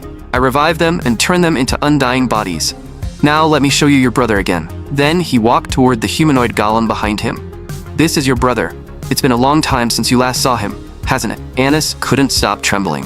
He is my brother? The moment the humanoid golem's mask was pulled down, Anis could no longer control her emotions. The kind and gentle brother she remembered had been transformed into an emotionless killing machine. Watching Anis collapse to the ground and sob, the corpse performer revealed a look of pure delight. This was the expression he loved seeing most. Anis, would you like me to help you remember what happened that day? That day, he destroyed most of my puppets all by himself. Your brother was one of the strongest holy knights I had ever encountered.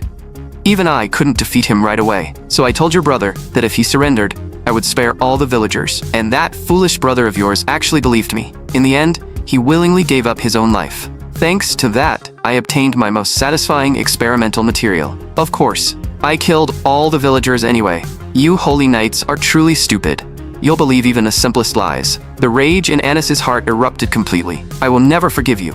Even if it costs me my life, I will have my revenge. The next moment, a terrifying surge of holy mana erupted from Anis's body. Brother, I will let you rest in peace. I won't let you remain someone else's tool. Anis burned her life energy completely, unleashing it all at once. The corpse performer looked surprised. I didn't expect you to be able to turn your life force into power, just like your brother. Tears streamed from the corners of Anis's eyes. Even if I die, I'll kill you. Driven by rage, Anis activated a mode that burned her own life force. In the church, this power was called a gift from God, and was known as stigmata. With the power of stigmata awakened, Anis wouldn't let the mastermind behind all this escape. Seeing this, Cain, corpse performer, revealed a cold smile. Anis, you'll become my second finest masterpiece. The moment those words fell, countless golems around them rushed toward Anis. But a flash of light swept through. In the blink of an eye, every golem was slaughtered by Anis. The muscular Cain didn't panic at all. Instead, he looked ecstatic. The stronger you are, the more I want to turn you into one of my works. The next instant, Cain kicked without hesitation, sending Magda flying hard. Anis instinctively caught Magda. At the exact same time, the humanoid golem had already charged right in front of Anis. Anis hurriedly used mana to give Magda brief treatment while throwing a punch. The humanoid golem was instantly blasted away by the power of stigmata. Cain looked surprised. The power of stigmata didn't disappear? According to his calculations, stigmata should have counted as holy mana. Clearly, the humanoid golem was struggling greatly against Anis after she had awakened stigmata. Cain murmured, "Perhaps there are too few people capable of awakening stigmata. That must be why my golem still isn't truly perfect." Suddenly, Cain heard a rumbling sound from the wall behind him, and Anis heard it too. Did the corpse performer have reinforcements? Cain listened closely as the sound drew nearer. In the next moment, the stone wall behind him was blasted open. Anis slowly looked upward. A familiar voice rang out. "Looks like things are pretty heated over here. My fight is already over. Mind if I join yours?" Damien appeared with a faint smile. Anis froze. "Mr. Damien, why are you with Sanus?" Damien calmly replied, "Sanus betrayed you, so I was forced to teach her a lesson." Then Damien looked at the figure beside Magda. "Are you Anis? Judging from your current state, you awakened stigmata, didn't you? You look pretty fierce right now." The holy knight beside him added, "Honestly, she looks terrifying." Damien turned and said, "Jamal, you two take Sanus and leave first. I'll handle this place. In your current condition, staying here will only be a liability." Jamal nodded.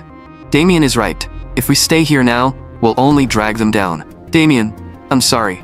We'll have to leave this to you," Cain said coldly. "Sanus is also half my creation. Who gave you permission to take her away?" A bone-chilling roar erupted. The humanoid golem instantly changed form. Cain ordered, "Go. Bring them back to me." Seeing this, everyone around them was shaken by the aura radiating from the humanoid golem. It was a top-tier aura skill. An ordinary person would lose the ability to fight just by sensing it. In the next moment, the golem's attack came crashing in. But Anis moved just as fast and blocked its path. The violent impact instantly cracked the ground around them. When the dust cleared, Anis stood her ground without retreating, her fist pressed directly against the golems. At the same time, she said, "Follow Mr. Damien's orders and leave immediately." "Mr. Damien, do you need my help?" "Leave this golem to me. You deal with the corpse performer. This golem is my brother.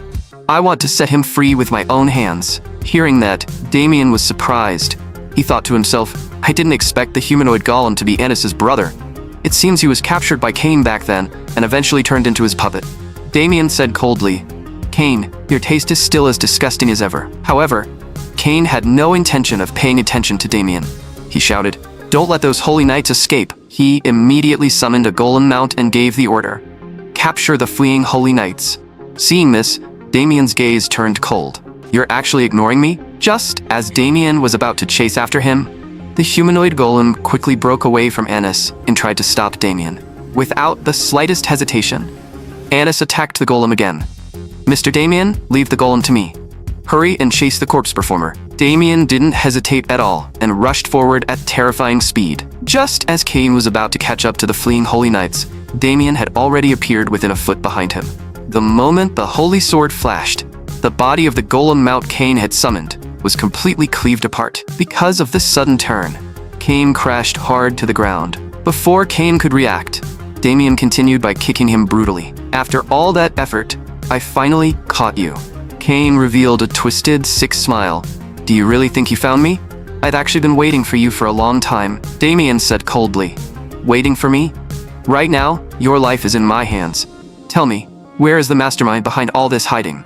Cain secretly gripped the item in his hand, then said, Do you think I'll surrender that easily? While Damien was interrogating him, a massive mantis-shaped golem had already appeared behind him. Sensing danger, Damien quickly dodged to the side, thinking to himself, why did these golems suddenly appear? Seeing Damien's confusion, Cain sneered, Aren't you curious why there were so few golems here? This is my base. How could I possibly have only that many golems? The truth is, I hid most of them inside this bag. This is a Suos spatial bag.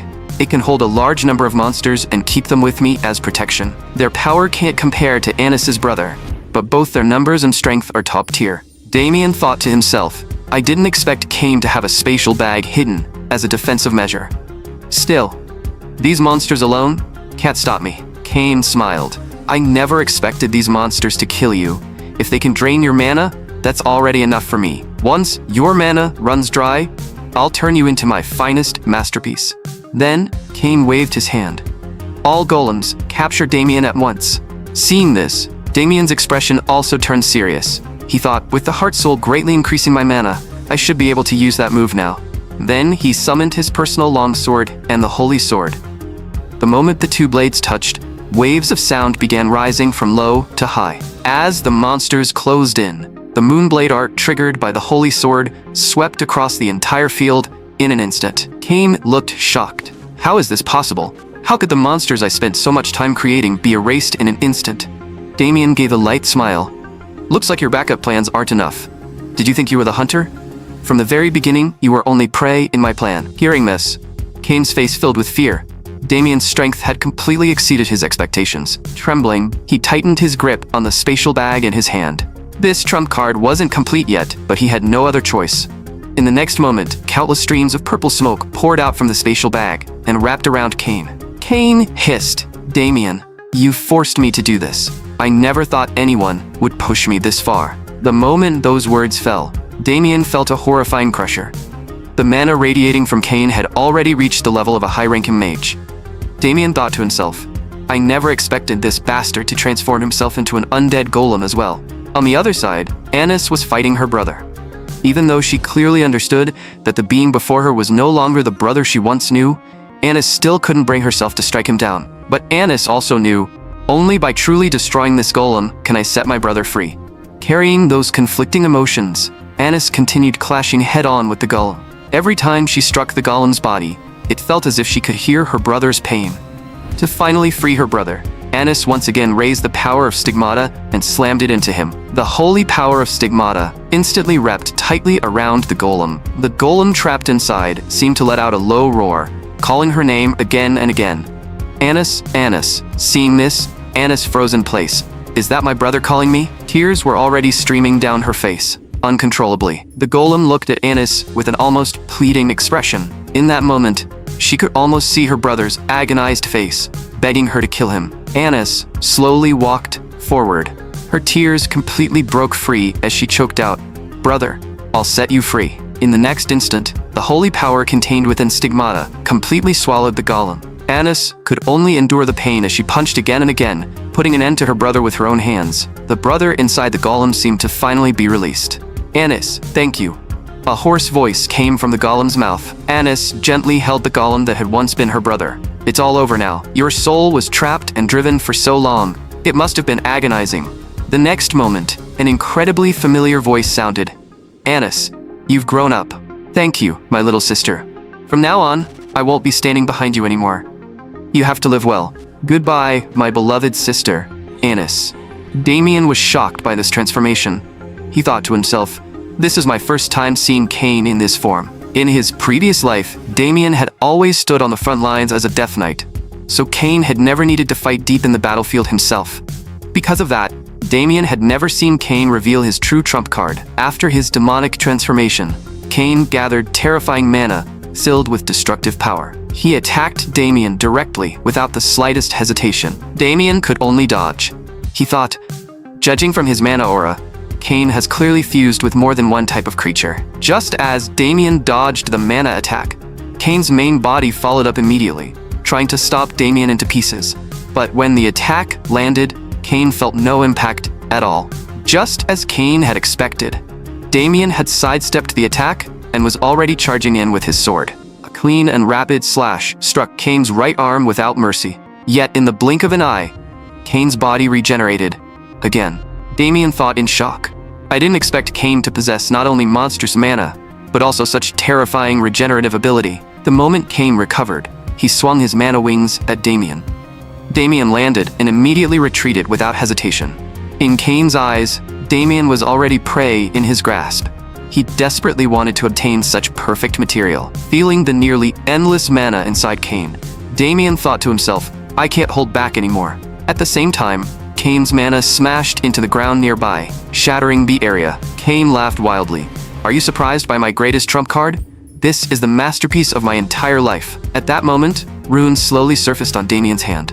Why are all of you dark mages so arrogant? You all think your dark magic is the strongest. Then I'll show you what true dark magic looks like. The moment Damien released the authority mark, an utterly terrifying pressure descended. Shock appeared on Cain's face. Why can you use dark magic too? Damien Haxon, what exactly are you? Cain's expression shifted from shock into fear. He had never seen dark magic like this before. He shouted, there's no way I'll lose to you. Then he condensed his mana again and attacked Damien. Cain thought to himself, he's chanting a kind of dark magic I've never heard of. I have to kill him before the chant ends. But no matter how Cain launched his mana attacks, the moment they approached Damien, they vanished without a trace. Cain shouted in shock. Why? Why did my mana suddenly disappear? At that moment, Damien's chant finally ended. He spoke softly. Prepare to face my wrath. In the next instant, a magic circle formed, and countless mana chains emerged from it. Cain had no way to resist. His body was instantly bound tightly by the chains. Seeing that they were only thin mana chains, Cain burst into laughter. So they're just useless chains. But in the next moment, the chains he had dismissed began invading through every pore on his body, sewing him from within. No matter what Cain tried, control over his body was completely taken away, leaving him unable to move. Damien gently pressed his finger downward and said in a low voice, "Get down." Cain's body immediately lost control and slammed flat against the ground. Damien said coldly, "I don't want to waste time with you. Tell me where Skeleton King Alsad is." Cain's face was filled with fear. "How do you know that Great One's true name? Damien, are you also one of his followers?" Damien said coldly, "You have no right to ask me questions. Just answer mine." Cain laughed madly. "If you are that Great One's follower, then it makes sense. No wonder your mastery of dark magic is so profound. But, do you think I would betray him?" Damien wasn't angered. "That's fine. I have another method. I can rip out your soul and interrogate it directly." Hearing this, Cain laughed. "Do you think I never considered that? I placed a restriction on my own soul long ago. If anyone touches upon matters related to that Great One through soul interrogation, my soul will shatter instantly. There's no way to break his kind of soul restriction. Damien, you might have defeated me, but you'll never get any information out of me." Seeing this, Damien said calmly, "Then it seems I have no choice but to kill you, but I won't be the one doing it. They will." Cain froze. "They? Damien, who are you talking about?" Damien said coldly, "The humans you murdered. Every person you killed has been hiding within the dark mana around you. Now that your mana has been sealed by me, they can appear without restraint. And this will be the most painful way for you to die.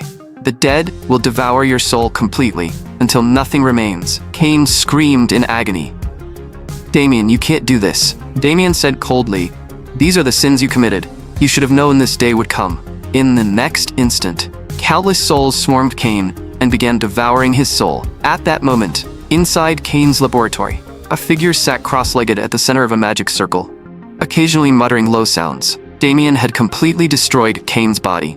One of the souls beside him complained, asking why he had suddenly killed Cain. Damien said calmly, "There isn't much time. I still need to arrange the scene and erase all traces of my dark mana here. Before Anis comes back, I need to make this look like a standard execution scene." After finishing the cleanup, Damien entered Cain's laboratory. At the same time, he wondered to himself, why do these souls keep following me? When he turned, he noticed a massive mirror and thought, if I remember correctly, this is the magic mirror used to communicate with Skeleton King Alsad. If I can speak with him through it, I might be able to pinpoint his exact location. In the next moment, dark mana rapidly filled the magic mirror, but the mirror showed no reaction at all. Damien thought, judging from the residual mana, it hasn't connected with Skeleton King Alsad in a very long time. In my previous life, Alsad valued Kane highly, even promoting him to Vanguard Commander. He shouldn't have abandoned Kane so easily. Could it be that my consecutive elimination of Yulan organization members made Alsad wary enough to abandon him early? At that moment, Damien suddenly noticed a hidden door. Why is there a hidden door open on this side? Then he carefully explored the room. Soon, a drawing on the wall caught Damien's attention. It was a map, and it also included information on other strongholds. Damien thought, if this intel is accurate, I can use this map to wipe out those bases one by one. At that very moment, a pair of eyes was fixed tightly on Damien. The Watcher seized the opportunity, while Damien was looking at the map, and launched a swift attack. In an instant, Damien sensed killing intent rushing toward him. Almost by instinct, his body reacted, and he punched the attacker back. Is this another humanoid golem made by Kane? But there are no stitching marks on her body. The next moment, Damien saw the place where the golem had been struck rapidly heal, making him even more surprised. He thought to himself, is the reason she has no stitching marks because her regeneration is absurdly fast? Did Kane intentionally lock her in this secret room? Then Damien was slightly startled. This golem has actually developed self-awareness. It was probably formed from hundreds of intertwined consciousnesses that somehow unified into one. But a golem is still a golem. She'll surely harm humans in the future. Damien then prepared to draw the holy sword and eliminate the girl, but just as Damien drew his sword, the souls that had been following him shielded the girl with their bodies. Honorable Knight, ever since this child gained awareness, she has hated the dark mage who created her. Please spare her and take her with you. Her abilities will surely be useful to you. Damien looked at them. It seems you know this child well. What is her name? The dark mage calls her number 9, but we gave this child a name, Miwa. The next moment, Damien cut through her chains. I'm not a dark mage. If you follow me and harm humans, I'll kill you without hesitation. Miwa nodded happily, showing that she understood. Just being free was already something worth celebrating. The soul gently touched Miwa with reluctance. From now on, follow this lord and serve him well. Meanwhile, Jamal was leading reinforcements to the rescue.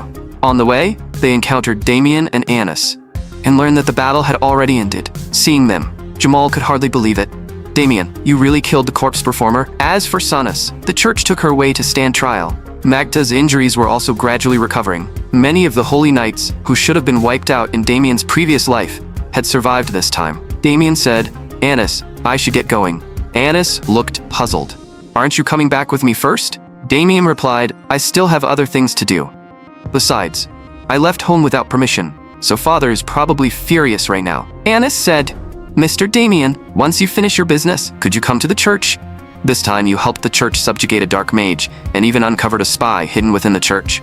The church will definitely give you a generous reward. Hearing the word reward, Damien immediately gave a sly grin and said he would definitely go. Anis looked overjoyed.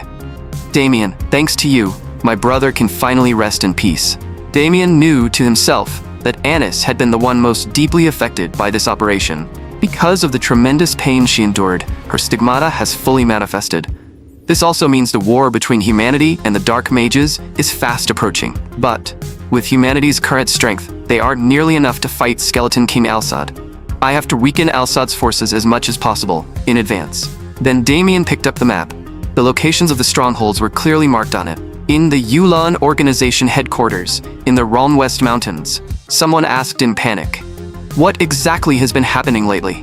Why have all our organization members been wiped out? Why are we the only ones left? As they spoke, the headquarters gate was suddenly blasted open. Everyone was shocked. What's going on? Who's there? Damien slowly walked in. So the map was right. This is the Yulan organization headquarters. Then he released Miwa. You people really are like filthy rats in the dark. You hid yourselves pretty well. Seeing her, everyone was stunned. That golem, that's Kane's number 9 experiment. At that moment, Damien gave Miwa an order. Eliminate them all. After that, Damien went around destroying dark mage strongholds. His actions soon stirred countless rumors across the empire. According to the rumors, a man was wiping out dark mages with overwhelming power, and his name was Victor. While everyone was discussing it, the real Victor walked in. My name is Victor. I'm here to pick up the letters sent to me. The moment he spoke, the entire room fell deathly silent. Then, every customer fled in terror. Victor looked utterly confused. What is going on? Young master has been away from the family for 3 whole months, and I only just received his first letter. But why are they all so scared of me? Just as Victor was about to check the other items Damien had sent, a voice came from behind him. Are you Victor? Victor turned around and said, I'm Victor. But sir, I don't believe I know you. The man froze. How could you be Victor? How could the culprit who destroyed our dark strongholds look like this? Then he said coldly, whether it's true or not, I'll kill you right now. Suddenly, a flash of sword light cut through the air. A familiar voice rang out. Victor, had you been well lately? Victor instinctively turned around. Young Master Damien, you're back. Young Master, I only just heard the rumor. They say a man named Victor destroyed every Yulon organization stronghold. But how could a fat man like me possibly be the man from the rumors? As Victor spoke, Damien looked visibly guilty because he had been using Victor's name during his operations. Damien quickly changed the subject. How has father been while I was away? Victor said, the master has been well. He just stands by the window from time to time. Missing you? Damien asked. Victor, when he was missing me, was he holding a stick in his hand? I think he was holding a stick. Young master, how did you know? Suddenly, Victor remembered something. Damien asked, what else is there? Is it related to dark mages? But Victor's next words made Damien freeze on the spot. Lady Louise is about to get married. Once Lady Louise gets married, you'll be the only one in the entire family who is still unmarried. Hearing this, Damien was deeply shocked. My sister is finally getting married, Damien thought to himself. In my previous life, my sister's life fell into complete chaos because of me. Then he excitedly ran toward the family estate. Damien couldn't wait to see his family again. But the moment he passed by a certain place, he suddenly sensed a trace of dark mana. He thought, that carriage that just passed by seems to be carrying an item infused with dark mana. The mana is simple, but there's no doubt it's a powerful artifact. Victor, go back first. I have something to take care of. Late that night, at a castle on the outskirts, Damien infiltrated the place with Manhwa. So this box is the item they worked so hard to transport. Suddenly, Damien noticed a note left on the box. The note read, this is the item that the Great One is searching for. Seeing those words, Damien was deeply shocked. He thought to himself, the Great One the Dark Mages spoke of has to be Skeleton King Al-Sad. After searching for 3 months without a clue, I've finally found a trace of him here. Then Damien opened the box without hesitation. Let me see what's hidden inside. But the item inside the box made Damien freeze on the spot, because lying inside was the weapon he had loved most after becoming a Death Knight, the demon sword Erebos. He thought to himself, for some unknown reason, the demon sword has shattered into countless pieces, and Skeleton King Al-Sad is trying to repair it. In my previous life, when I obtained the demon sword, it had already been fully restored. But right now, Erebos is clearly still incomplete. Suddenly, the Siwat demon sword released a thread of dark aura. Damien frowned slightly, unsure of what was happening. But that aura carried no hostility. In the next moment, a tiny sword mark was carved onto Damien's wrist. He muttered, did it acknowledge me as its master? Damien marveled internally.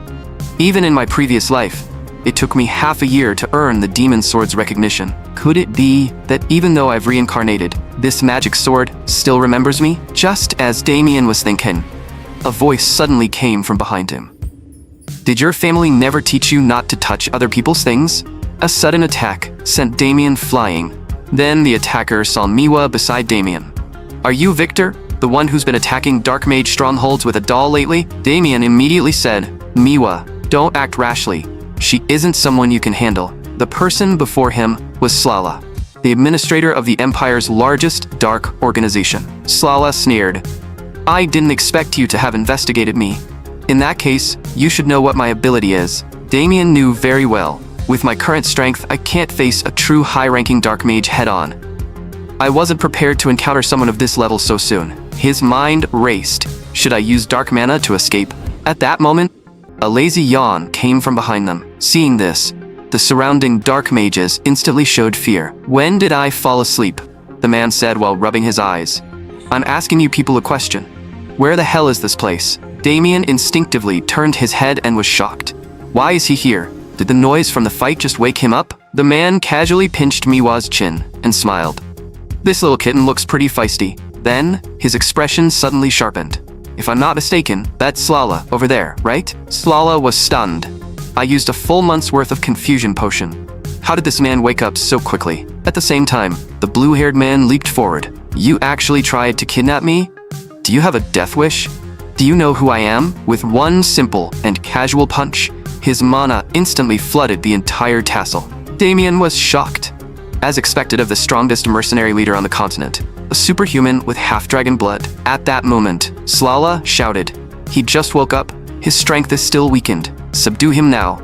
Then she attacked the man at terrifying speed. In less than a second, countless waves of dark mana surrounded the man, and attacks came from every direction. Seeing this, the man grew furious.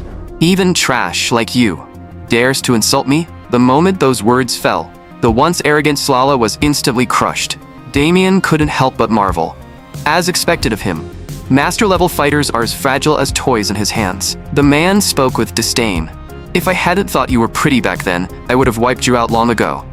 Damien's expression turned serious, thinking, this man is one of the 3 strongest people on the continent. Flan Jastel. A moment later, Jastel burst into laughter. So you're Damien Haxon. I was also chasing the trail of the dark mages, and that led me here. Good thing I didn't act on impulse this time. Otherwise, I might have killed you, along with them. Damien asked, you're the leader of the church's honor guard, and one of the 3 strongest people on the continent.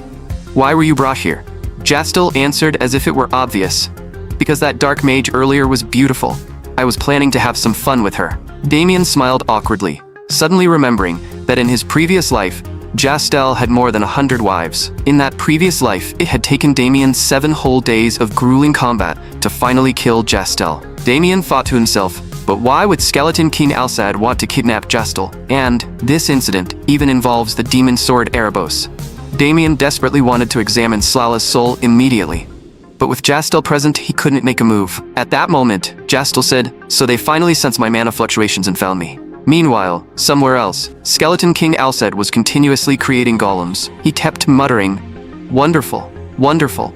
This experiment turned out exactly as I imagined. Someone reported, Skeleton King Alsad, the plan to lure and capture Jastel has failed. Alsad said indifferently, if it failed, it failed. It seems Slala was killed as well. I had intended to use his body to create a Death Knight. Not only was Slala killed, but the demon sword Erebos she brought back has also disappeared. The moment he heard that the demon sword was missing, Skeleton King Alsad erupted in rage. Mobilize everyone, find that sword immediately. A few days later, within the Apple Kingdom, Damien spoke lazily. We're finally heading home, he said. After Jastel left, Damien had searched Slala's soul, but a mental restriction had been planted in her mind as well. In the end, he couldn't get any information out of her about Skeleton King Alsad. Victor said, young master, it's been over 4 months since you left home. The Count will surely be thrilled when you return. Damien said, flatly, I don't think happy is the right word. It'll probably be more like a loving lesson. Victor quickly comforted him. Even though you left without a word, the Count must have been worried sick about you the entire time. And you brought back so many gifts. I'm sure everything will be fine. Damien thought for a moment, then said, these gifts might not be enough to calm father down. I need to find a better way. At that moment, a burst of commotion caught Damien's attention. Damien, the tournament is about to begin. Damien suddenly realized that the tournament day had already arrived. The tournament was hosted by the Helios Empire once every 5 years, gathering outstanding knights from across the continent to compete, with separate matches arranged for each rank. Damien suddenly smiled, thinking to himself, if I win the tournament championship, father's anger will naturally disappear. After all, this is an event that brings honor to both the kingdom and our family. We're heading to the Helios Empire immediately. Seeing this, Victor grew worried. If he failed to bring the young master back this time, he'd definitely be punished once he returned alone. Young master, wait for me. I'm going with you. Meanwhile, somewhere within the empire, before a magic mirror, a voice asked quietly, how is the user of the magic sword growing? Thanks to the magic sword granted by the Great One, the user's strength has already reached the pinnacle. You should slow his growth down a bit. Growing too fast will draw unwanted attention. But the magic sword granted by the Great One must drink blood to grow, making the pace hard to control. The user has no idea he's already being controlled by the blade. The Great One is highly satisfied with the pawn you've cultivated. Because of that, once you complete the next mission, the Great One will summon you personally to participate in the Empire's tournament. Damien and Victor arrived at the Helios Empire. This was Damien's second time coming to the Empire. In his previous life, these streets had all been wiped out by his own hands. As he looked around, he thought to himself, This is my first time coming to the Empire as a human." Just as Damien sank into his memories, someone suddenly called out, "Damien, you're here too." Damien turned toward the voice. From this angle, Michael looked oddly funny. Michael smiled and said, "Damien, I didn't expect to run into you here. I've heard quite a few rumors about you lately. They say you worked with the church and wiped out several dark mage strongholds." While Damien was filling out the registration form, Michael said, "I'm a mid-tier knight now." "Damien, why are you so cold? I was hoping to stand on the same stage and fight alongside you this time." Suddenly, Michael looked at the tournament form Damien was filling out. Damien had actually registered for the high-tier division. Seeing that, Michael shouted on the spot, "Damien, since when are you a high-tier knight? When we fought, you weren't even a true mid-tier knight yet." While the two were talking, a man in a black robe secretly watched Damien. "We'll cross paths soon." With that, the black-robed man vanished from the spot. The next day, at the mid-tier knight arena, Victor looked at the tournament schedule and said, "Young master, it seems there is no master-level division this year." Damien said calmly, "Victor, do you know how rare master-level fighters are? Besides, people at the master level are usually at least 70 years old." The next moment, Michael slowly walked into the arena. Ever since losing to Damien, Michael had never stopped training and had been relentlessly sharpening his swordsmanship. The rules were simple. 100 knights would fight on the same stage, with the last man standing declared the winner. At that moment, more than 100 mid-tier fighters from all over the world had gathered in the arena. Michael was extremely excited. Damien had mentioned before that an incredibly terrifying opponent would be in this tournament. Michael hoped that person was here, so he could properly test himself against them. Then Michael drew his sword. "Let me enjoy this fight to the fullest." At the same time, the massive free-for-all around them officially began. Just as the brawl erupted, an extremely fierce burst of mana suddenly appeared. In a single instant, several mid-tier knights were completely crushed, and the one who struck was none other than Michael. Michael's swordsmanship had reached a masterful level, pleasantly surprising even Damien. It seemed Michael had truly trained hard over the past few months. However, there were even stronger beings hidden in the mid-tier arena. A moment later, someone looked at Michael and said, "You're Michael, the one they call the Sword King, right?" "I am Yahello. Rumor has it you're the only one here who can fight me." Michael's eyes lit up. "Yahello, from the legendary family of swordsmen? I've always wanted to see just how strong a swordsman from a legendary family really is." A little later, in the waiting area, Damien asked, "Michael, are you all right?" Michael said, quietly, "The world really is just like you said. There are countless people stronger than me. Other than you, she's the second person who has ever defeated me. My strike clearly landed earlier, but it felt like she had an invisible suit of armor around her, completely blocking my sword. In the end, she crushed me with overwhelming force." Damien thought to himself, Michael's defeat was inevitable. Yahello is one of the strongest people I encountered in my previous life. From the moment she was born, she could perfectly control her mana and turn it into armor to protect herself. Even in my past life, I paid a heavy price before finally killing her. While everyone was talking, a voice boomed from above, announcing the Emperor's arrival. The Emperor of the Helios Empire had officially entered. Damien thought, the Emperor's arrival means the real competition is about to begin. A court mage waved his staff through the air, and the match bracket for the high-tier division appeared in the void. There weren't many high-tier contestants, but every single one was an elite among elites. "Damien, we all believe you'll be the champion." As those words were spoken, a dark figure stood not far away. The man kept muttering, "I joined this tournament on Father's orders. I must complete the mission he gave me. Target, the Helios Imperial Palace." The Helios Empire ranking tournament officially began, and Damien won his first match with ridiculous ease. In the remaining matches, 3 other contestants also crushed their opponents and quickly advanced to the top 4. The crowd was thrilled. It had been years since they'd seen such dominant contestants. Damien became the first fighter to advance to the semifinals. Michael said in admiration, "You're as powerful as ever, Damien. At this rate, the championship is definitely yours." Damien didn't answer right away. Instead, he looked toward the distance and muttered, "That swordsman named Joshua is strange. He has no real combat skills at all. Yet, he made it into the semifinals with ease. And there's something fatally familiar about him." At that moment, soft footsteps approached Damien from the side. "Damien, it's been a while. Have you been well?" Hearing that, Damien paused. "I don't think I know you." The girl pulled back her mask and whispered, "It's me, Damien. Don't say my name out loud. I secretly came here to join the tournament." Damien looked helpless. "If you secretly joined the tournament, Why would you come to me and reveal your identity? I saw you and couldn't help coming over. Besides, I just wanted to train myself in secret. You promised last time that you'd come see me. Did you forget, Damien? Damien finally remembered. Right, I did promise to visit you at the church. After the tournament ends, I'll head back to the church with you. Hearing that Damien would return with her, Anis instantly blushed. In her mind, a saintess bringing a man back to the church was practically the same as taking him home to meet the family and getting married. Anis was completely lost in her fantasy. When she finally snapped out of it, she quickly said, "Then after the tournament ends, let's go together." With that, she walked toward the arena. But at that moment, Anis was clearly still trapped in her earlier fantasy. The semi-final match was Anis versus Athena. Athena smiled and said, "You're covering yourself up so tightly. Aren't you hot?" However, Anis didn't reply, as if she had silently made up her mind. She had just promised Damien that they'd go back together after the tournament, so she absolutely couldn't embarrass herself in front of him. In the next instant, Anis's aura changed completely. "I'm going to win this match." Seeing this, Athena quickly picked up her weapon.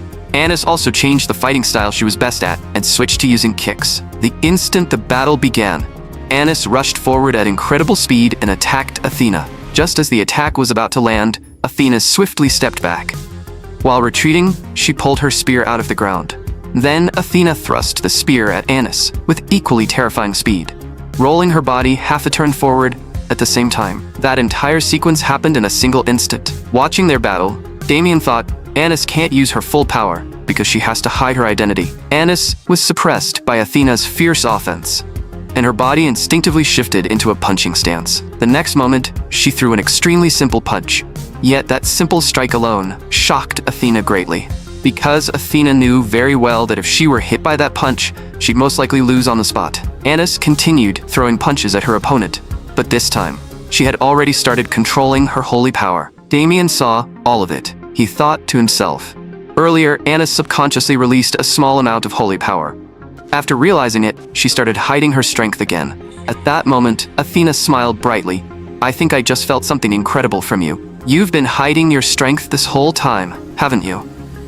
Why don't you fight with everything you have?" Anis didn't answer, but she knew that if she kept hiding her strength, she would lose. Athena continued, "If you keep holding back, then I'll crush you completely." Even if it meant losing the match, Anis couldn't use her holy mana again.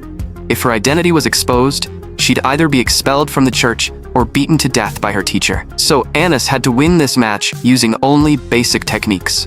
Sensing that Anis was still hiding her strength, Athena said coldly, "You really are looking down on me. Fine, then this little farce ends now." The moment those words fell, a bolt of crimson lightning struck Anis. Damien's heart sank as he thought, "I knew it.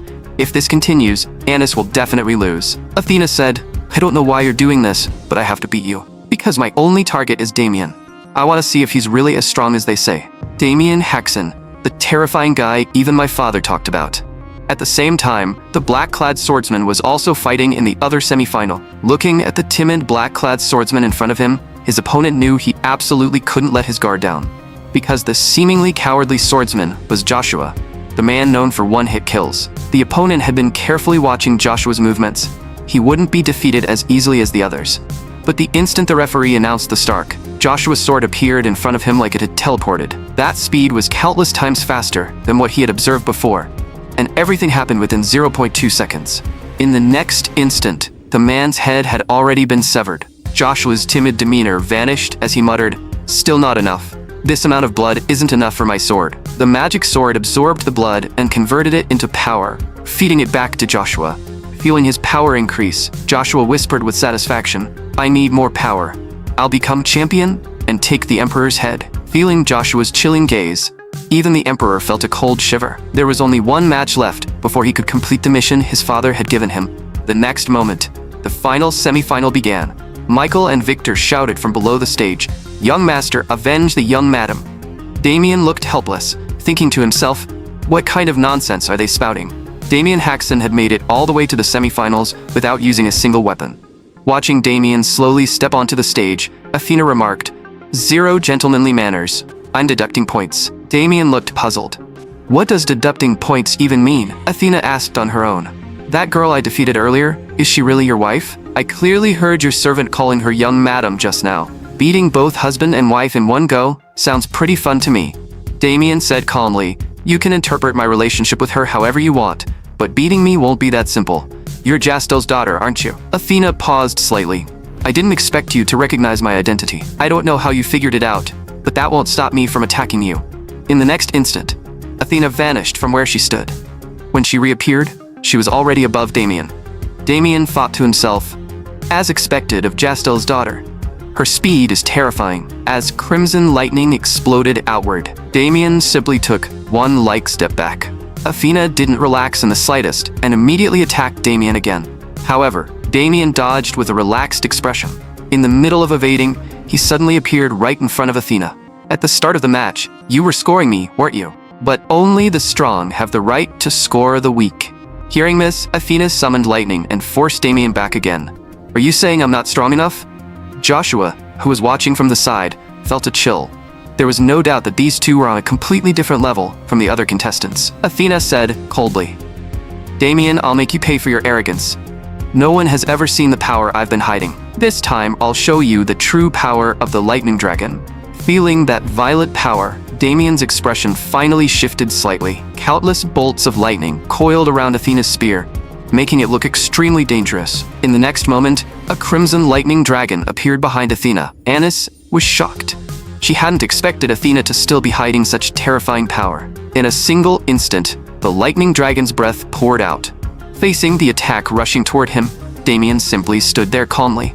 This was the first time he would truly act after stepping into the high tier. He slowly lowered his stance, forming a ring of mana in his hand, while gathering power beneath his feet. In the blink of an eye, shock appeared on Athena's face. A beam of light instantly pierced through the lightning dragon. Before Athena could process it, Damien had already appeared in front of her, leaving her no chance to react. The next moment, Athena was blasted hard into the wall. Athena had never imagined she'd be defeated in a single move. "Damien Hoxon, you really are as unfathomable as my father said," Michael shouted excitedly. "I knew it! Damien is as powerful as ever. Win one more match, and you'll be champion." Damien slowly reached out his hand, thinking to himself, "I heard Jastel dotes heavily on his daughter. I deliberately held back this time, so he probably won't hold a grudge against me." Hearing that, Athena chuckled. "My elders aren't that petty. Besides, you're even stronger than my father said. Can I give you a perfect score this time?" "Of course. A perfect score, and maybe even a reward. How about I reward you with myself?" Outside the arena, Anis instantly flared with rage, thinking, even if my identity is exposed, I want to beat this woman up. Sensing Anis's anger, Damien immediately said, "Please allow me to reject that offer." A little later, in a passage somewhere inside the arena, Joshua hid in the shadows to observe Damien in advance, hoping to find a way to defeat him. But the moment Damien passed by him, Joshua stood frozen in place, unable to move. He couldn't believe he had felt such terrifying pressure from Damien. Joshua's father was Javier, the sword saint of the military empire. Joshua himself had once been a useless failure in his family, someone with no talent and no achievements. Then one day, his father bestowed a blessing upon him, and he finally became strong. To repay his father, he had to win no matter what. Looking at Damien's departing back, Joshua couldn't stop himself from wondering, can I really defeat him? The next moment, Joshua made a decision. If he wanted to beat Damien, there was only one way. That night, inside Damien's room, Michael asked, "Damien, what have you been doing lately to become so strong?" Damien replied, "Aside from hunting down dark mages, I also learned another method of training mana." Michael immediately said, "I want to learn too. When you have time, please teach me." A long while later, Miwa heard everyone saying goodbye. Michael was also preparing to return to his own lodging. Michael was extremely excited. If he could learn Damien's technique, he would definitely become stronger. Suddenly, a shadow poked out from beside him. In the next instant, a vicious sword slash came down, and Michael's body reacted first, dodging on instinct. Although he managed to avoid a fatal wound in time, he was still injured. Michael exclaimed, "It's you, the black-clad swordsman. Why are you trying to assassinate me?" At that moment, the black-clad swordsman was also shocked. A mid-tier knight had actually dodged his attack. He couldn't help muttering, "It seems you have terrifying potential." Immediately after, the two locked in combat. Clearly, Joshua wanted to end the battle as quickly as possible to avoid being discovered. The deafening noise of their clash echoed through the city. In the end, Michael was left gravely wounded and on the verge of death. That night, dozens of mid-tier knights were murdered. Fortunately, Miwa had been keeping watch nearby and discovered the severely injured Michael. Because of that, Michael managed to survive. Damien couldn't figure out who had done this, but he was determined to uncover the mastermind behind it. The next day, the final match was about to begin, but Joshua's condition surprised Damien. A thick, violent, killing intent radiated from Joshua's body. Joshua said, "I worked through the entire night just to prepare to defeat you." Damien said coldly, "I'm in a terrible mood right now. I don't want to hear you run your mouth." Joshua's expression darkened. "Damien, that arrogance of yours is disgusting. I'll kill you with this sword."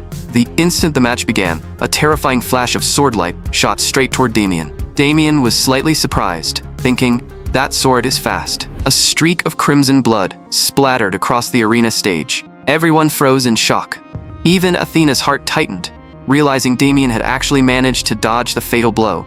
This was the first time anyone had evaded Joshua's attack since the tournament began. Joshua said coldly, "Damien, I didn't expect you to see through my secret technique, Swift Sword." Damien hadn't expected Joshua to pierce his skin, but he acutely sensed the flow of mana inside his body is strangely mediocre. Judging by mana alone, he's nothing more than an ordinary knight. The next moment, Joshua continued attacking with his sword, but Damien deflected every strike. After several minutes of fighting, Damien understood completely. He isn't truly strong. His movements are exactly like those of a beginner. He just possesses a power that doesn't belong to him. Joshua couldn't contain his rage. "Damien, you still haven't drawn your sword? Just how much are you looking down on me?" The next instant, the Lion King sword technique came crashing down with brutal force. Seeing this, Damien froze in shock. A thunderous impact rang out, and waves of mana surged wildly around them. Joshua panted heavily. "That should have killed you." But in the next moment, terror appeared on Joshua's face. Damien had raised the holy sword in front of him to block the attack, asking coldly, "Why can you use the Lion King sword? Michael was gravely injured last night and merely died.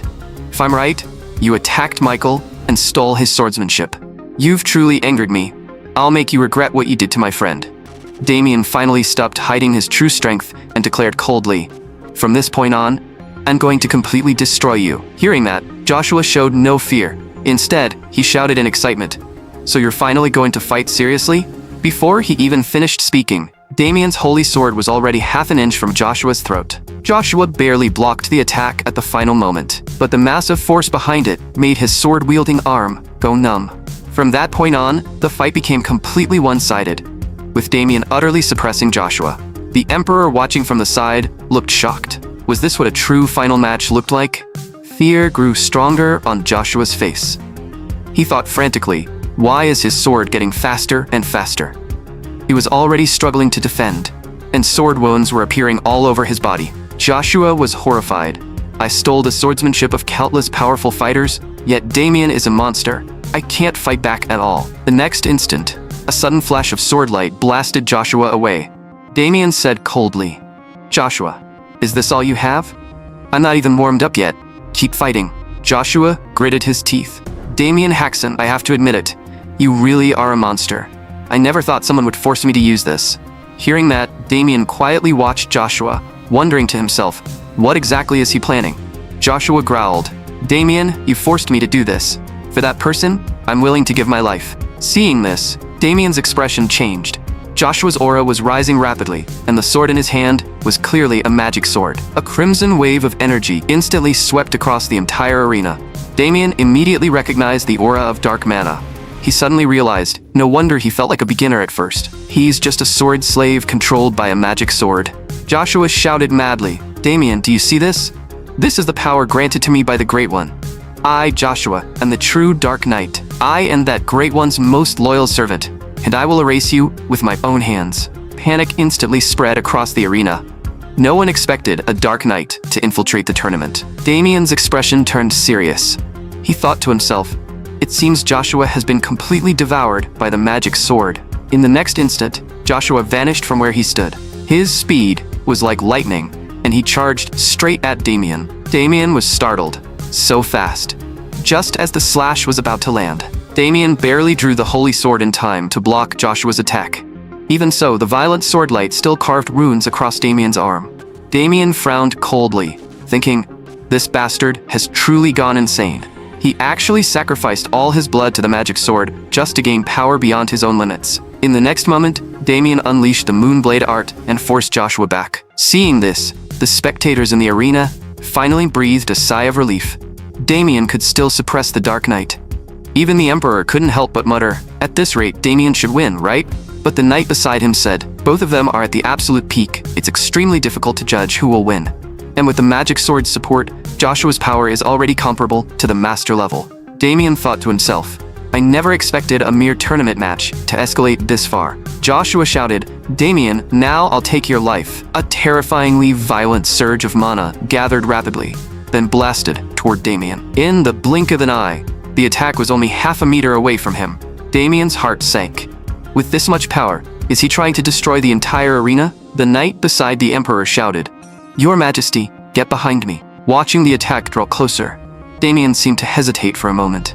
Then he tightened his grip on the holy sword, thinking, "Am I really going to use that move? It feels like a waste to use it on him." But now, Damien had no time left to think. Holy sword, draw slash.